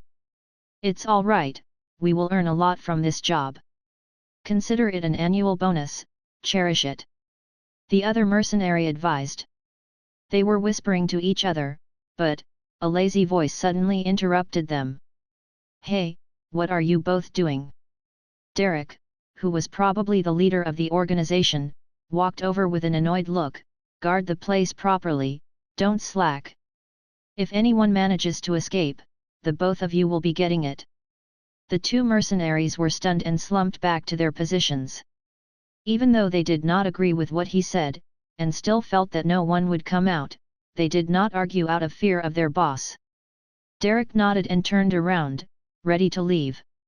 "Wait. Are you Lord Derek?" Suddenly, a man dressed as a guard came running out of the forest. He was completely out of breath. Derek turned around. "What is it?" The guard ran slowly, crossing the boundaries of the forest, with no one stopped him. Finally, he arrived at Derek's side. He clutched his knees, breathing hard, and slowly said, "The sirs are all angry, they are calling for you." Hearing this, Derek frowned. The surrounding mercenaries also showed their annoyance. "Why are they angry?" Derek asked impatiently. "Because the prey this year are too few, they feel it is too boring. They want you to find more people to release into the forest, or they will not pay." Derek heard this and cursed, "Those fat pigs." The guard was afraid, but after some hesitation said, "You better find at least 10 people to send in." "Where am I supposed to find 10 people? Will they fall from the sky?" Derek spat on the ground, shaking his fist. "Tell them, this is all they are getting. I will not entertain their request." But they said, "If you don't find more people, they will not pay. Also, they threatened to give out information about all of you, making you." The guard nervously replied. Hearing this, Derek's face changed. "They dare threaten me?" The guard nodded timidly. Derek sighed and became silent for quite a long time. The other mercenaries saw this and looked at each other, not daring to say anything. "So, what will you do?" the guard asked quietly. Derek furrowed his brows, before finally replying, "It's impossible to find any more, let me talk to them. We can offer them refunds. We've been working with them for so long, it's not like we don't have any relationship." The guard heard this, lowered his head, and did not say anything. Chapter 332, Change of Plans. "How much prey is left?" Derek asked the guard as they walked. "Are they making this request because they already killed off everybody?" The guard continued walking, with his head lowered. He did not make any attempt at responding. "Say something. Don't pretend to be mute." Derek frowned and demanded. The guard kept his head lowered but replied, "Only 4 left." "Just 4?" Derek's voice was full of surprise. "How can that be? Some of the prey were the top 3 warriors in the arena, how did they die so fast this year?" The guard stopped in his tracks. Derek's eyes widened. He watched as the guard turned around and take off his helmet. He wore a wide grin, without any trace of his earlier meekness. Derek was stunned. But, before he could realize what was going on, tens of silhouettes appeared from every direction. The men that surrounded Derek and the guards were large and well built. Their eyes glowed with killing intent as they waved their swords around menacingly. "You all." Judging from Derek's eyes, he recognized who they were.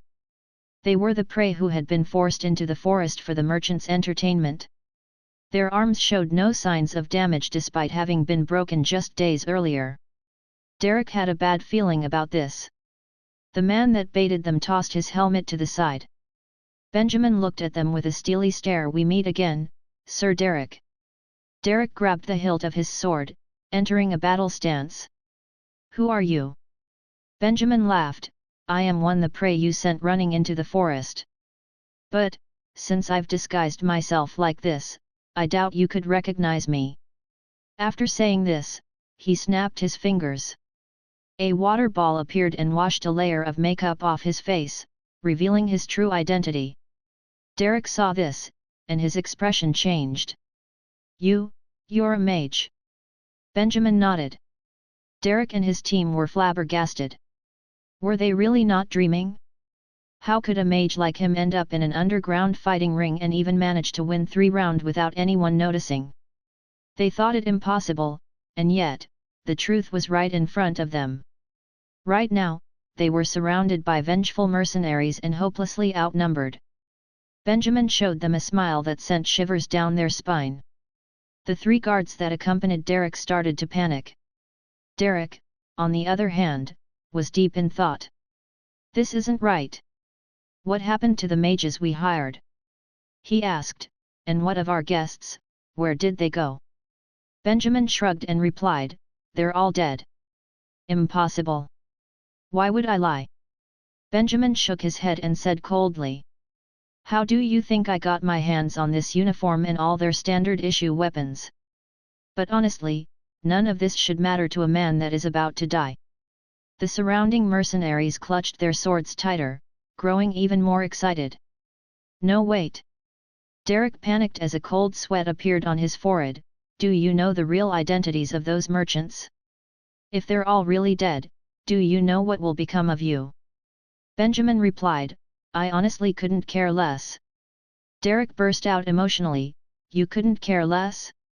Stop dreaming.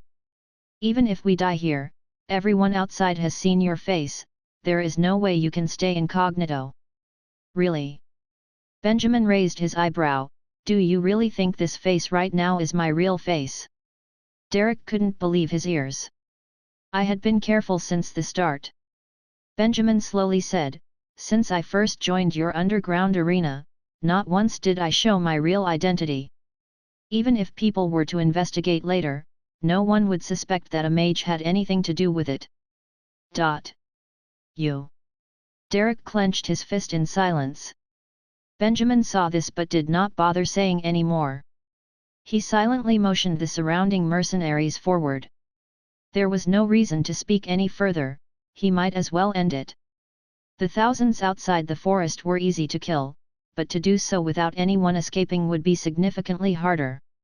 Even if he were to go on a manhunt after that, he could not guarantee that there would not be 1 or 2 survivors. Those 1 or 2 survivors could end up exposing his identity. Till now, his plan had gone exactly according to play, they did not leave any chink in the armor behind. Benjamin crossed his fingers and hoped there would not be unforeseen circumstance. He had decided to change his plans. He realized that the only one that needed to silence was Derek. To kill a snake, you had to cut off its head. Once Derek is gone, the rest of the guards would be in disarray. The only information they had on Benjamin was his fake appearance. To anyone on the outside, it would seem like the merchants, hunting party, and mages had ventured into the forest and vanished into thin air. There would find no clues unless they were to dig 6 feet into the ground. But even if the wealthy merchants' bodies were dug up, what then? It's not like it would provide them with any clues. Even if the church were to use the memory reading technique on them, they would not discover anything. Right now, the only 4 people who knew the truth were about to die. No. No, don't kill me, I promise I will not say anything, please don't kill me. Seeing the mercenaries edge closer, Derek's facial expression changed again. With his dignity gone, he was crouched on the ground, groveling for his life. Benjamin laughed coldly and shook his head. Bang! Suddenly, an ice wall emerged out of thin air, blocking a bullet fired by Derek. The smoke dispersed, revealing Derek's shocked face. Just now, as he was begging for mercy, he had taken out a concealed gun from his pocket. He played a beggar, but in one swift motion, aimed the gun at Benjamin and pulled the trigger. Sadly, Benjamin had already seen through his plan via the water particle sensing technique. No one wants to die. Benjamin blocked the shot, then looked at Derek and shrugged, but, if it's not you, then it's me. Chapter 333, Hellish Ending. A day after the events in the forest. Weird, Derek has been inside for so long, why is he not back yet? The mercenary guard looked into the forest in confusion as he stood outside. What has that got to do with us? His companion said nonchalantly, it's hard to deal with rich people, let them enjoy themselves. Soon enough, we'll return home with fat pockets. You wish. If they don't pay us, we'll be screwed. We would have stood around for so many days for naught. Without Derek's supervision, the guards outside the forest had become lax. Many of them were curious as to what was happening in the forest, but nobody could be bothered to actually go inside to investigate. But suddenly, a war cry broke the calm atmosphere. Go! Slaughter every single person here! The mercenaries guarding the forest were stunned. What the hell was happening? They were confused because the shout did not come from inside the forest, but from the opposite direction. They looked behind them and saw a horde of men charging at them from afar. They were dressed like these mercenaries, wearing leather armor, wielding great swords, some even had bows and pistols. They looked bloodthirsty, appearing as if they had experienced 100 battles. But the most noticeable thing was the badges on their chest. On one side they wore black swastikas, on the other side, were badges with swords and flame. The illegal mercenaries guarding the forest were shocked. Damn! They're from the Mercenaries Association. They did not even bother retaliating and started running. It was as if someone threw a weasel into a pen full of chickens. They retreated as quickly as the tide. Even the huge ones that stood 2 meters tall ran like ducklings, not looking back. Fuck, wasn't our position supposed to be a secret? How did the Mercenary Association find out? One of them spat as he ran. The Mercenary Association did not slow down their pursuit and continued charging towards the escaping men. The slower ones were quickly caught but did not dare to resist, immediately putting their hands up to surrender to the Mercenary Association. The association continued to chase after the rest, as if ready to totally crush them. This sudden attack brought an abrupt end to the 7 days of hell, causing it to last for only half of its intended duration. Whilst this was going on, to the south of the forest, in Raleigh, Benjamin stood inside his own room, looking towards the sky as if thinking about something. The Mercenary Association should have just arrived. Those bastards should be running like rats by now. The kingdom's laws do not allow for their existence. Those caught by the Mercenary Association are as good as dead. Right. It really is a good idea. Benjamin nodded. He would not have thought of this plan. After killing Derek, he planned to use the underground path to escape, completely ignoring the illegal mercenaries guarding the outskirts. But, shortly after he left the forest, he ran into Barrow, who brought along the mages as reinforcements. Barrow was also the one who thought up the plan to report them to the Mercenary Association. Because of his money problems, he ended up fighting in rings illegally. After spending so much time in the underground organization, he was very clear about the ties between the mercenary organization and the illegal mercenary group. After realizing that Benjamin had changed his plans, he suggested using the mercenary organization to help them clean things up. Benjamin was overjoyed at the suggestion. It was truly a great idea. Reporting the underground mercenary group to the mercenary organization would really help him. Those underground mercenaries that were caught would not leak information about Benjamin's appearance. As a new party is introduced, it would shift the attention of the merchants and organizers towards the mercenary organization. In other words, it would shift their attention away from Benjamin and the mages in Raleigh. Thus, upon returning to Raleigh, he immediately wrote a report to the mercenary organization. Using this huge and powerful organization, he could officially and completely end this 7 days of hell. Not to mention that he had been able to loot around 8,000 gold coins. He could properly host an exhibition now. As for the mercenaries in front of him, Benjamin. The whole 7 days of hell only had around 20 plus participants. By the time the wealthy merchants got through them, only 16 remained. He had a plan for them. How many of you can't show your face in Raleigh? Benjamin asked. The mercenaries looked at each other but did not speak. Benjamin saw this, and explained, I'm not trying to do a background check. If it's not possible for you to show your face in public, I can arrange something for you to do. Hearing this, the mercenaries hesitated before half of them raised their hands weakly. This many? Benjamin sighed to himself. All right. Since most of them participated in an underground ring, he should have suspected as much. After counting, 11 out of 16 of them had a history in the city, and thus, it was not convenient for them to move around in Rayleigh. The remaining 5 were innocent and did not offend any debtors, so no one would give them any trouble. What should he do now? How about this, the 11 of you pack up, I will send you out of Rayleigh at night. After some thought, Benjamin spoke, isn't Rant to the south? Change your surnames, cut your hair, then try to draw some scars on your faces. You should be able to move around freely over there. Hearing this, the 11 were confused. How should we move around? Barrow asked. Do anything you like, just be cautious. Benjamin said, you can live and enjoy your own lives, but when the time comes that I need help, I expect you to come along and follow my orders. Even though he had already planted his curses, he did not want to turn them into slaves. Since enslaving these mercenaries did not bring him much benefit, he might as well let them have their freedom. He still had his curses implanted anyway, so he could call them back any time he liked. Barrow did not think they would receive so much freedom and was stunned. The 11 were equally shocked and did not say anything, nodding their head lightly slowly. Go make preparations. Be careful, don't get spotted. Benjamin said. With this, the 11 turned around and left. As for you 5, Benjamin said, you are all staying behind in Rayleigh.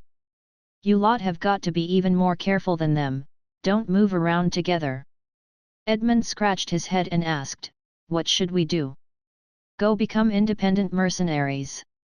Follow what they do, change your surnames, and try modifying your faces. Benjamin replied, you have to all be prepared when the time comes, I will summon all of you too. The 5 mercenaries nodded. Benjamin then added, don't be overjoyed. Even though we are safe now, but you could be faced with dangerous tasks in the future. Of course. Edmund and the others suddenly knelt before Benjamin. They spoke seriously, we are but filthy mercenaries, and we can't hope to compare to knights. But our lives were saved by you, so naturally, we will use them to serve you. Benjamin was not used to this kind of treatment, and quickly made all of the kneeling mercenaries stand up. But Chapter 334, Promoting Like Gifts. 3 days later. In a small villa in Rayleigh. In an elegant reception room, Benjamin sat opposite of another mage. Between the two, was a long wooden table. Regardless of the materials, or the design, it is undeniably exquisite and well made. Benjamin lay a silver cape on the table, and said, as for its usage, you can try it on yourself, Sir Hudson. It was the hurricane cape he and the female boss made. Hearing this, Mage Hudson nodded and slowly lifted the cape. He slowly moved his hand through the soft skin and fur. Benjamin could feel a sudden breeze, in the tightly sealed guest room. The breeze was like a spirit gently circling Hudson, like a tame shepherd's dog. Even though Benjamin could not sense any wind elemental energy, but he sure that it was a phenomenon caused by the summoning of wind elemental energy, thus proving the ability of the cape. Hudson saw this and was filled with awe. Not bad at all. After inspecting it, he slowly put down the cape. Then looked at Benjamin again, how much did you say this cape was again? Benjamin smiled and said, it's all right, for my first visit, I did not bring any gifts. This cape is a gift for you, sir. Hudson was surprised, this. How can I accept it? It's just a piece of clothing, please take it. Benjamin continued, we have our own methods to create this kind of enchanted equipment, even though the process to the materials is troublesome, but if we put in the effort, we can still create another. Hudson was even more surprised, oh? Have you already gotten the hang of creating magical equipment? Benjamin smiled and nodded. I see. Hudson said with praise, I've heard of your name before, I thought that you were just a prodigy that had been blessed with natural talent. Who would have thought that besides magic, you would have this sort of talent as well? You flatter me. Hudson thought for a while and said, it's magical equipment that has been missing for a long time, I do not have the guts to receive it.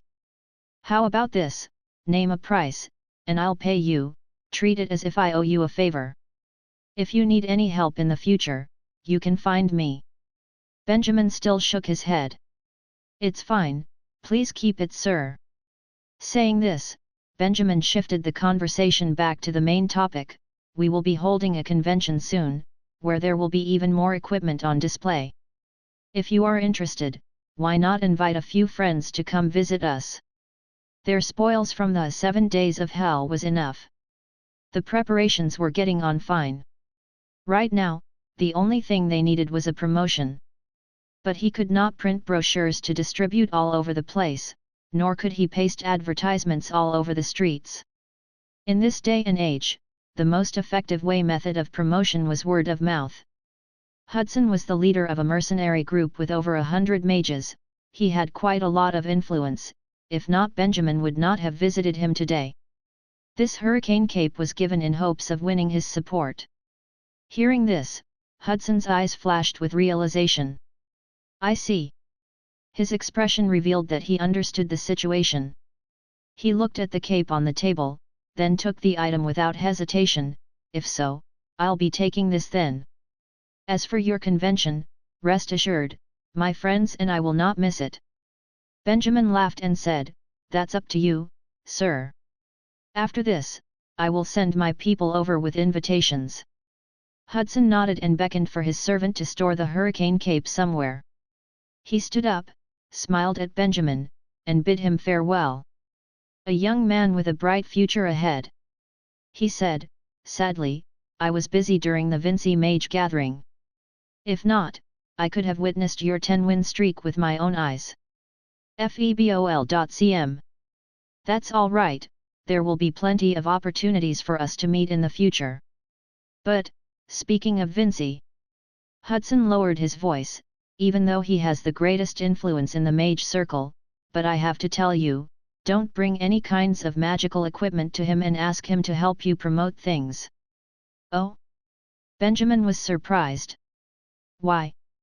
Hudson replied, he's been caught in a little bit of trouble recently, and there are tons of bad rumors circulating about him. As for you, since this convention is debuting, and reputation is important, it would be better for you to not have any connections with him right now. Benjamin's eyes widened slightly. The bad rumors must be the news about Vinci having relations secretly with Isur. From the looks of it, the rumors that he had sought out the crow's help was spreading. Could someone be backstabbing Vinci? Benjamin asked as if oblivious, are people spreading rumors? No one really knows why.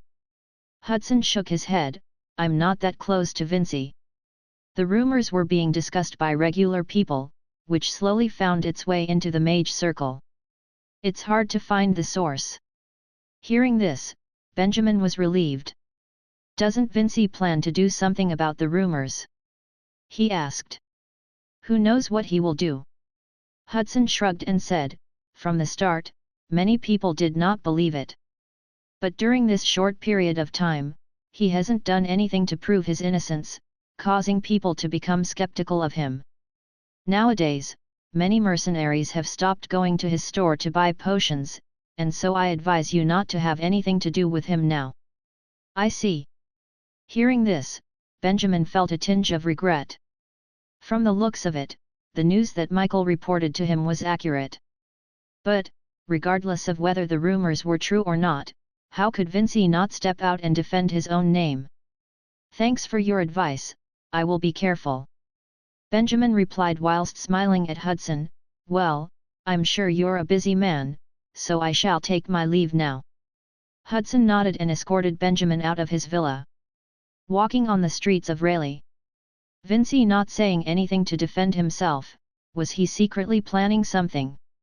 Benjamin thought for a long while but could not figure it out. Why are you worrying about it? The system asked nonchalantly, they already said that they could not trace the source, no one knows it's you who spread it. Unless... Benjamin sighed and replied to the system. Regardless, his retaliation toward Vinci was quite successful. Even without all the political implication, This kind of news about being treacherous to the country would always cause a decline in customers.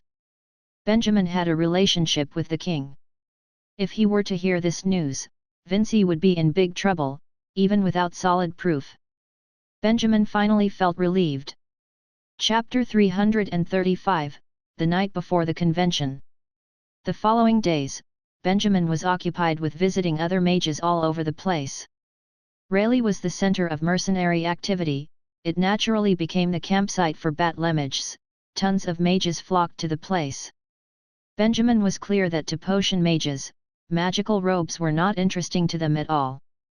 The only customers they could find was those mages that wanted to improve their combat capabilities. Before this, tons of mages came to visit Benjamin and managed to establish working relationships in Rayleigh because of that. Right now, it was Benjamin's turn to visit them. But, he was not about to deliver capes everywhere. You cannot blame Benjamin for being snobbish, but it would cost too much energy to do it too often. Thus, other than a few more well-known mages, other people were introduced by word of mouth. Finally, this sort of advertising seemed to bring quite a positive effect. Yesterday, my friend from the Mages Freemasonry looked for me. He wants 3 invitations. Tony even found him personally, and asked expectantly, "We are counted as staff, right? We should be able to enter freely, right?" Benjamin laughed. "Why? You want to join the convention too?" Tony nodded. "Yes, many people want invitations. The few that knew that I joined under your influence comes looking for me every day. They want to know if those robes are really as powerful as they are said to be." Hearing this, Benjamin was surprised. The interest these mages had towards magical equipment was rather high. With just a bit of promoting, they were already this popular. If he knew of this earlier, he would not have done it by invitation, but just sold tickets, making even more money. What a waste! But, the more people they were, the more requirements the venue would need. He could not let a big bunch of mages squeeze into one small house, and the wine and snacks provided had to increase as well. He could only say, luckily, the 7 days of hell made him a lot of money. "All right, I will not leave you 3 out of the invitations." Finally, Benjamin replied, "Even though the 3 of you are still trainees, if you want to participate, come along." Hearing this, Tony left, satisfied. As for Benjamin, he ran back to Varus to discuss problems like expanding the venue. After making the invitations, confirming the guest list, then discussing of the placement of table and chairs, many small problems still remained. To host an event like this was not an easy thing to do. Benjamin thought from the beginning that 1 month was enough to make preparations. But now, just 1 bloody month? It was like wanting to take a person's life. The preparations for the convention quickly entered a stage of fever pitch. At the north of Rayleigh, they spent around 300 gold coins to rent a giant empty house. Renovations, decorations, just to make this place seem a bit more proper, Benjamin had recruited a lot of people. Even the mages under him joined in. Everyone was busy like bees. They laid down the rented luxurious carpets, carefully decorated the tables, chairs, and lighting, then prepared first aid equipment. Later on, Benjamin placed a mattress in this house, so when he was tired, he would just sleep there and continue after he woke up. Benjamin felt as if he was giving his all. He even wrote a letter to Aldrich in the City of Snow and invited him over. Even though he was prepared to go against him, luckily they were still not enemies. If Benjamin could borrow the opposition's influence to allow him to spread the convention's news all over the capital, that would be a great thing. In simple words, in this busy process, the days passed quickly and meaningfully. Not many incidents occurred. Slowly, it neared the day of the convention. A day before, the preparations were all done. Even if the nobles judged us, this venue should be all right, right? Standing at the entrance to the main hall, he looked at everything. Benjamin could not help but exclaim. The wall that was a bit dull and grey previously, with just some paint, it was now white as snow. The smell of renovation has been blown out mostly using the pillar of steam, with some perfume, a fragrant scent drifted in the air, making everyone inhaling it feel refreshed. In the main hall, the tables and chairs were arranged neatly, 83 magical equipment were displayed on top of them, and was covered by a glass layer. The dim yellow light shone out from the crystal balls on top, making the magical equipment look more elegant and luxurious. Every piece of glass had a beautiful nameplate stuck to it, and on it, the starting price and a simple introduction were written on them. Benjamin planned to use a secret auction to sell all these magical equipment. Whoever was interested in one, they could write down the number, and write their offer and hand it over to the reception. After totaling everything, whoever had the highest bid would win the right to buy the magical equipment. At the center of the main hall, there was a giant round table with food platters and wine glasses placed on top, waiting to be filled with fresh food and grape wine ordered for tomorrow. The house had 2 floors, the second floor's layout was similar to the first, with magical equipment on display, and had more space to accommodate the mages. It's quite rather well decorated. Varys stood beside, saying with some worry, but, aren't the security guards a bit too few? What if there were more people, and some of them actually got away with stealing some items, we would never notice. Benjamin laughed and said, "Don't worry, I'll keep an eye out." Security was not a problem, to him. The water elemental energy in the whole house was his security measure. He has made preparations already, he would cover every corner of the convention with the water element sensing technique. The sneaky ones would never have a chance. Well, will there be a lot of new companions tomorrow? Joanna suddenly ran over and asked. Benjamin nodded and said, I hope so. If there are new companions, can I be their leader? Joanna chuckled, full of anticipation, the 2 new ones are rather interesting, I have dueled with them a few times already, they have yet to win against me. Hearing Joanna speak joyfully, Benjamin shook his head helplessly. We'll talk about it afterward. Whatever happens would be in the future. Right now, he could only hope that the convention tomorrow would end successfully without any accidents. To him, tomorrow was a really important day. With this, the time reached night, other mages all left to their homes to rest, Benjamin laid his mattress here and laid down. In the long night, the system was his best alarm, before this it even noticed thieves that wanted to break in to steal things. Tonight is the last night, it's all up to you now. Benjamin tugged his blanket and said this to his heart. Sigh, how troublesome. The system showed a bossy kind of manner, all right, I know you all can't do without me, go to sleep, could you even find a system more useful than I? Benjamin was too lazy to retort, he closed his eyes and went to sleep. After who knows how long. Wake up! Wake up, quickly! Quiet, I'm trying to sleep. Quit sleeping! Wake up! Under the continuous beckoning of the voice, finally, Benjamin slowly regained consciousness. What happened? He rubbed his eyes and asked his heart.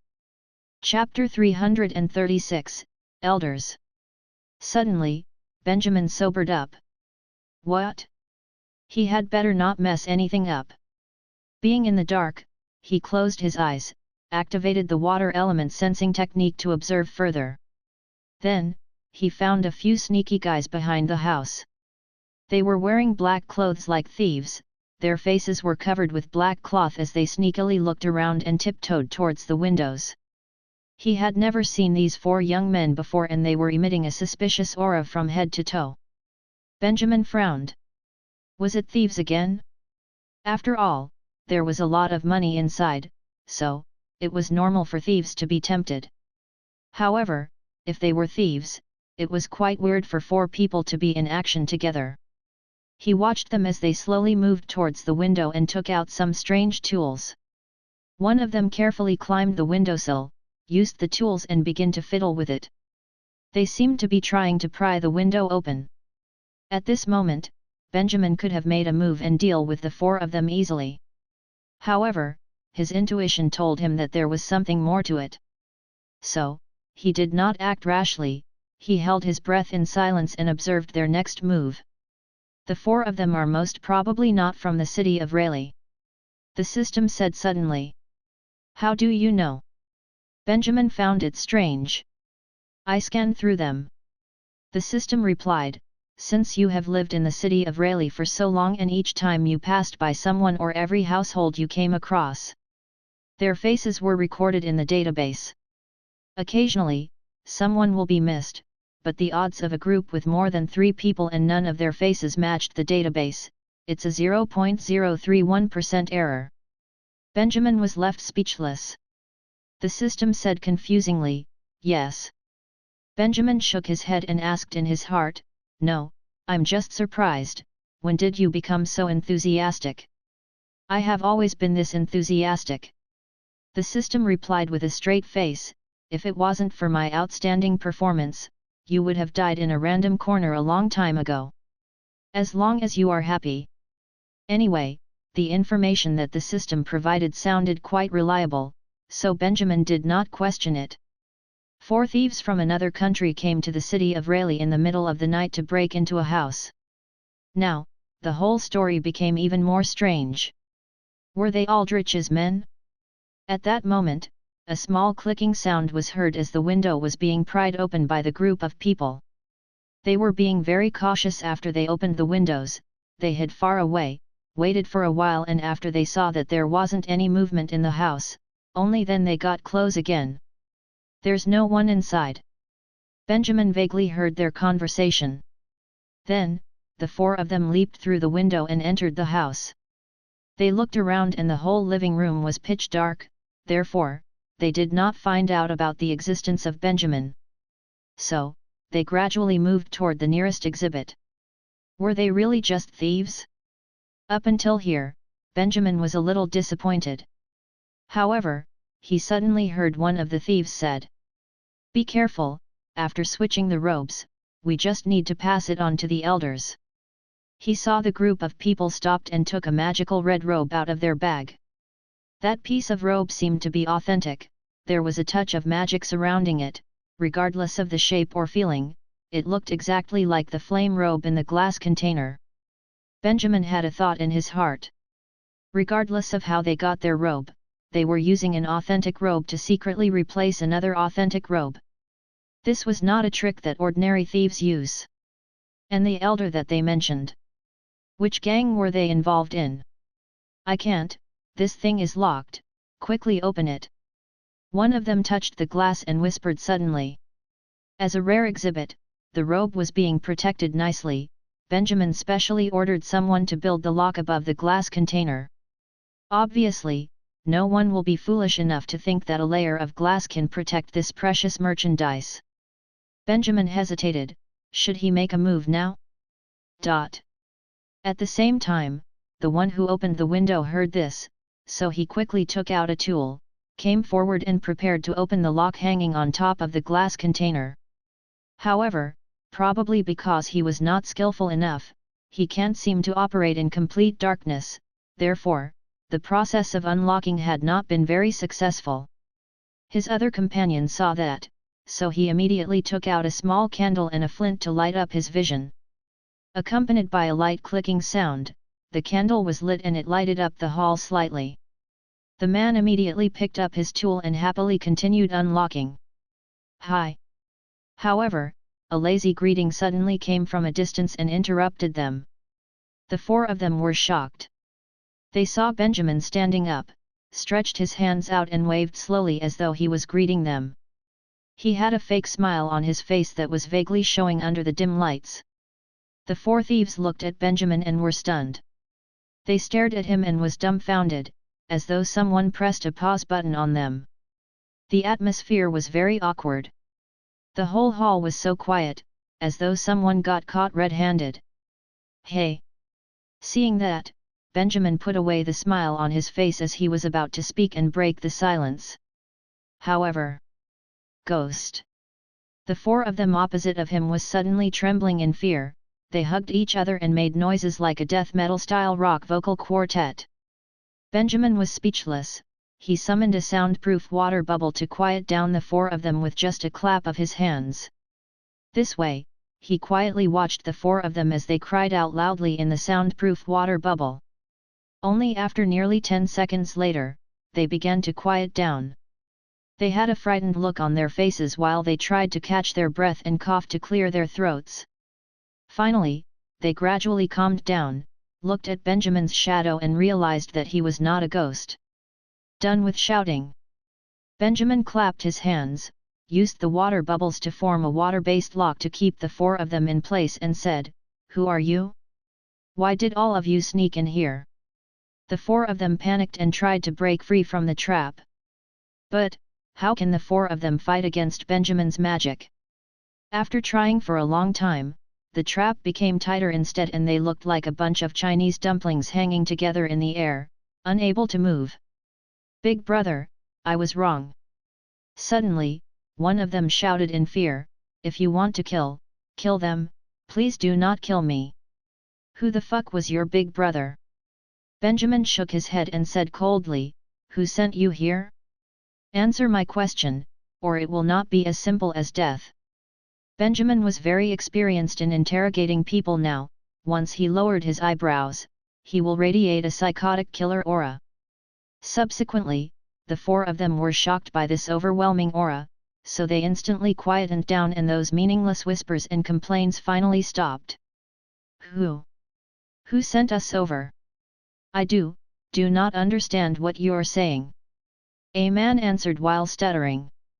"Oh really?" Benjamin uttered a sneer. Dozens of ice needles suddenly appeared and surrounded the four of them. "If no one ordered you, where did you get the flame robe? Also, you mentioned about the elder, who's that?" Suddenly, the four of them got even more nervous. Chapter 337, Lost Clues. Benjamin did not expect this answer. Although he can't figure out what was the reason behind them switching the robes secretly, however, based on what they have just said, he felt that the information that he got was far exceeded his imagination. If he guessed correctly, the elder that they mentioned about can also make magical tools. Moreover, the quality of their magical tools was most possibly quite high.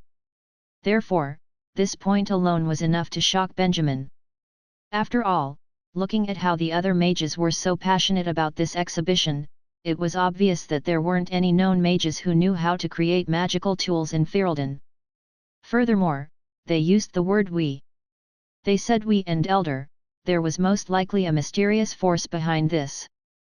To put it immodestly, perhaps there were many people who knew about this technique in that mysterious circle and magical tools might not be a rare thing to them. How could it be? Benjamin felt that there was more to it. If there was really such a force, why would Ferelden's magic standards stoop so low? What's with the mysterious force behind you? Who is the elder? He continued. We cannot say. The four of them had their tongue tangled and finally gave such an answer. Okay. They were better than he imagined. That's too bad. Benjamin had no choice but to put up a scarier look, uttered a few sneers and said, "Come, let me play a game with you."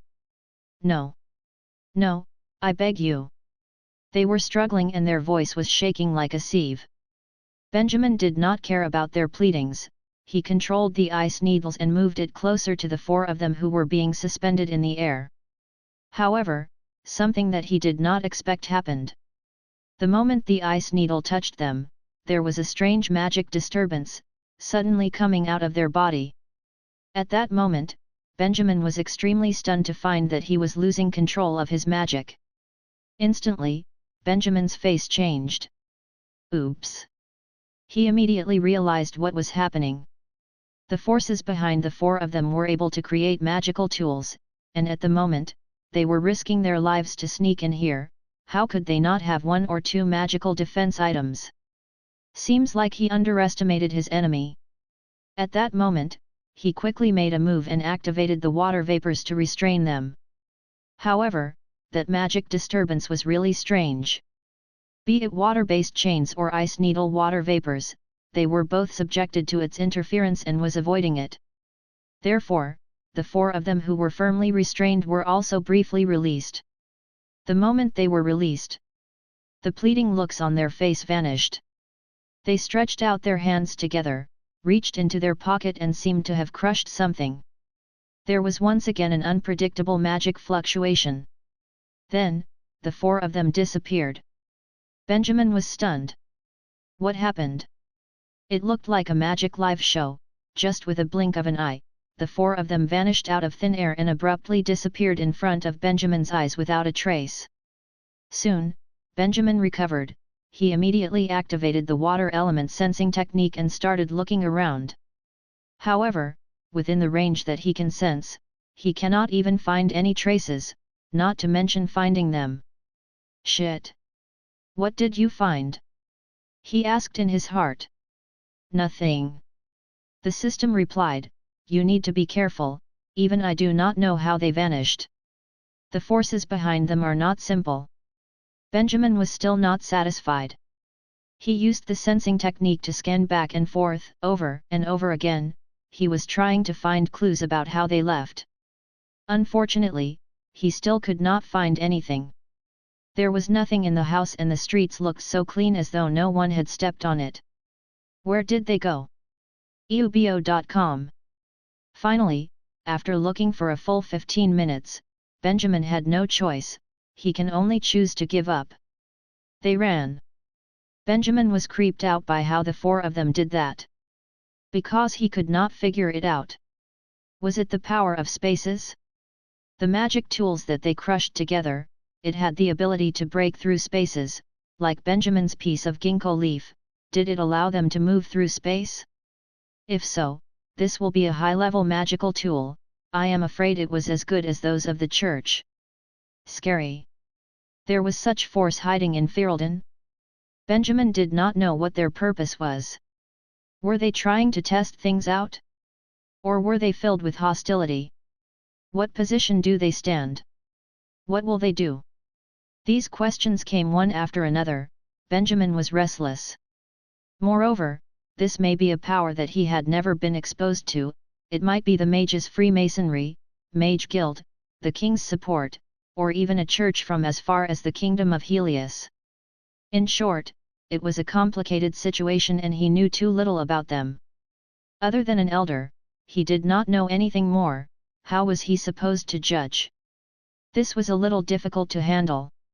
Standing alone in the dark hall, Benjamin almost lost the mood to host the exhibition. He unintentionally offended such a force. The enemy was in the dark. Seems like he would be filled with anxiety from now on. He was afraid that he can't even fall asleep peacefully. Just like tonight, after what happened, he felt that he most probably could not fall asleep. His head hurts. Why are you so worried about it? The system had an unconcerned look. You did not actually hurt the four of them, they might not necessarily want to take revenge on you. Moreover, they did not come to cause trouble, they even left the robe that they used to exchange. Benjamin heard this and helplessly sighed. He hoped so. He cheered up, slowly walked over and picked up the flame robe that the four of them left on the floor. Taking a closer look, the robe was made very finely. The magic was more condensed and the effect of the robe might be greater than his own robe.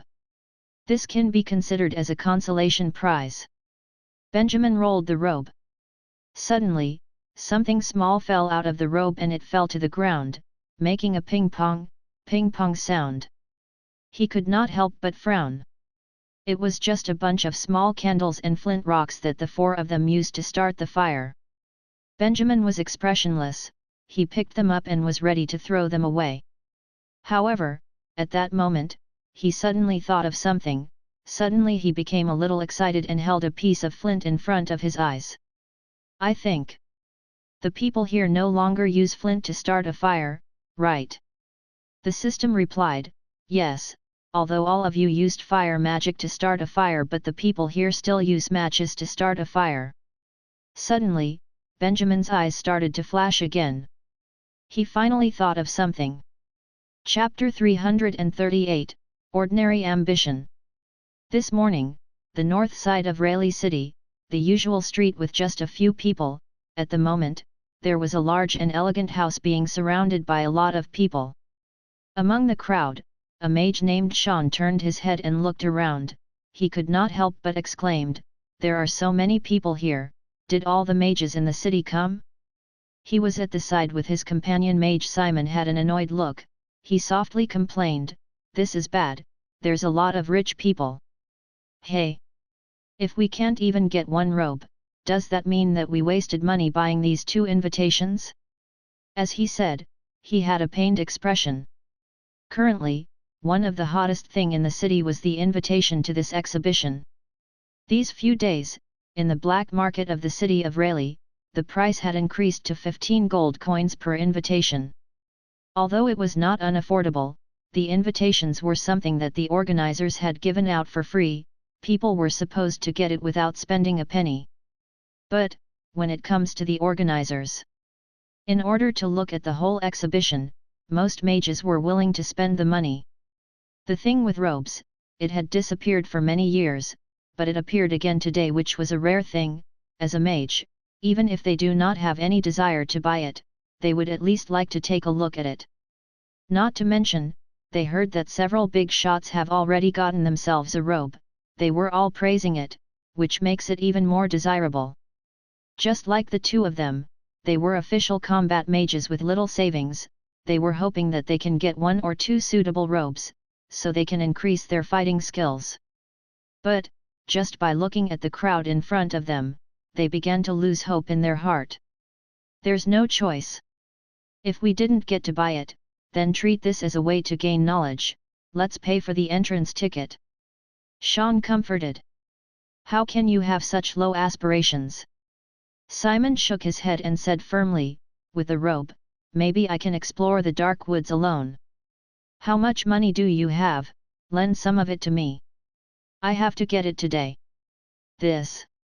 Just when Simon wanted to borrow money, there was suddenly a commotion in the crowd.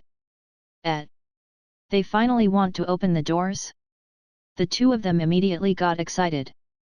Accompanied by the squeaky sound of the door opening, everyone looked up. At the door, the mage in the city of Rayleigh who was in the limelight recently, Benjamin. He was dressed in suits, looking calm and composed, with more than 10 people trailing behind him. He slowly walked out of the door. And those behind him, they were either mysterious mages, or tall and powerful mercenaries. They stood in 2 teams neatly behind Benjamin. Their action revealed an unheard force. Suddenly, most people had a surprised look. He looks so young. Look at them, when will I be able to reach their level? I heard that his team of mages are very powerful. After forming a mercenary group for such a short time, they have already risen to 2 levels. Everyone was whispering to each other and rumors had spread among the crowd. As for the center of the discussion, at the moment he had a smile on his face and he nodded at the crowd. Sorry for the long wait. Probably because all the mages were impatient, Benjamin's speech was very brief. Being able to get so many people to come to our exhibition, we feel very honored. So, let's stop the nonsense, everyone can enter now. After saying that, he turned, and made way for people to enter. At the same time, 2 mercenaries who seemed to be the doormen stood up, went to the door and began checking the identity of the visitors. The mages in front of the crowd handed their invitations to them. They nodded, confirmed that there was no problem, then they allowed the mages to enter one by one. This way, the exhibition started. The mercenaries were very efficient, they seemed to have rehearsed this many times. There were also several mages behind to support them. So, mages with an invitation respectfully got invited in. Occasionally, there were few of them who wanted to sneak in but were politely escorted out of the scene. Soon, Sean and Simon came to the door. Under the tremendous atmosphere, they looked a little reserved. They silently passed their invitation to the 2 mercenaries who were 1 head taller than them. The doormen bowed and they obediently followed the team into the door. However, just when they got in, it looked like they stepped into a whole new world. Unlike the crowded queues, the whole hall was more spacious than they thought. It was bright and clean and the air was filled with the aroma of food and wine. Not far from the door, there were tables and chairs being arranged in an overly tidy manner. Many mages had already started wandering around the exhibition, admiring the robes being kept in glass containers. The sight was something that the both of them had never imagined. At first, they even thought that they entered a high-class restaurant. "Hi, do you need a drink?" Just as they thought, after a while, there was a waiter with a tray full of glasses of wine on it asked respectfully. Simon was stunned. "Do I need to pay?" The waiter shook his head and said, "All the food and drinks that we serve here are for free. Later, if the two of you need anything, you can also get it on your own." Hearing that, the two of them looked at each other, both looking shocked. "Thank you, we do not need anything at the moment." Finally, Sean said so and dismissed the waiter. Then, they looked at each other once again. They both coincidentally have a bitter smile on their face. "I think, we will definitely not be able to get something." Since they entered, this exhibition was written with a word expensive from head to toe. The organizers' generosity frightened them. Since they put so much effort into this, they will certainly not go soft on the prices of the exhibits. At that moment, they even felt that they accidentally got lost in another world. They turned around, looked at the other mages in the hall who were talking about Benjamin. Their eyes were filled with admiration. With such a young age, if it was them, they were still following behind their teacher while doing chores. And looking at Benjamin, he already had his own influence as a mage and reached a level where they could hardly reach. The gap between them, there was really no comparison. Their team. Are they still recruiting? After being dazed for a short while, Simon suddenly asked. "I heard, they recruited a few people recently." Sean looked hesitant and then embarrassed.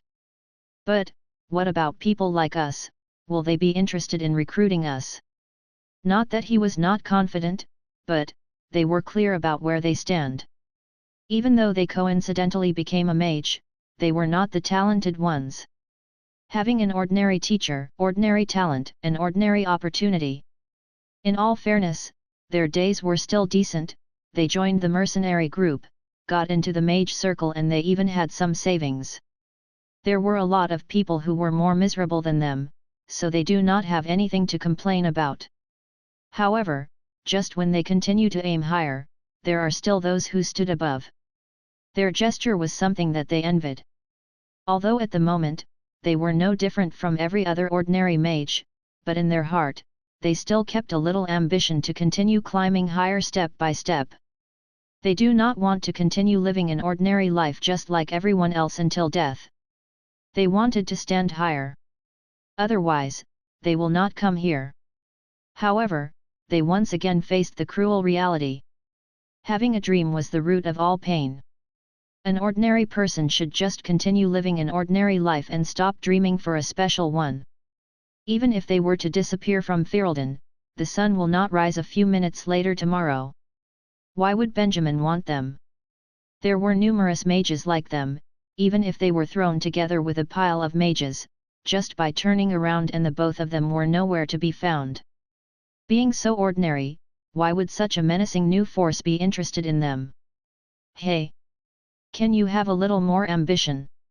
Simon shook his head, grabbed Sean's shoulders and said seriously, "Do you really want to live your life like this? No matter what, I will not continue to rot in that small team." Sean was a little surprised and quickly said, "Are you really leaving?"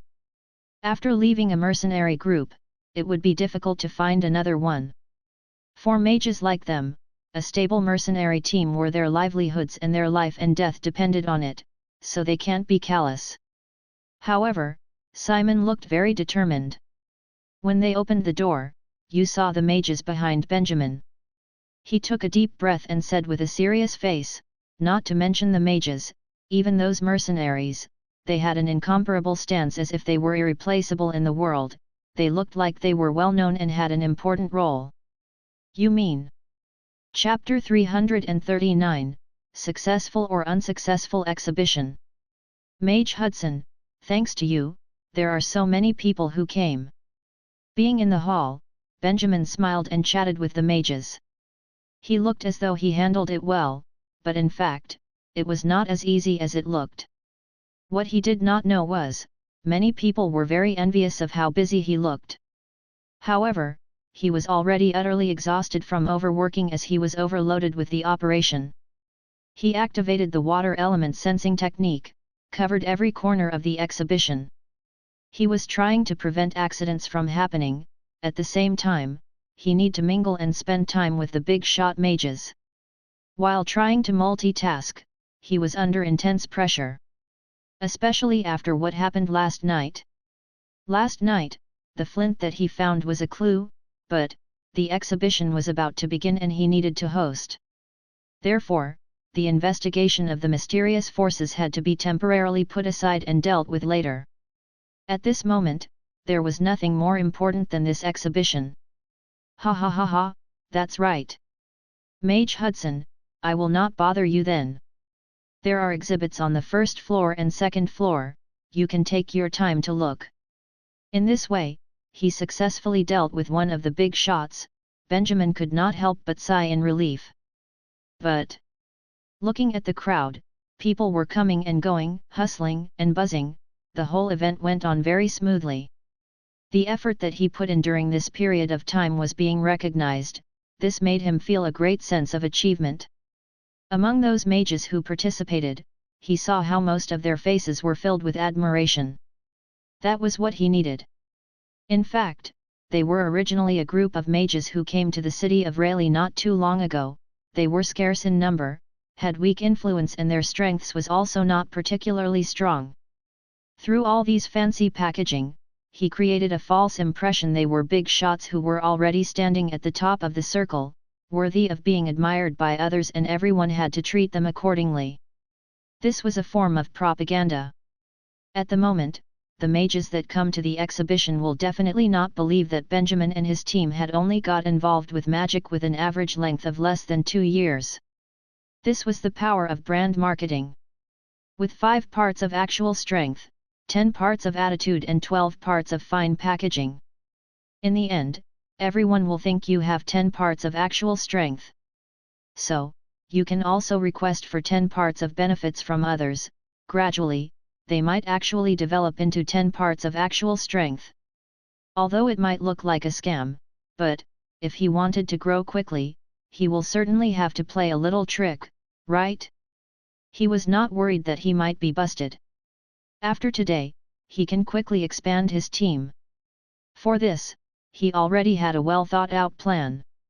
When the time comes and they have grown stronger, it would be impossible for people to find out about their puffiness. You must be Master Benjamin, it's my pleasure. A few unfamiliar mages came forward and said to him, we are mages from the City of Snow.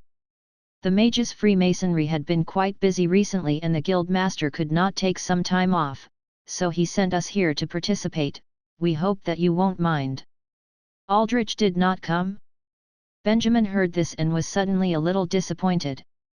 At first, he did not want to meet this guild master with bad intentions, but the situation that he was in now was different. After all, if Aldrich came, how amazing would the advertising effect be?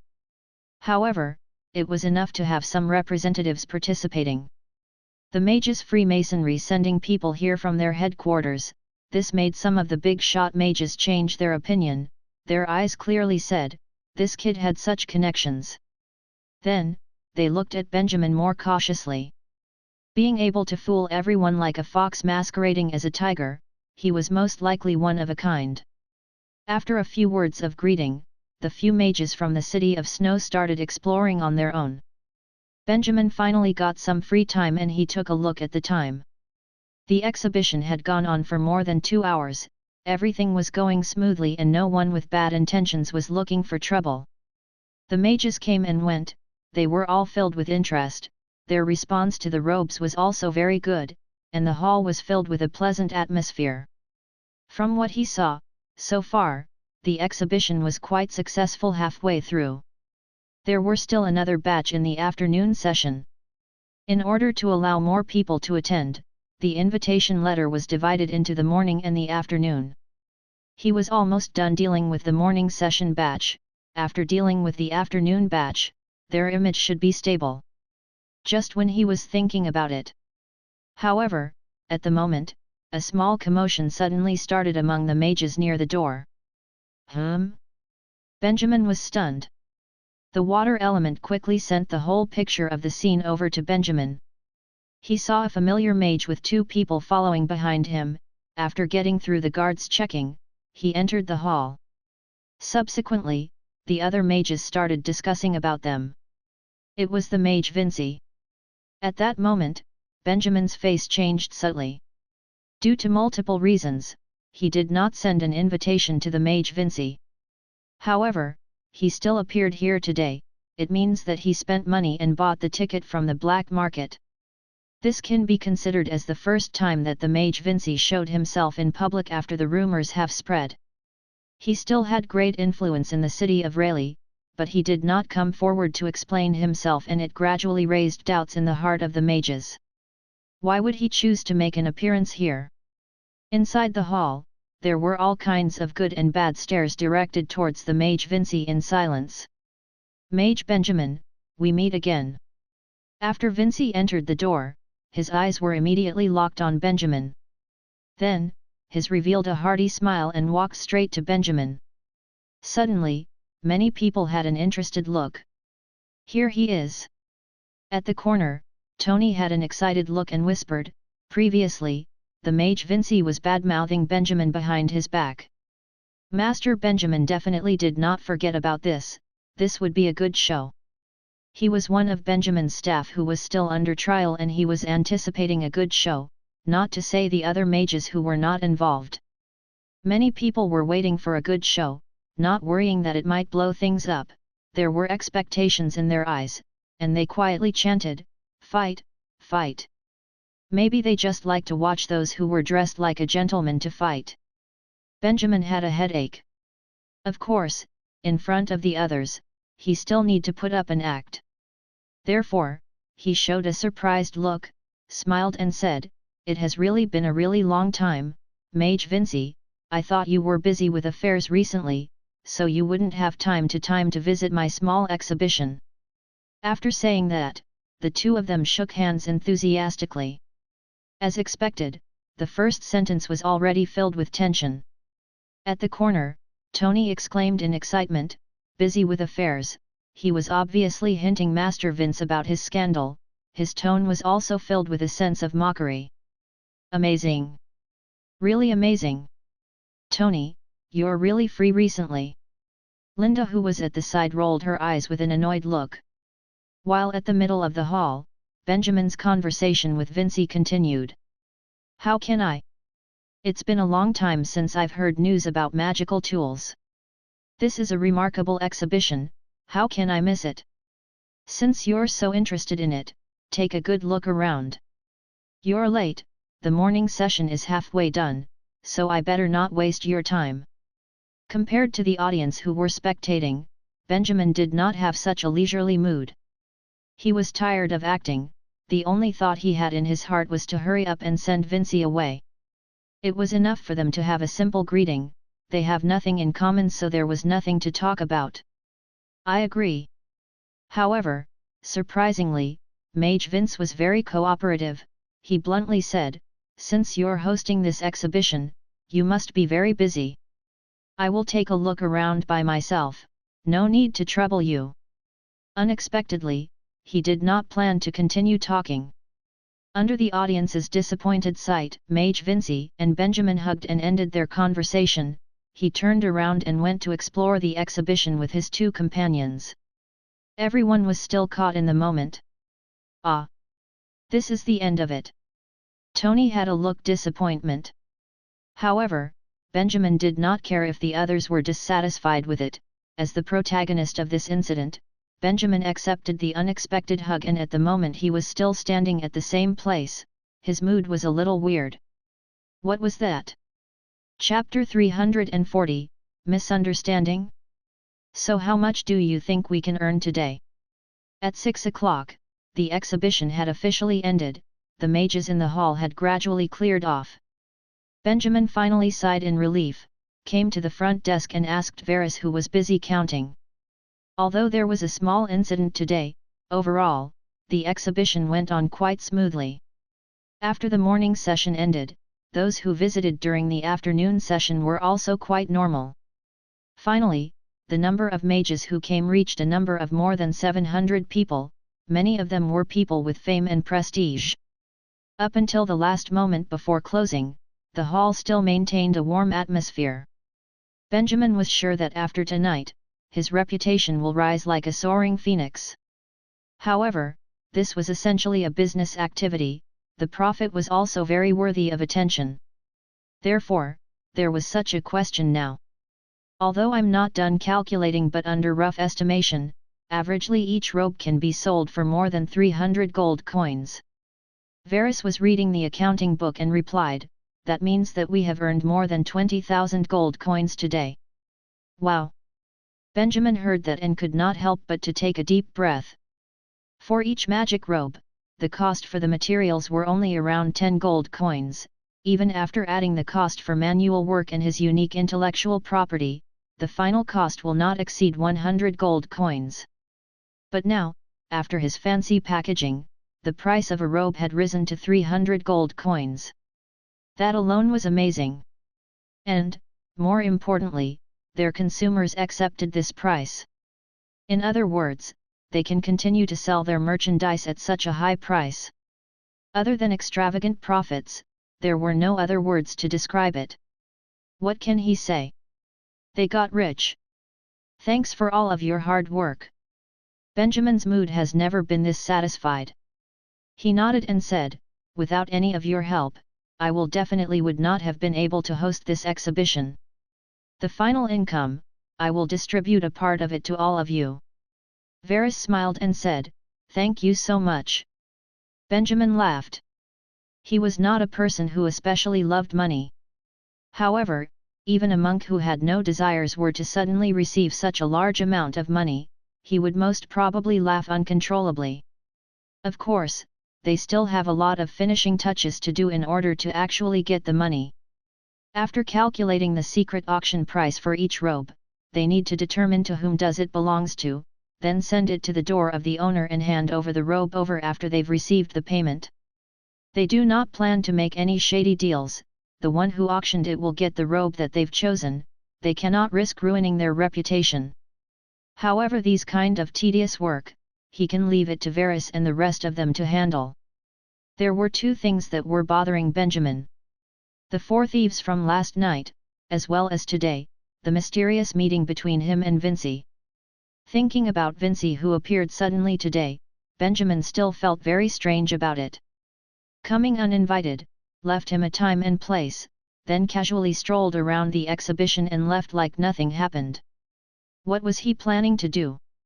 More important, should Benjamin meet him tonight? To be honest, he was very busy, and his relationship with Vinci was very strange. Maybe it was a trap, he certainly did not want to go.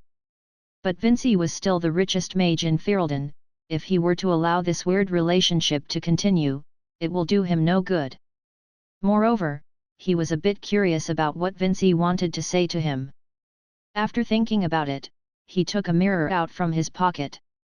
Before he had escaped from Haven Right, he had buried his belongings. And when he took a stop at the Crusader Gateway, he entrusted 2 mercenaries to help him retrieve his stuff. A few days ago, he passed by the Mercenary Association, he asked about the mercenaries Louis and Seal. And finally, the association brought him his belongings. There were some holy bullets, a cross that was strengthened by spiritual power, a light element crystal. And of course, the illusion mirror that Annie left behind. These were all things that he had not come into contact with for a very long time, it was so long that he almost forgotten about it. It seems that the 2 mercenaries was more reliable than he imagined, after so many days, they finally sent the stuff over. When he received the items, Benjamin was filled with emotions. It was such a nostalgic feeling, as though these things represented the days of another world. Thinking about it now, in less than a year's time, his life had been very different since he traveled through time. He was no longer the same person. Initially, he did not expect that half a year later, he would be leading a group of mages in a foreign country. Time went too fast, people can only work hard to catch up, there was no time to be lost.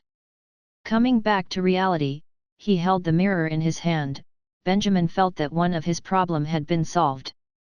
This mirror can create an illusion of himself. It was easy to control and it looked lifelike. He can let the illusion attend the appointment on his behalf, then, he will control the illusion in the dark. In case that it was a trap, he can use the illusion as a decoy so he can leave calmly. Just like this, Benjamin continued to help the others with the follow-up work of the exhibition, cleaned up, kept the robes, returned all the rented decorations. When the night came and it was nearing the time of the appointment, he left the crowd alone and quietly rushed to the abandoned house. The abandoned house in the outskirts, Benjamin was familiar with it. Previously, he had a war there which destroyed the wild ambition of the foreign church who wanted to invade this world. As he was approaching the place, Benjamin took the mirror out, condensed his spiritual energy on it and summoned an illusion who looked exactly like him. He quickly and familiarly controlled the illusion, and finally, the both of them came to this piece of remote land, one in the dark and one out in the open. Benjamin, you finally came. Vinci was standing there alone. He seemed to have waited for a long time. When he saw Benjamin's illusion, he immediately said. Since an illusion cannot speak, Benjamin who was in the dark saw this and he quickly controlled the illusion to coldly nod his head. Fortunately, Benjamin was never one to talk much, so Vinci did not feel strange about it and he continued, I think there might be some misunderstanding between us. Hearing that, Benjamin frowned. Vinci did not bring anyone with him. As a potion mage, his combat level was way below Benjamin's. As for the surroundings of the abandoned house, Benjamin used the water element to check around it and there was no signs of ambush. In short, Vinci really did come alone. To put it clearly, if Benjamin wanted to kill him, he will not be able to retaliate. But why? Benjamin was filled with doubts. He controlled his illusion to frown and crossed his hands, showing you better quickly explain to me. Look. After being silent for a moment, Vinci said, I think, the reason why there was such a misunderstanding was mainly because I did not know about your identity at the beginning. I thought that you were a spy from the Kingdom of Helius and you wanted to secretly corrode Ferelden, so, I warned the other mages to be careful of you. Was it? Benjamin still felt very strange about it. Isar used to put him as one of the most wanted criminals for this reason, but because of this, Vinci was going against him in the dark? He felt that he was not that decisive. He waited for him to continue his explanation. Chapter 341, Converting Enemies into Friends. After hearing what he said, Benjamin who was hiding in the dark was stunned. What? All along, Benjamin was hiding his identity. A royalty who escaped from the Kingdom of Helius, the debate between Benjamin and Grant. His original identity was too complex, it would be far more convenient for him to create a new identity. Therefore, the surname Lethur had disappeared from his life for a long time, it was so long that he was too lazy to think about it again. However, at this moment, the mage Vinci suddenly revealed his true identity. How did he know? Benjamin felt very strange about it. In this world, there were not many people who knew about his identity and Vince said it so firmly. It made him feel a little uneasy. How many people knew that Benjamin Lethur fled to Ferelden? The church. Did they know? Whereas with Vinci, Benjamin did not continue to control his illusion. Therefore, Vinci only got a cold response from Benjamin, so he naturally had some doubts in his eyes. Mage Benjamin. Okay, that was just an illusion that I made. Ultimately, Benjamin was too lazy to continue with his act. With a wave, he destroyed his illusion and came out of the dark. There was no trap in this place so there was no need to hide. Although he still had not figured out Vinci's intentions, but he was only a potion mage, if he still dare not face him, it was better to live in a deserted forest where there will be no threats. He walked over, looked at the mage Vinci who was stunned and said, How did you know about my identity? The entire process of Benjamin showing up until his illusion disappeared, Vinci obviously did not expect it. Vinci was stunned for a while, then he smiled, Oh, so that was it. What do you mean? Benjamin frowned. Actually, you do not have to be so nervous. Vinci shook his head, put his hands out and said, you know the person who told me everything too, the guild master of the Mage Guild, he sent you out of Isar, right? Oh? Benjamin heard this and he could not help but to raise his eyebrows.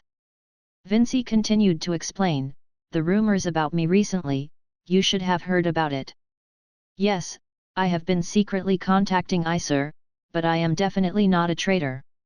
The one that I am contacting is not the queen, but the guild master. As for the relationship between the guild master and the queen, I think you should know about it. Benjamin was quiet for a moment, then he nodded his head. Making use of secret magic potion in the fight between the mages, the queen had the control of the mage guild firmly in her hands. The guild master had no choice, but he could not bear to make a move on the queen, so he can only send Benjamin and his team away to prevent them from being trapped in Isar. Although he doubted the words of the guild master, but after briefly analyzing what he said, he did not feel any malicious intention. If it wasn't for the help of the guild master, it would have been very difficult for Benjamin and his team to reach Ferelden. Your relationship with the guild master? He could not help but ask. A lot of people do not know about this, but he was actually my first real teacher. Vinci sighed and replied slowly. At first, I wanted to become a combat mage and be a student of the guild master. But, I do not have any talent in fighting. In the end, under the guild master's introduction, I got a new teacher and begin my journey as a potion mage. Benjamin nodded his head thoughtfully. The information that Miles told him, it was verified here. When the empire got split up, Vinci helped Isar receive the wealth of the old mage guild and set up a new guild. Actually, he was not helping Isar, he just wanted to repay the guild master. Vinci continued to explain, after the empire got split up, I have always kept in contact with the guild master.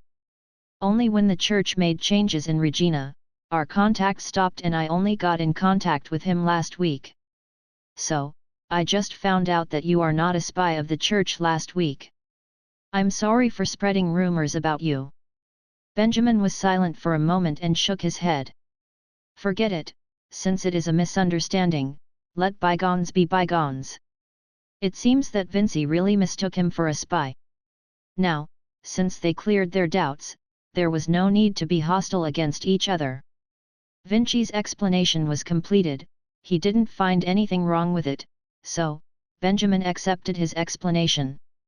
Moreover, it wasn't such an intense hatred to begin with, he already took his revenge, being able to turn his enemy into a friend, it would be more beneficial to him. At least, he was very rich. Are there spies of the church in Ferelden? But he could not help but to ask one more question. Do not underestimate them. Vinci said with a serious face, Isar could help Ferelden to block the Paladin's iron heel, but they could not block the infiltration of the Holy Light. I once found some traces, some people in Ferelden were secretly keeping in contact with the Kingdom of Helius and they have been in contact for a long time. Really? Benjamin immediately realized the seriousness of this issue. Who is contacting the Kingdom of Helius? There's a lot of them? Vincent shook his head, I don't know. What clues did you find? A type of material. Vinci replied, silver leaf grass is material that had great affinity with the holy light, it's very common here, but it's extremely rare in the Kingdom of Helius. A few years ago, when I was stocking up, I found someone buying a large amount of silver leaf grass periodically and the whereabouts of it was unknown. After investigating it, I found that those materials had disappeared after it was transported to the border, it has most probably fallen into the hands of the church. Silver leaf grass. Although there wasn't any magic potion in the Kingdom of Helius, but thinking about those raining crosses, Benjamin felt that the possibility was very high. So difficult. In the territory of Ferelden, this was a country that completely eradicated all churches, but there were people who regularly helped the church to stock up on materials and it started operating stably few years ago. The existence of spies, there were a lot of them, There might even be more spies here than I, sir. Thinking about this, Benjamin could not help but to breathe in a mouthful of cold air. The church was like a cockroach, having such persistent spirit, appearing everywhere. There was no way of getting rid of them. Vinci, did you really not find any other clues? He asked. Vinci shook his head. Those people were too well hidden. Just like an eye, sir, even the Queen cannot find them, they can only use the royal expedition to lure them out. These past few years, I have spent more than 100,000 gold coins on this, but I still did not find anything. Instead, I might have aroused suspicions which made them more cautious.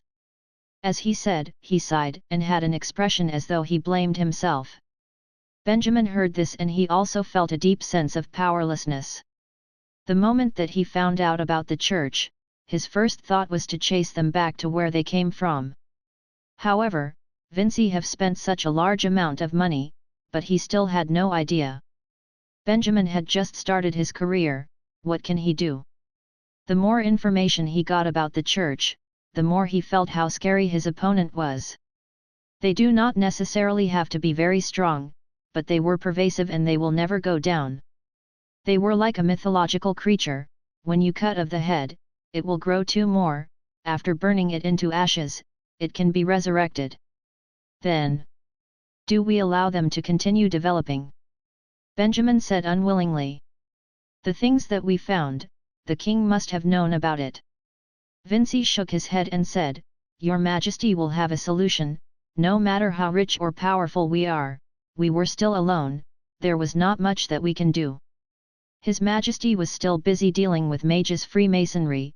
Does he still have energy to deal with the church? Chapter 342, Talented Professional Mage. It's okay, let's not talk about this. Finally, Benjamin shook his head and turned around. I have a question. No one can predict what the church's final plan will be, but they would just have do what they can when the time comes. If they were to live in constant fear, it will only ruin their future. They might as well go along with the original plan and develop the business nicely. When the church exposes themselves in Ferelden, then they will deal with them. As long as they do not have any clues, it would be best to first focus on the concurring problems. Ask. Vinci nodded his head and said, The guild master has high hopes on you. Perhaps one day, you can change this powerless situation, and I will try my best to help you. Benjamin heard, then thought about this for a while and said, In the territory of Ferelden, are there other forces who can make magical instruments? He had to think about the four thieves. Forces? Other than you and your team? Vinci frowned and said, I don't think there are such forces. Maybe I'm not well informed, but, if there really was such a group of people, they should have gotten famous a long time ago, just like your exhibition today. Is that so? As expected, he still needed to rely on himself to look for them? Benjamin could not help but asked again, what about people who can make magical instruments? I can't be the only one in Ferelden, right? Vinci thought about it and said, I have not looked into this yet, but from what I heard, in a desert at the east side of Ferelden, some mages are secretly living there and they know of some kind of forgotten technique. Maybe among them, there are people who know how to make magical instruments. Hearing that, Benjamin thoughtfully nodded his head. A desert at the east side of Ferelden. Although he did not have time, if he couldn't find any clues on the flint, he would still hire someone to go to the desert to investigate on his behalf. Thank you, Benjamin nodded his head and said. This is the only thing I can do. Vinci sighed and said, because of the king's suspicion, I cannot recruit any armed force. There are too many eyes staring at me, I have no way to help you in terms of financial support, the most that I can do is to give you the information I know. After listening to this, Benjamin was surprised. After they became friends, in his heart, he certainly did hope that he would be able to benefit from this rich man. However, he just found out that Vinci was also in trouble and he couldn't really help him. Yet after thinking about it, it was true, Vinci was extremely wealthy, but at the same time he also had a record of helping another country. In this situation, even if the king was a fool, he would not have allowed Vinci to randomly expand his business. However, due to the mercy of the king, Vinci was still one of the richest men. After thinking about it, Benjamin suddenly felt a little frustrated. His development was financed by the king, and in the contradiction between the mage's Freemasonry and the king, he took sides with the king.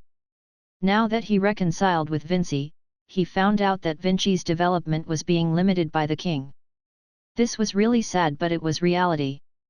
Being involved in the political fights, he would most probably need to face it sooner or later. Come to think of it, the king's trust towards Benjamin, could it be, one part of it could be because his relationship with Vinci was bad at that time. After the news was spread to the king thought that he could train Benjamin to fight against the mage's Freemasonry and suppress Vinci at the same time? This was a really helpless reality. After they both agreed to not say a word about this meeting, Benjamin said his goodbyes to Vinci. Under the pale moonlight, the both of them left the abandoned house separately and went back to their houses as though nothing happened. Benjamin was lying on his bed while he looked at the ceiling. He silently thought about the situation that he was in.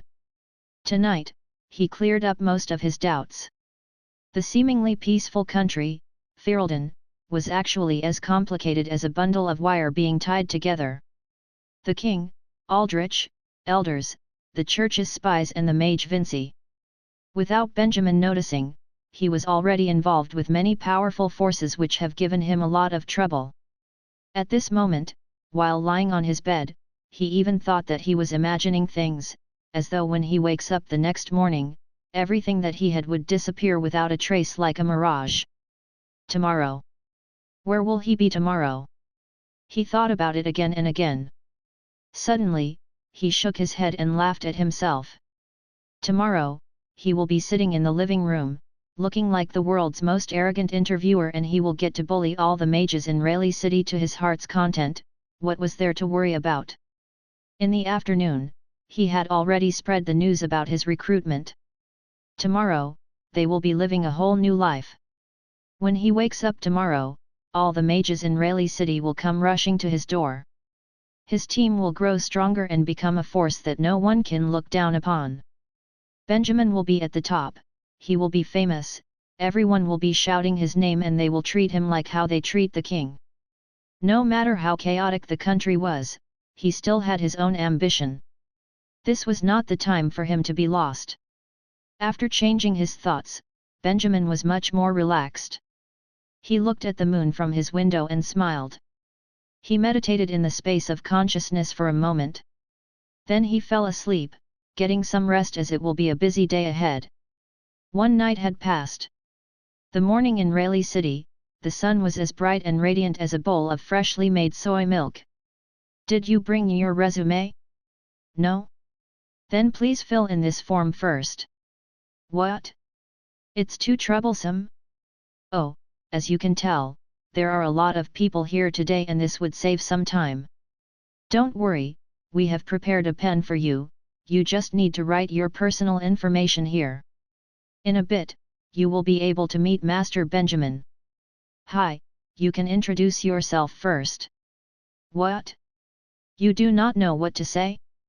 Your name, age, hobbies, everything you can think of that will represent yourself. We are recruiting talented professional mages, we hope that we can get to know your personality and your ability to cooperate with a team. Of course, most importantly, what you can contribute to our team. Do you have any working experience? What I mean is, have you ever been in a mercenary group? What kind of mission have you dealt with? Don't be nervous, we just want to get to know you better.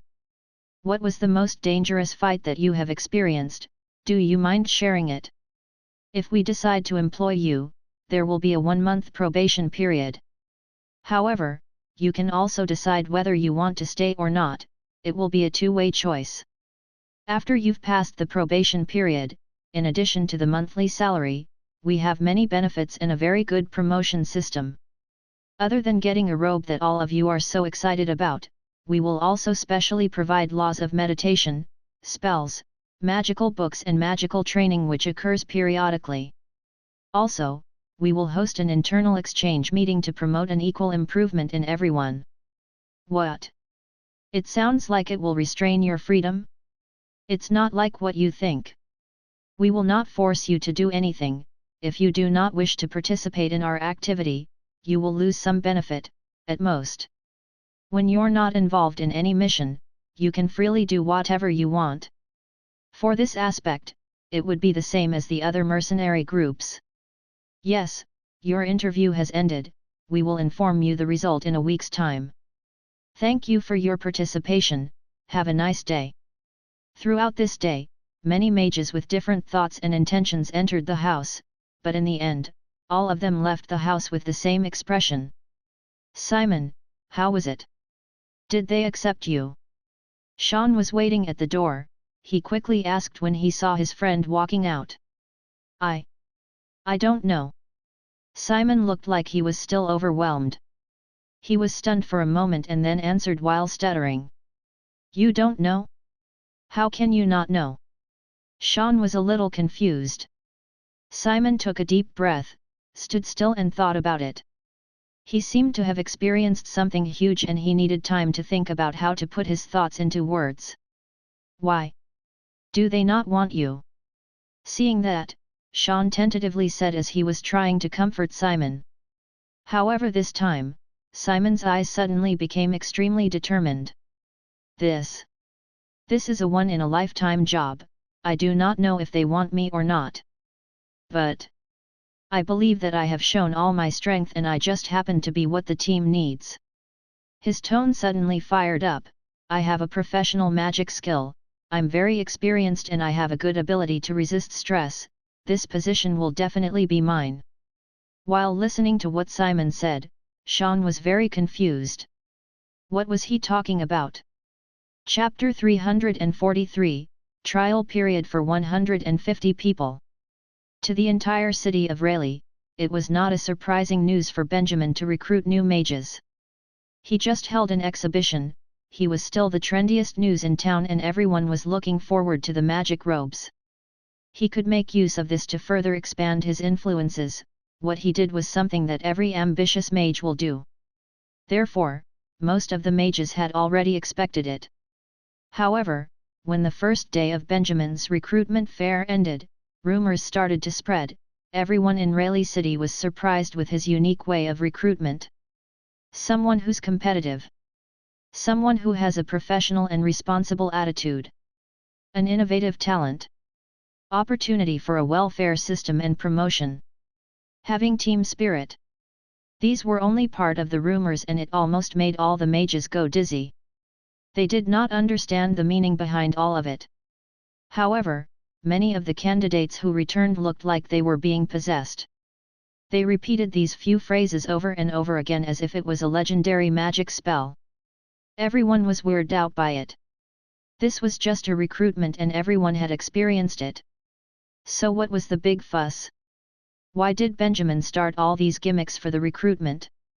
In the end, everyone began discussing it like it was some big news. Although the mages found it strange too, they could not help but to talk about it. After discussing, they still could not understand these modern concepts. That was why most of them put their focus on the benefits. If they become one of the mages in Benjamin's team, will they have the opportunity to get a magic robe? Most of them were concerned about this. Yes. Not only magic robes, it seems that Benjamin has a lot of ancient books too. Spells, laws of meditation, theories. He said, as long as you have the initiative to contribute, you will have the opportunity to get all of those for free. All the mages were once again stunned. To be honest, after so many years of development, there were so many mage groups in Rayleigh City, but they have never heard of any leader that will teach his underlings unconditionally.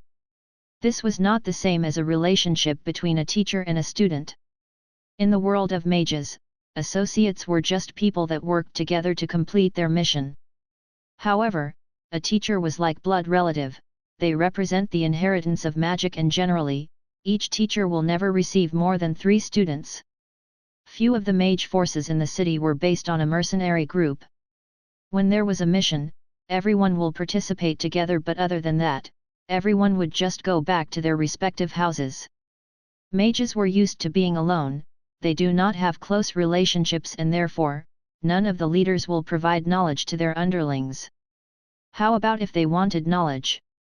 They can, but they would need to exchange it with something else. They couldn't help but sigh. Benjamin was being overly generous. Because of that, when the recruitment continued the second day, there were a lot of mages with bad intentions. But in the end, when they were asked questions like "Why do you yearn for this position? What can you offer?" they did not know how to answer and was left speechless, so they left unwillingly. Finally, the entire process of the recruitment lasted for 3 days. Due to it being the hot topic of the town, many people came. The number of people who came almost outnumbered those who went to the exhibition, as everyone was following the trend and the recruitment was livelier than ever. During these 3 days, Benjamin was so busy that he couldn't even catch his breath.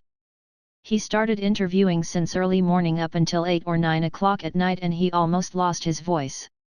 He did not have any free time. All he had for a meal was a few pieces of bread and a few mouthfuls of water. On the third night, he was literally crawling to his room.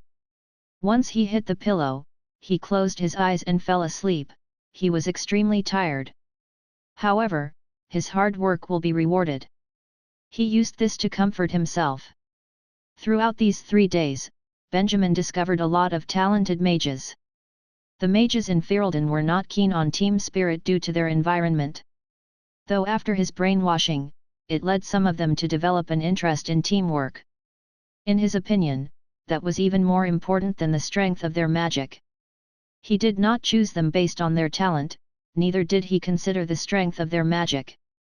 To be honest, he did not intend to recruit any powerful or genius mages because these people tend to be very proud of themselves and it will not be easy for them to obey commands. What he needed was just an ordinary magic talent, a little motivation, and someone who can cooperate with the team. These were the fundamental elements to form a force. From what he saw, the forces in Rayleigh City was being overly lenient. Even the members of a guild of an online game had a better relationship than them. When they participate in a mission, the leader will earn a large amount of money, but, if something serious were to happen, not even 1 out of 5 of the members can actually fight. The possibility of them doing something big was close to zero. No wonder the king never cared about the mage forces. Benjamin did not want to be such influence. Putting aside military-level influences, at least, he needed as much influence as the crow. In case one day they really needed to fight against the mages' Freemasonry, these people will not give up or betray them. Therefore, he already thought of an idea to manage all the new members that he recruited. He took some modern days concepts and some concepts from the ancient martial arts. A martial art gang was built around the fighting technique of their members. If that concept was being put into this world, their unique law of meditation will gradually replace their robes and become the core for them to condense their spiritual energy. Therefore, for next few days, Benjamin and Varys arranged all the interview results. 2 days later, they picked out 150 people among all those who participated. Eventually, he bought another big house in the city and renovated it into a stronghold. Then, he sent someone to inform the 150 of them to meet there in the morning. That morning was quiet. This house had simple decorations, but the hall was very spacious. Benjamin smiled while he looked at the 150 mages in front of him. "I'm glad to see all of you here." He took a deep breath and said slowly, "All of you have passed the test and each of you has your own specialty, and that's why you're here. All of you are talents with unlimited potentials. I hope that we can work together to achieve an incredible result in the magic world." The previous Benjamin definitely would not have given a speech like this. But after going through so many things, at that moment, he could finally say it without feeling shy. This was also an improvement, right? And that was the way to becoming the leader of a pyramid scheme. The mages in the hall heard all the compliments, and with Benjamin's unusually certain tone, they naturally got very excited. Having the ability to beat so many competitors could be considered as one of their achievement. Although Benjamin's welcome ceremony was completely different compared to the usual. After the brainwashing from the interview, they had opened up their mind. Instead of feeling confused, they were looking forward to it. Benjamin saw that.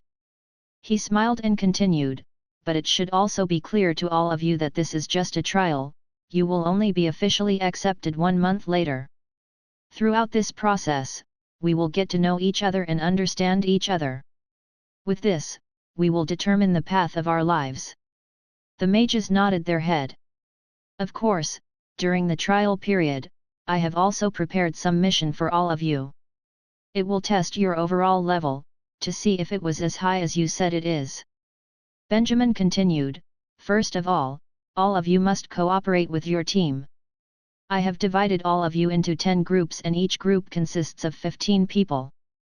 The grouping list will be sent to you shortly. For the coming month, your team members will decide if you can stay or leave. Therefore, please trust them." Hearing that, most of the mages were surprised and they started discussing among themselves. "Master Benjamin, can we choose our own teammates?" some people asked. Then the others followed and hopingly looked over. Benjamin shook his head. Chapter 344, Developing Rules. Benjamin had his own way of dividing them into groups. Splitting them into groups was just the start. He hoped to train them to quickly adapt the ability to work as a team. To ensure equality, he definitely cannot allow them to choose their own teammates, or else it would have defeated the purpose. Like he said, the magic strength of these people did not matter. Therefore, this trial period would be crucial. He would not recruit all 150 of them as that will be too extreme. Besides, that would be too difficult to manage and their expenses would increase dramatically. So in the end, Benjamin only intended to keep half of all these ambition mages standing in front of him. And he had already thought of a way to assess them. From today onwards, all of you will be divided into 10 groups and all the groups will be registered separately in the Mercenary Association. All of you are free to take on any mission. He scanned through the crowd and said, all the groups can choose to do any type of mission and the group will get to keep all the rewards. A month later, any mercenary group that successfully gets promoted by 2 ranks will be considered as they have passed the trial period and will officially become one of us. After hearing that, most of them were stunned. There were such assessment methods? Just the fact that they can keep all their income was enough to surprise them. Won't Benjamin lose money by doing that? To be honest, a mercenary group with 15 people wanting to get promoted by 2 ranks in a month will not be easy. The number of tasks that needed for them to complete was a little overwhelming. At least, the mercenary group did not do that. These people were combat mages, so they naturally understood the difficulty of it. By temporarily forming a group of 15, if they all do not have cooperation skills, there was no need to mention fights.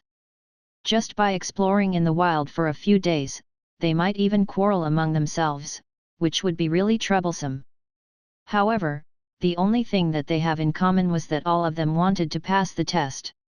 Whether they were attracted by the robes in the exhibition or how shocked they were when they were introduced to the modern-day concept during the interview, one thing that all the mages had in common was that they wanted to grow stronger. Only the desire to strive higher will drive them out of their comfort zone, take the first step and accept all the strange ideas that Benjamin have in mind. Therefore, at that moment, what most of the mages had in mind was not how crazy the test was, but the chances of them getting any reliable teammates. If they wanted to get promoted by 2 ranks in a month, they do not need powerful teammates. Instead, they absolutely cannot be a burden. If not, those who were very confident in their own ability would certainly be a burden too. Therefore, under their worried gaze, Benjamin distributed the grouping list. After that, one commotion after another started among the crowd. Oh no, who is this? There's no one in the team that I'm familiar with, this is bad. As expected, we are not on the same team.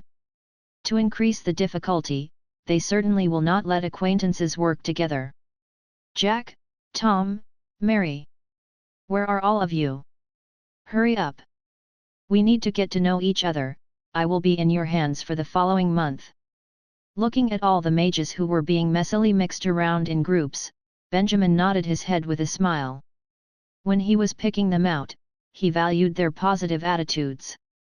And now, this attitude allowed these mages to face the problem without raising any objections, and none of them had given up yet.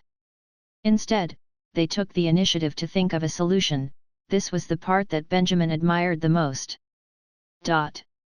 However, he could not have given these people a challenge and not do anything more.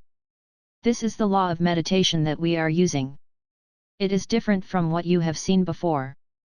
This will allow you to train your spiritual energy and your elemental affinity at the same time, which is extremely efficient. He took out the law of meditation that he modified from the church and continued, as long as you have passed the test, I will give it to all of you. After hearing what he said, the mages could not hide the desire in their eyes. Those who came to the interview were not successful people. Most of them had just started off as a mage. Their laws of meditation were basically entry-leveled laws, and so, they naturally understood how greatly they can improve with a good law of meditation.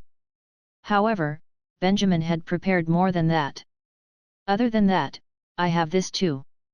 He took a pendant with a cross on it from his pocket and said, this came from the church. By wearing it, it will enhance your spiritual energy, and this is my reward for you too. For the first group that passes the test, I will choose one of you with the best performance and reward you with this pendant. Instantly, all the mages had their eyes wide open. Another magical tool. Benjamin's generosity had completely shocked them. With all the stuff that he mentioned, why would anyone give it away without any hesitation? By doing so, their motivation was completely fired up. In the context of a Japanese comic book, their eyes were fired up too. But, all of you do not have to pay too much attention to it. Getting through the test is your main goal. Benjamin added, this is not something rare. In the future, all of you will have the opportunity to get better tools. Really? Someone could not help but ask. Benjamin smiled and nodded, of course it's true. All the mages clenched their fists eagerly, as though for a moment, the difficulty of the test was thrown to the back of their heads. Was he joking? With such benefits, they would risk their lives for it. But when the crowd started to quiet down, Benjamin looked at them and his expression slowly turned serious. Having such benefits, all of you should also understand that it will be different here. He had to make things clear. As he caught everyone's attention, he went silent for a moment, then he suddenly said with a cold voice and a murderous intention, there will be chaos soon. Everyone looked at each other and for a moment, no one spoke, it was dead silent. You must have heard about the changes made by the church in Isar. Benjamin said, some of you might think that the Kingdom of Helius is far from us, and if they were to start a war, it will definitely be in Isar. But, I can tell all of you that there are spies from the church that have infiltrated Ferelden a long time ago. Changes that happened in Isar might happen here at any time. Everyone started an uproar. Benjamin did not care about their reaction, instead, he spoke faster. By telling all of you about this, it does not mean that I want all of you to fight against the church and save Isar. We are just ordinary people, we would rather live our lives peacefully, and it is difficult to bear such an important task. What I hope is that when changes have been made, we will have the ability to control our own destiny. Therefore, we cannot be lost soldiers who scatter or flee when something happens, hide in the caves like the olden days, or comfort yourself that you are some hermit living in solitude. We have to stand together at the top so that people will know that we matter in this world. I know that it might be hard for some of you to accept that.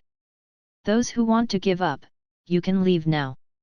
Up until here, Benjamin closed his eyes, and for those who want to become stronger and those who want control your own destiny, lift up your right hand.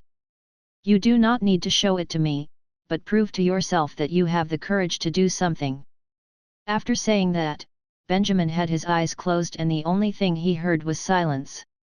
That was probably the loudest silence in the world. So, he opened his eyes and smiled. I'm glad that all of you made the right choice. Chapter 345, Thieves Who Do Not Want to Leave. Soon, the 150 mages in the hall started to march out with high spirit. Seeing that, Benjamin nodded his head in satisfaction. It seemed that he was quite talented in brainwashing. Mr. Benjamin, what you said just now about the spies in Ferelden and changes might happen anytime, is it true? Joanna, who was standing at the side, came forward together with the other senior mages, and they looked at Benjamin nervously. Re-envl.c. Hearing that, Benjamin put on a serious look. He nodded his head. There was no point in hiding it. After all, the church will forever be the enemy of mages. Even if the probationary mages spread the news, he felt that it was the right thing to do, and it will be a good thing too. The mages in Ferelden were living so leisurely that they have forgotten to fight for real peace. If what Benjamin did was to raise some of their awareness, even if he gets marked by the church and receive revenge, it will be worth it. Moreover, since when did the church not hate on all the mages? The spies were very well hidden in Ferelden, not a single trace of them was found. Benjamin was hoping that they would stir up some trouble. We need to stop them. The mages said so, after getting confirmation.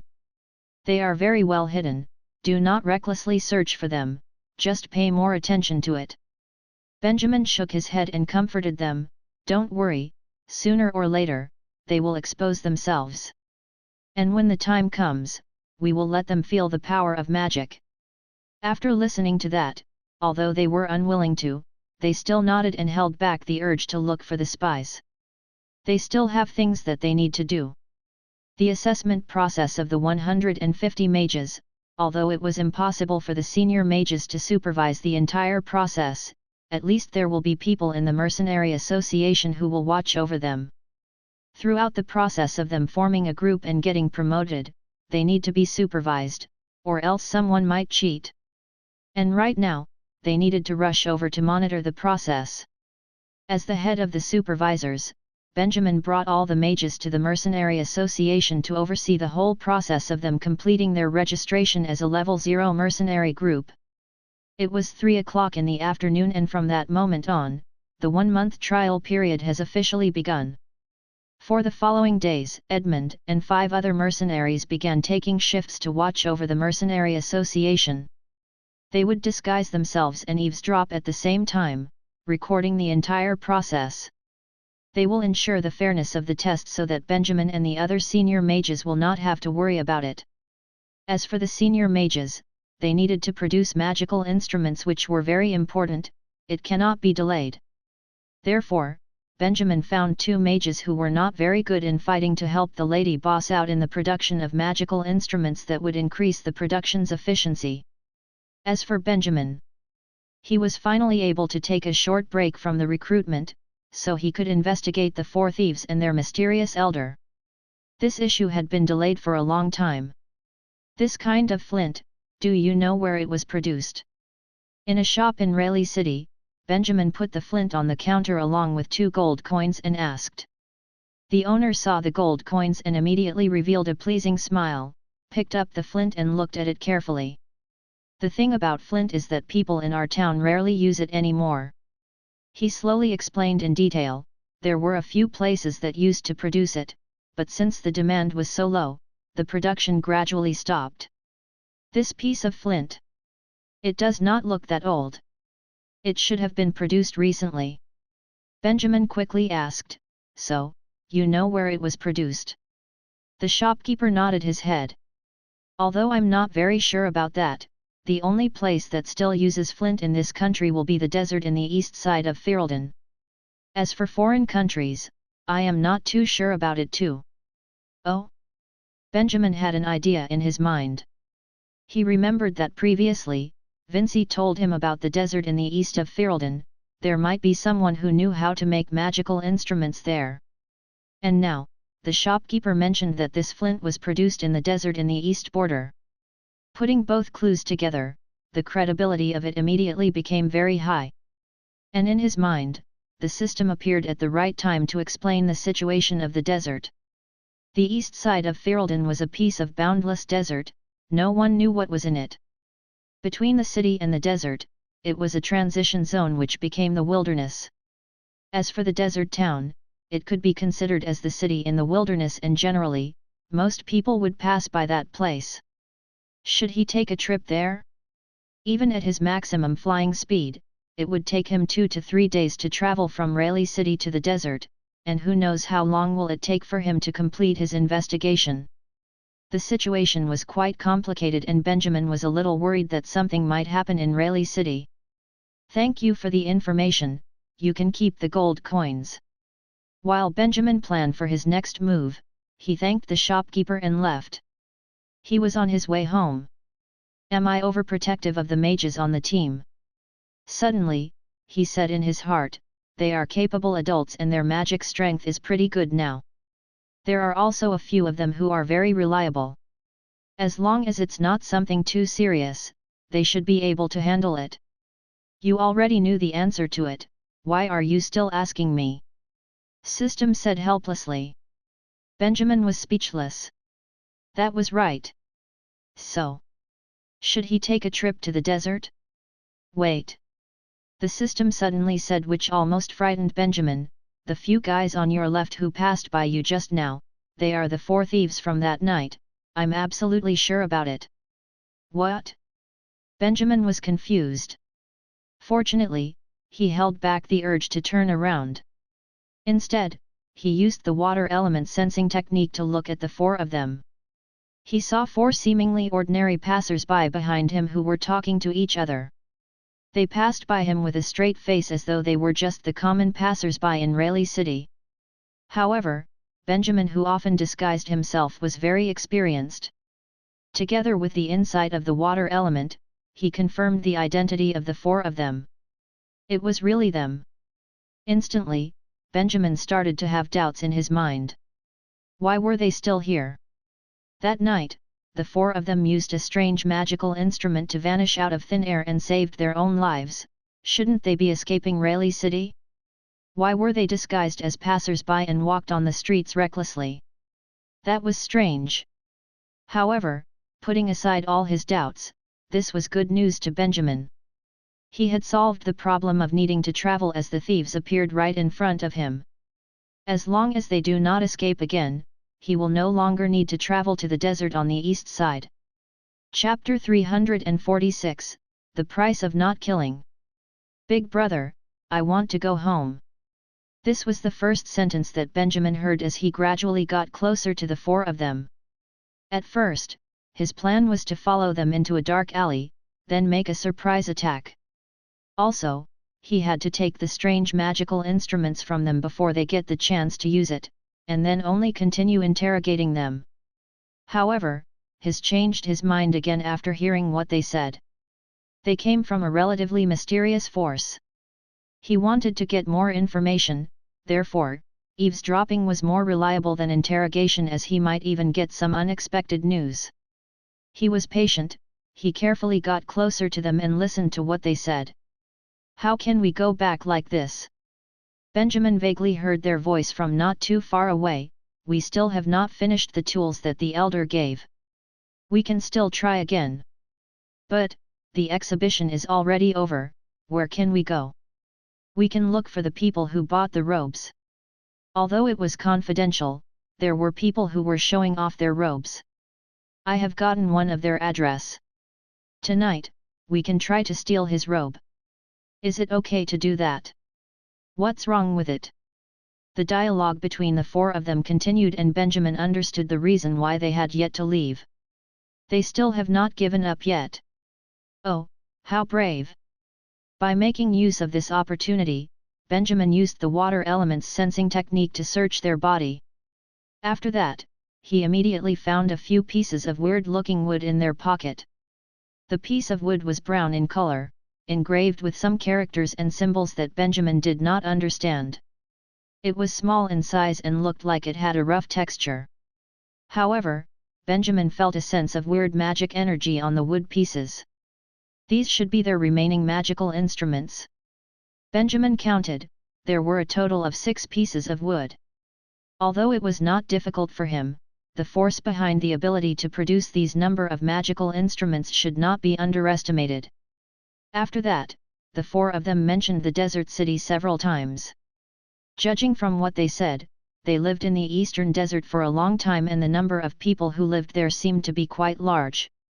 But other than the elder, the others did not seem to matter, they rarely mentioned them and it even seemed like they rarely met. Benjamin found such an organization very odd. There were people who can produce magical instruments and allegedly, there were also powerful mages, as well as low-life thieves like the four of them. All types of people, forming a complex force, hiding in that huge desert for such a long time, but there weren't many rumors about them. From what Benjamin gathered, if not for the exhibition that Benjamin hosted, they would not even be here. If not, they would have stayed hidden in the desert forever, until the end of the world. What was this? Hermit Alliance? There were really all kinds of people in Ferelden.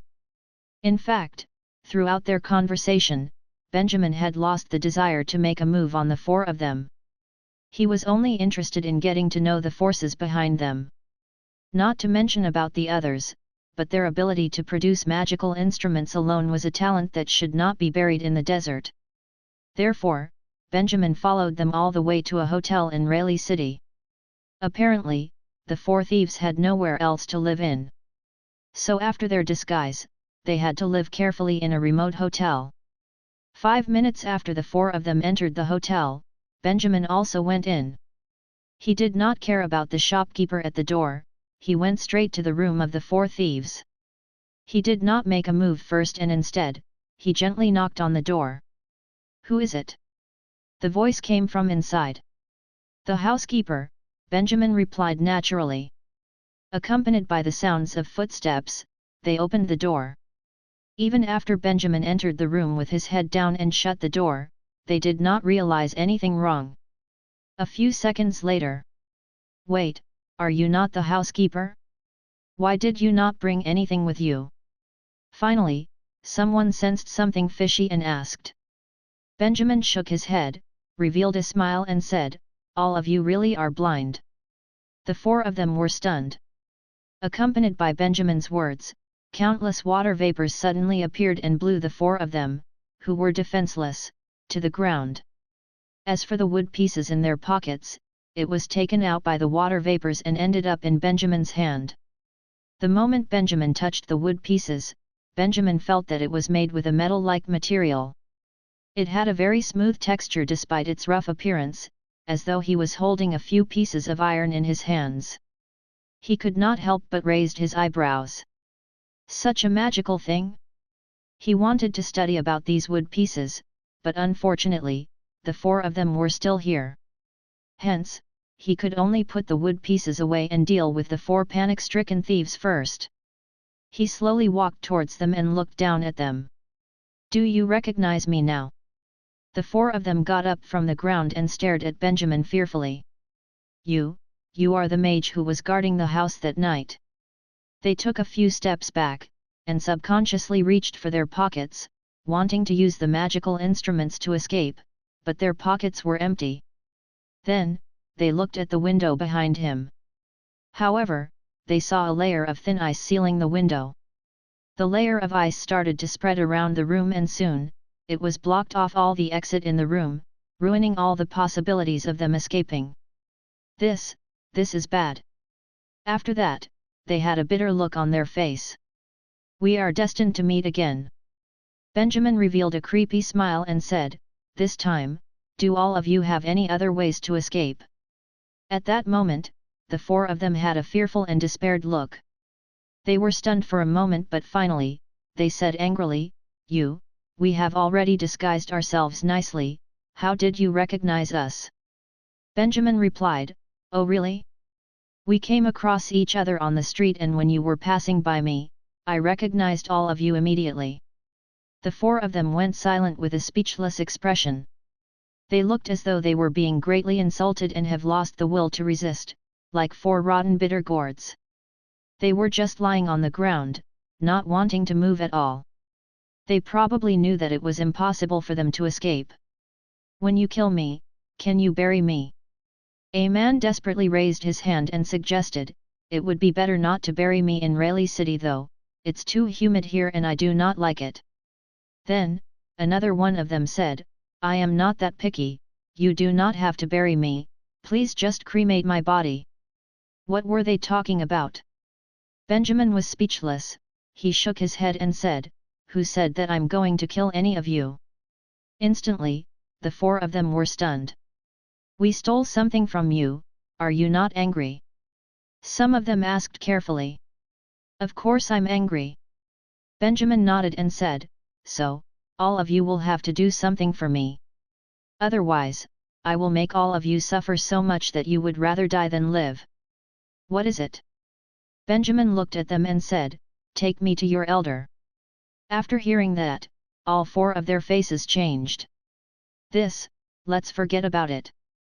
One of them hesitated for a moment, then laughed and said, "It's so far away and it will be very tiring, there's nothing worth seeing, so let's not go there." Hearing that, Benjamin made a sound without showing his emotion but in his heart.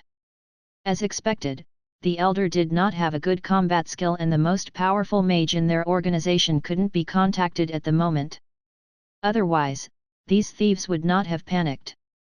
Chapter 347, The Border of the City of Desert. "All of you are not qualified to negotiate," Benjamin said with a cold face. "Take me to the man who made the magic tools, or I will torture all of you and force you to tell me the address, then I will go by myself." Instantly, the four of them had a terrified look. "No, please no." Seeing that, Benjamin continued to threaten them. "It's your choice, whether you want live or die, you decide for yourself." Forget it, we'll bring you there." Finally, after Benjamin's oppression, the four of them gave in. "Before we bring you there, can I ask, what do you plan to do?" One of them asked cautiously. "I will not mistreat people with talent." Benjamin slowly said, "The technique of creating magic tools was lost for a long time. Therefore, someone who can create magic tools should not be hiding inside the eastern desert. So, you are not trying to kill our family for revenge?" Benjamin put his hands out and said, "Why should I kill your family for revenge?" What kind of question was that? Did he look that evil? The four of them looked at each other and went silent for a moment. Finally, one of them said, "Well, okay, we'll take you there. But, the place is quite far from here. Do you want to leave now?" Benjamin nodded his head and said, "Before we leave, I want to know more about the organization. Also, I need to slightly restrain the four of you." After saying that, he cut his finger and casted a spell. Accompanied by a strange elemental disturbance, he gently swung his hand and a few drops of blood splashed on four of their faces. And with a blink of an eye, the blood melted into their skin. The four of them were frightened and they panicked. What did you do to us?" Benjamin shrugged his shoulders and said, "Just a curse. From now on, your lives will be in my hand. If I do not remove the curse, 1 month later, your intestines will rot and all of you will die in extreme pain. So, forget all the evil ideas, be obedient and I will remove the curse." Putting a curse on someone really was the best choice to keep someone under control. After listening to what Benjamin said, the four thieves were very dejected and they became exceptionally obedient. No matter what Benjamin asked, they will answer and they no longer dare to drag their replies or try to change the topic. "What is the organization that you are in?" "We do not have a fixed name, actually, it cannot be considered as an organization, we call ourselves those in the desert, whereas those living in the north will be called those in the north desert and those living in the south will be called those living in the south desert." "Then, how many people are there in total?" "There are a lot of us, around few hundred of us, but, we are not familiar with most of them. They are all mages who do not socialize, at most, they will talk to the elder but no one cares about us." "How did all of you gather together?" "Everyone did not like to travel, so they would hide in the desert, but, there are a lot of magical beasts in the desert, which made it difficult to live in. In the end, the elder created something that could drive magic beast away, so people can live in the desert. Everyone is grateful, so we will gather together occasionally to help the elder out. Therefore, after asking a few questions, Benjamin understood a lot of things. First of all, he can be rest assured. They were not considered as an organization, and not to mention their power. They were just a group of hermit mages that were being tied together out of gratitude, so they will not be a threat to Benjamin. Also, the elder was the only one who knew how to create magic tools. But according to what the thieves said, the elder had great abilities. He was like a god to them as he had unlimited creativity. Therefore, Benjamin was more interested in it. He asked a lot about the elder, but the thieves did not seem to know much. All they knew was, the elder was a mage who lived in seclusion in the eastern desert. As to what was his name, his origin, or where did he learn his ability, these people did not know anything about it. However, Benjamin did not mind. He already knew the exact location, and flying there will not be too time-consuming. They sent people to secretly steal his robe, so he had the upper hand. Even if there was no way for him to recruit him, at least he needed some new recipes. They can only produce some textile now, and the quality was still relatively low. He need to find ways to further expand the business. For example, magic tools that will allow someone to teleport. He felt that it will be very practical, and it would be the best if everyone in the team had one of it. In short, since the mage's probationary period had just started, there should not be any problem. So, he better take a trip there quickly. I'll go back and prepare something for the trip. All of you start preparing too. We'll leave in half an hour, he said to the four of them. The four of them had a bitter look. We have not gotten a robe yet. Benjamin was speechless. You elder wanted the robe because he was curious about our production technique, right? Now that I'm meeting him, why would you still need the robes? The four of them were lost for words. Re-NVL.C. Seeing that, Benjamin shook his head and exaggerated how powerful the curse was, so they will not have the idea to escape. Then, he went back home to prepare for the trip. Soon, he went back home without dawdling, informed the other mages, then he brought his luggage and once again came to the hotel. And the four thieves did not have much to prepare, so at the moment, they were obediently waiting there. That. Mr. Mage. If you want to save time, you can hire a carriage to the desert city. We know a driver with cheaper fares. One of them suggested. No. Benjamin shook his head and said, we are flying there. What? When the four of them were still stunned, he casted a spell and water vapors started to rise. It carried all five of them into the air 10 meters from the ground. The wind whistled in their ears and caused the four of them panic. Their hair looked like the scions. Mr. Mage. Benjamin smiled and interrupted them. Let's go. With a whiz, the five of them flew forward like an arrow in the air, accompanied by Benjamin's increased strength. His flying speed was gradually increasing and it overtook the speed of the cars, which was more convenient for rushed trips. This was also the reason why he can take a trip whenever he wants. Mr. Mage, can you slow down a little? The four of them wailed behind him. Benjamin shook his head with a smile. Of course not. After saying that, he increased the speed again. Therefore, the five people flew like a shooting star in the sky towards the destination that they navigated, the east side of Ferelden. 2 days later. Nothing happened during their way there and they successfully got near to their destination. The east side of Ferelden, the sky was grey in color, the sun was barely seen and the air had a hot feel to it. When the wind blew, sand grits will be blown to the air and pedestrians on the road had to narrow their eyes. There was nothing much there, only a few bamboo trees occasionally. Benjamin saw a seemingly small town in a distance, which looked like a piece of green land in the vast desert. Benjamin flew in the air, saw the town and nodded his head. Is the one in front the desert city? Saying that, he turned around and looked at the four thieves who were being carried by the water vapor. Unfortunately, the four of them had their eyes rolled back, mouth open, and there were white foams at the corner of their mouth. Their body were jerking and it seemed like they can't answer him. Seeing that, Benjamin shook his head helplessly. Using water vapor to carry someone can easily cause motion sickness, but, after his growth in strength, he could easily solve that problem. He can keep everyone stable in the air. However, after 2 consecutive days of being in the air with high speed, even though they will not roll down like a dumpling, but, their consciousness became a little fuzzy. With a weaker physique than a mage, how did they fight in close range? But he had no choice, he still need to rely on the 4 of them to lead the way to the elder. Therefore, Benjamin can only land at the side of the desert city. When the 5 of them landed from the sky, there were passers-by who looked, but none of them were too surprised, which proves that there were quite a number of mages around. Maybe the hermit mages in the wilderness would come here occasionally. Benjamin looked around to search for a hotel so he can wake the 4 of them up and continue their journey. However, at that moment, a voice came from behind and interrupted him. "You? Who are you? What did you do to the 4 of them?" Benjamin turned around confusingly.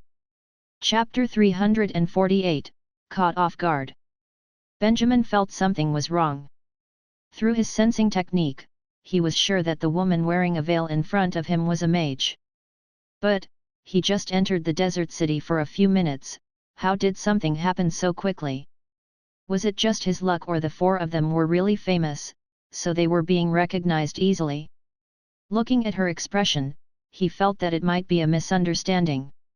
Therefore, he quickly explained, "Do not misunderstand, I did not do anything to them. They are not feeling well, but they will be fine after they rest." The masked woman was slightly surprised. "Are you their friends?" Benjamin frowned. Friends, could they be considered as friends?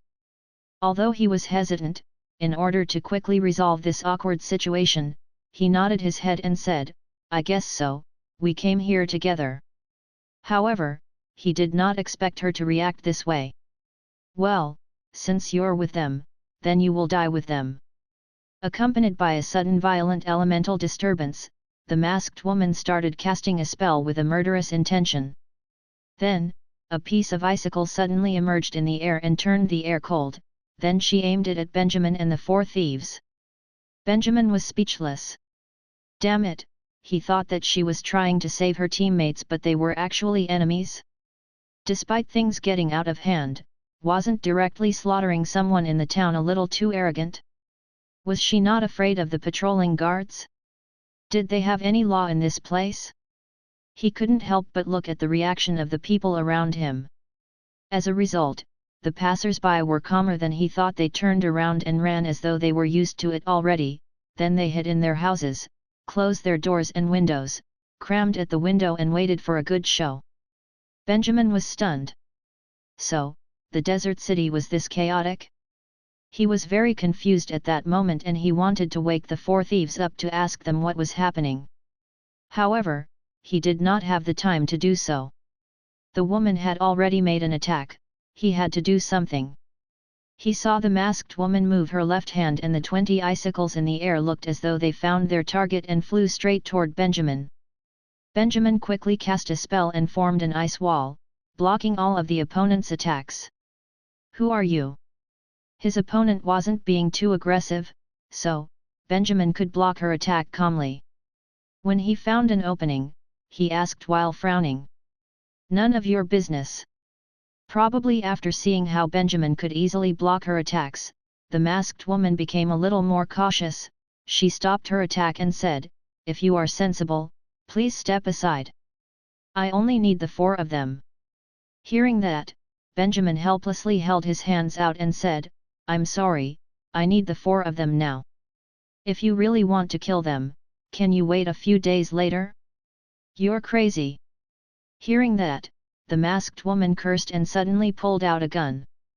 Benjamin did not expect her to aim the gun at the sky and pull the trigger. Bang! The sound of the loud gunshot echoed through the silent street. At first, Benjamin was still a little confused, but immediately, he understood what she was trying to do. Was she asking for help? Benjamin panicked. Although he still did not understand what was happening, looking at how fearless she was, her reinforcements should be quite powerful and they would not be easy to deal with. If it was before, Benjamin would most probably back out and run with 4 of them, then ask them what was happening. But now that he had grown stronger, he was allowed to act less cautiously.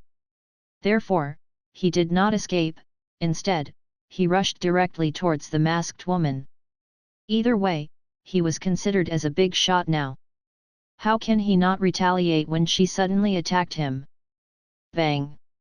Another gunshot was fired, but this time, she fired it at Benjamin. The masked woman's reaction was considered fast. He quickly activated a shield to block the blessed bullet. However, the shield that he had just summoned was being shattered by the bullet and was redispersed as shrapnel. Taking advantage of this opportunity, Benjamin went behind the masked woman. In a split second, he condensed a highly compressed water bomb in his hand. He held the water bomb in the air and threw it at the masked woman's head. Accompanied by the water splashing to the sky, the water bomb instantly exploded and the explosion created a large impact. The masked woman was caught off guard, as though she had been hit by a car. Boom, she was thrown 10 meters away like a bottle hit by a bowling ball.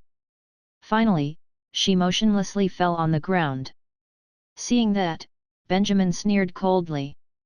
A mage hit in the head by a water bomb in such a close distance. Benjamin deliberately controlled the direction of the impact of the explosion, which caused an extremely powerful blow at the end. If Benjamin did not use the water vapor to support her hands, she might have been killed from the fall. Even so, after being exposed to such impact, she must have been badly hurt.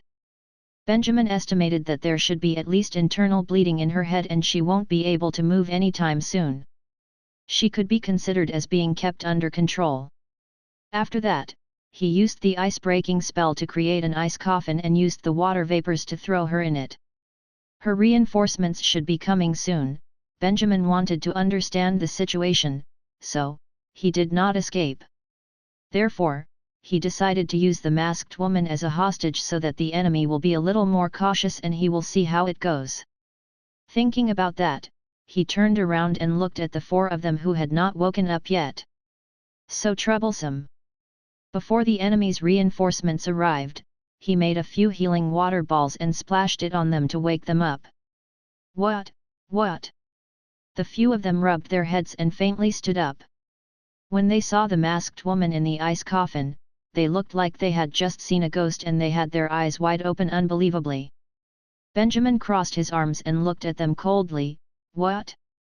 I should be the one asking, what is happening? Are you not planning to explain? The 4 of them scratched their heads and went silent. However, Benjamin did not have time to continue asking. Soon, he looked up at the sky with a serious look. Suddenly, he saw dozens of mages quickly flying towards his position.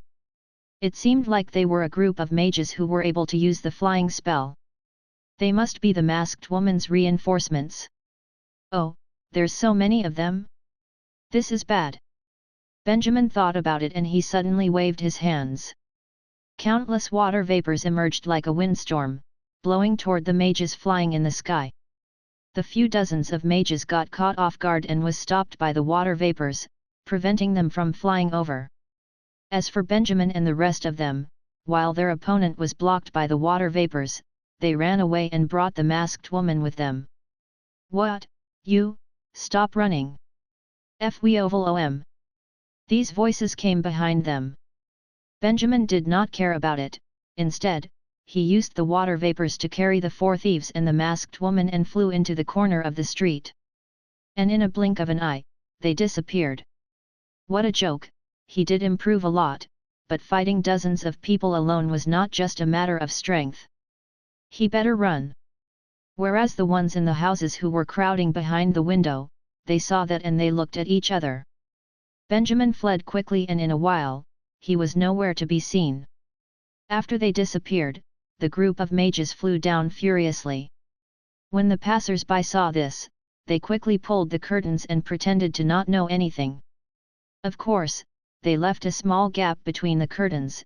If they were to look into the curtains carefully, they would have found a pair of curious eyes, silently watching the whole process. This is bad, that thing is still on her, and they took it together with them. After they landed, one of the mages said while panicking. The people behind the curtains excitedly opened their eyes widely.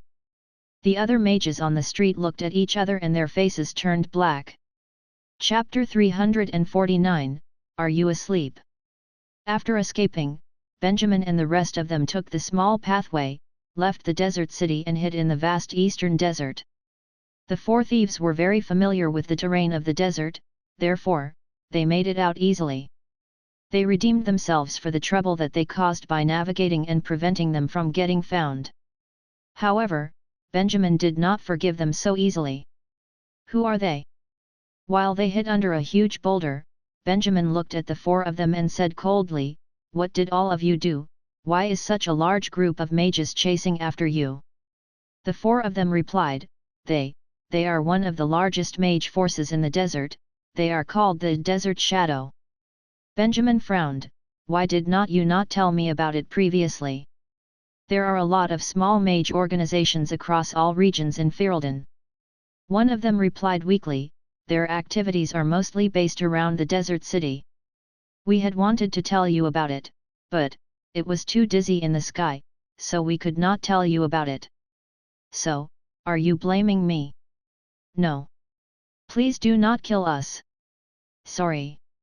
It's our fault. We're so sorry." Benjamin shook his head helplessly. However, if it was like what the thieves said, they were just a group of mages who were entrenched in Desert City, come to think of it, there were just 20 to 30 of them. In fact, there was nothing to be afraid of. If Benjamin had enough preparation, they would not have been hard to deal with. Thinking of this, he pointed at the masked woman who was still unconscious on the floor and asked, "Why did she go crazy when she saw all of you? Are they your enemies?" The thieves shook their heads and replied, "No, we are their enemies." Oh? Benjamin had something in his mind. Anyone who hides themselves in the wilderness of the desert has lived in the desert city at some point in their lives. The thieves continued to explain, "But the desert city is the Desert Shadow's territory and they are very arrogant, even the authorities cannot do anything about it. Every other mage that's passed through this city has a feud with them. Although the hermit mages are living in the wilderness, they still need to go to town occasionally to stock up on their resources. Their relationship had always bad, but, after the elder gathered all the hermit mages together, their relationship got worse and they almost started a few fights. Then all of you." The four of them said bitterly, "This group of people had been our enemies since a long time ago. Recently, they particularly hated the elder because they thought that the elder gathered all the secluded mages to go against them. However, the desert was too big and they could not find the elder, so they were picking on us. Every time we enter the desert city, we had to carefully disguise ourselves or it would be very troublesome if they found us." Hearing up until here, Benjamin finally nodded his head. So that was the reason. Even after living in seclusion, it was still inevitably to avoid drama and friction. Even in such a remote area like the eastern desert, as long as there were people, there will be endless battles, even those who lived in solitude could not avoid it. What if some people thought that they could live here in seclusion and came all the way here for retirement? How disappointed will they be? While thinking about that, he averted his gaze and looked the unconscious masked woman. "Do you know her?" The thieves nodded their head. "She seems to be related to the leader of the gang, her rank is quite high," one of them said angrily. "She was the one who threatened to kidnap the elder." Hearing that, Benjamin was quite happy, "Since I have settled her, would your elder be grateful about it?" They were stunned and hesitated for a moment before saying, "This. I think, according to elder's character, he would not grateful. He would not care even if she was dead or alive." Okay, Benjamin was a little disappointed. He thought that he could use her as leverage in exchange for some designs or recipes. But now it seemed like the masked woman was of no use to him. He should kill her soon. Moreover, since it dragged on for such a long time, the masked women should have been at her limits, even the healing water balls could hardly save her. He was being merciful by doing so, killing her could be considered as ending her misery. Look, he was a moral man. Therefore, he used an ice blade to gently slit her throat. The masked woman who was on the verge of death crooked her neck and passed away. Most importantly, after killing her, Benjamin did not forget search her body. Unexpectedly, in addition to a few bottles of strength-increasing magic potions, he found a weird bracelet in the masked woman's pocket. The bracelet was silver in color and it was cold to touch. It seemed like it was made from some kind of unknown metal. The whole bracelet was radiating mysteriously. Benjamin held it in his hand and looked at it carefully. He felt a faint magic disturbance coming from it. This is a magic tool. Benjamin could not help but frown. The bracelet felt strange. It was unlike typical magical tools. It seemed to reverberate with a strange sense of an ancient relic. Unless it was an ancient relic? Benjamin tried invoking some energy into it, but just like throwing a hot chick into a crowd of gay men, it had no effect. Strange. Do you know what this is? He studied it for a while, and showed the bracelet to the four thieves. Unfortunately, four thieves also shook their heads. Maybe the elder will know about it, he's an expert in this. One of them suggested. Hearing that, Benjamin could not think of a better way, so he kept the bracelet and said, "Okay, let's bury the body and immediately bring me to your elder." Not to forget, that was the whole purpose of this trip. The four of them hastily nodded their heads. Therefore, after burying the masked women, Benjamin followed the four thieves and gradually entered the vast desert. They quickly moved forward. On the way there, they fought 5 to 6 magic beasts, and finally, they arrived at their destination an hour later. As though an oasis amongst the desert, there was a crude but rather spacious house behind a rock riprap. There seemed to be a mysterious energy protecting that place as it was not affected by the swirling sand grit. There were even a few green trees grown safely there. It seemed like the whole place was alive. Seeing that, Benjamin thoughtfully nodded his head. This was the power of magic tools.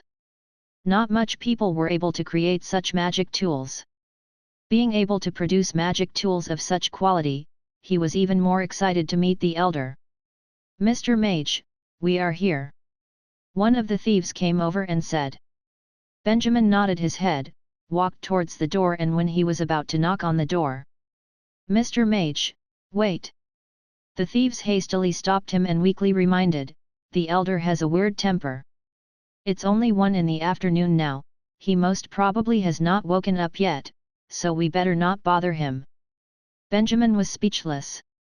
So, I have to wait until he gets up. This situation, why did it feel so familiar? If he was a very talented person, he wouldn't mind waiting. As long as he was willing to join his team, it would not be a big deal. But, someone who was living in seclusion in such a place, and based on the description of the four of them, Benjamin subconsciously felt that this elder was going to be an extremely troublesome person. Even if he were to wait for him, he would probably not appreciate it. Benjamin hesitated for a while and activated the water element sensing technique. He was planning to use it to scan through the insides the house first, then decide whether he should wait or not. However, a voice suddenly came from the house and interrupted him from peeping. "There's nothing here.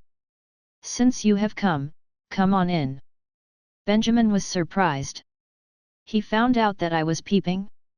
When the four thieves on his side heard it, they were pleasantly surprised. They quickly ran over there, and said while running, "Elder, we are back. You woke up early today." After being silent for a moment, the voice once again came from the house. Chapter 350, Cold Wheelchair. With a weird look, Benjamin followed behind the four thieves and walked into the house. The house looked quite spacious from the outside, but on the inside, it did not look spacious at all. A large variety of metal materials was arranged on the shelves in an overly compulsive manner, even the position and angles were the same. It looked as though it had been copied and pasted. The whole house was filled with shelves. All the shelves were neatly placed together and the spacing between each shelf was the same. There was a gap between the two shelves which could nicely accommodate two people to pass through it. Moreover, other than shelves, there was basically no other furniture. To arrange his house like this, the elder must have been crazy. Benjamin could not help but complain. "I'm sorry, it's not convenient for me to move around, so I can't get the door, please do not mind." At that moment, that person's voice came from a few shelves away.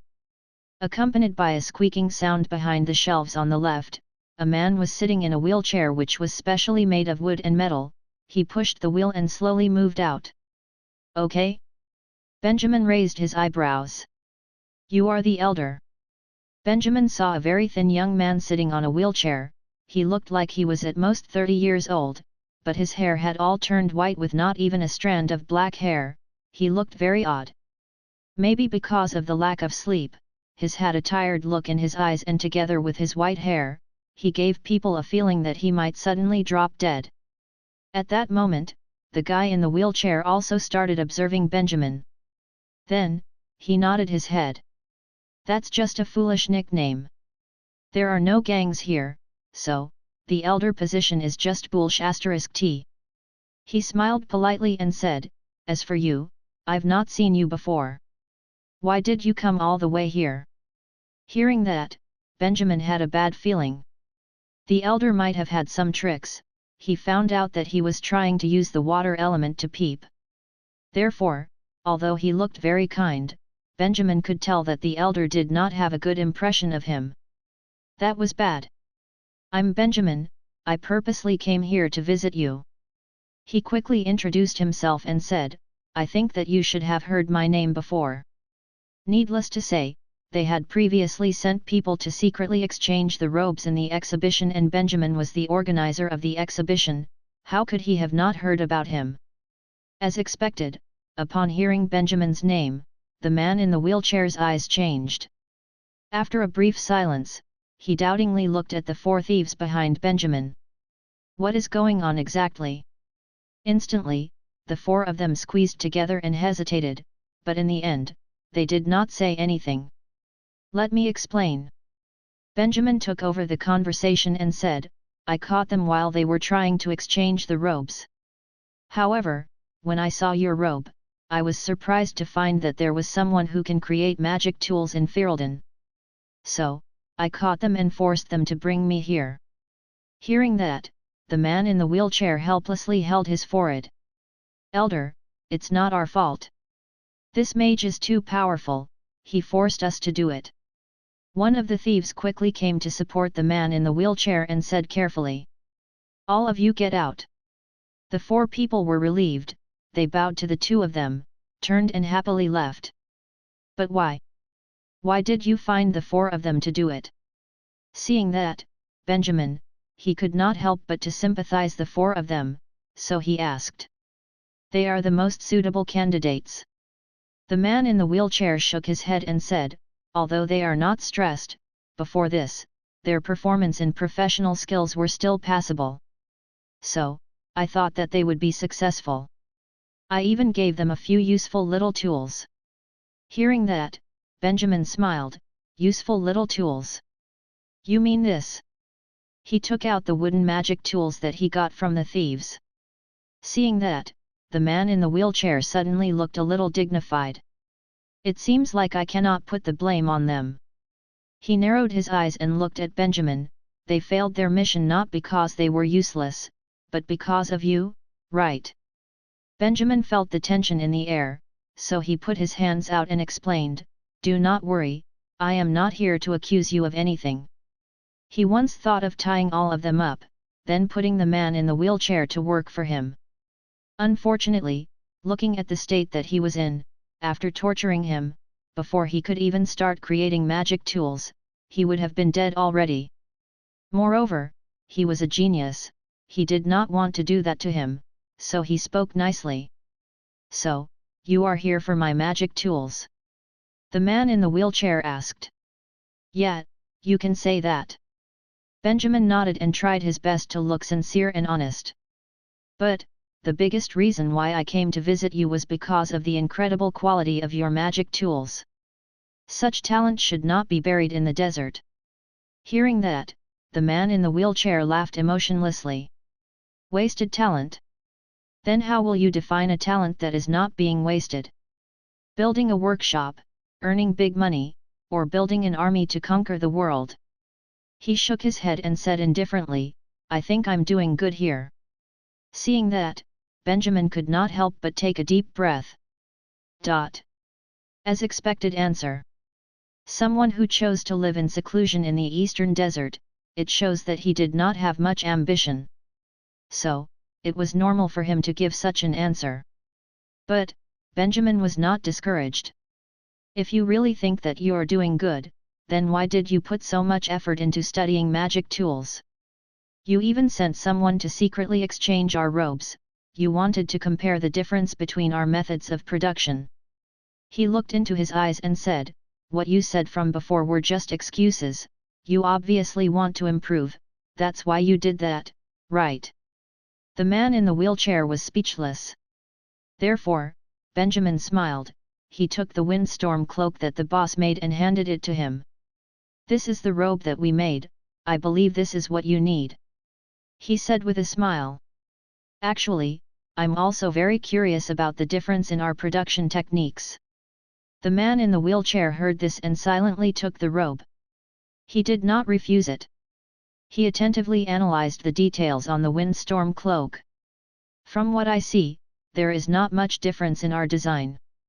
He put the robe down and said, "The materials and procedure should be the same.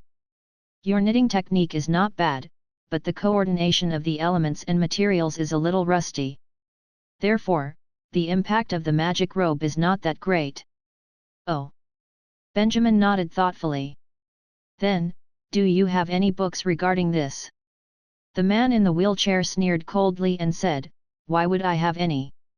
There might be some in other places, but in Ferelden, there will not be any books regarding magic tools production, and the technique to create magic tools does not exist." Benjamin frowned. He was still not willing to reveal any information. "How about this, let's have a deal," he thought and said, "I will tell you the source of my designs and you will tell me yours." The man in the wheelchair man shook his head and said, "I already know about the source of your production technique." "How did you know?" "Because of the invitation to your exhibition, I got one of them." The man in the wheelchair replied calmly, "In the catalogue of the exhibits, those are all magic robes that were popular 300 years ago. I think you should have explored some relic and accidentally found something that mages of that era left behind." He guessed it. After hearing that, Benjamin became the one who was speechless. "Mage Benjamin, I appreciate your ambition and hard work, but, not everything that you do will be rewarded." The man in the wheelchair saw that, shook his head and said, "Since you came, you tried to use magic to peep on me and you put a curse on the 4 of them. To be honest, after everything you did, it's hard for me to believe in what you say." Benjamin had no words.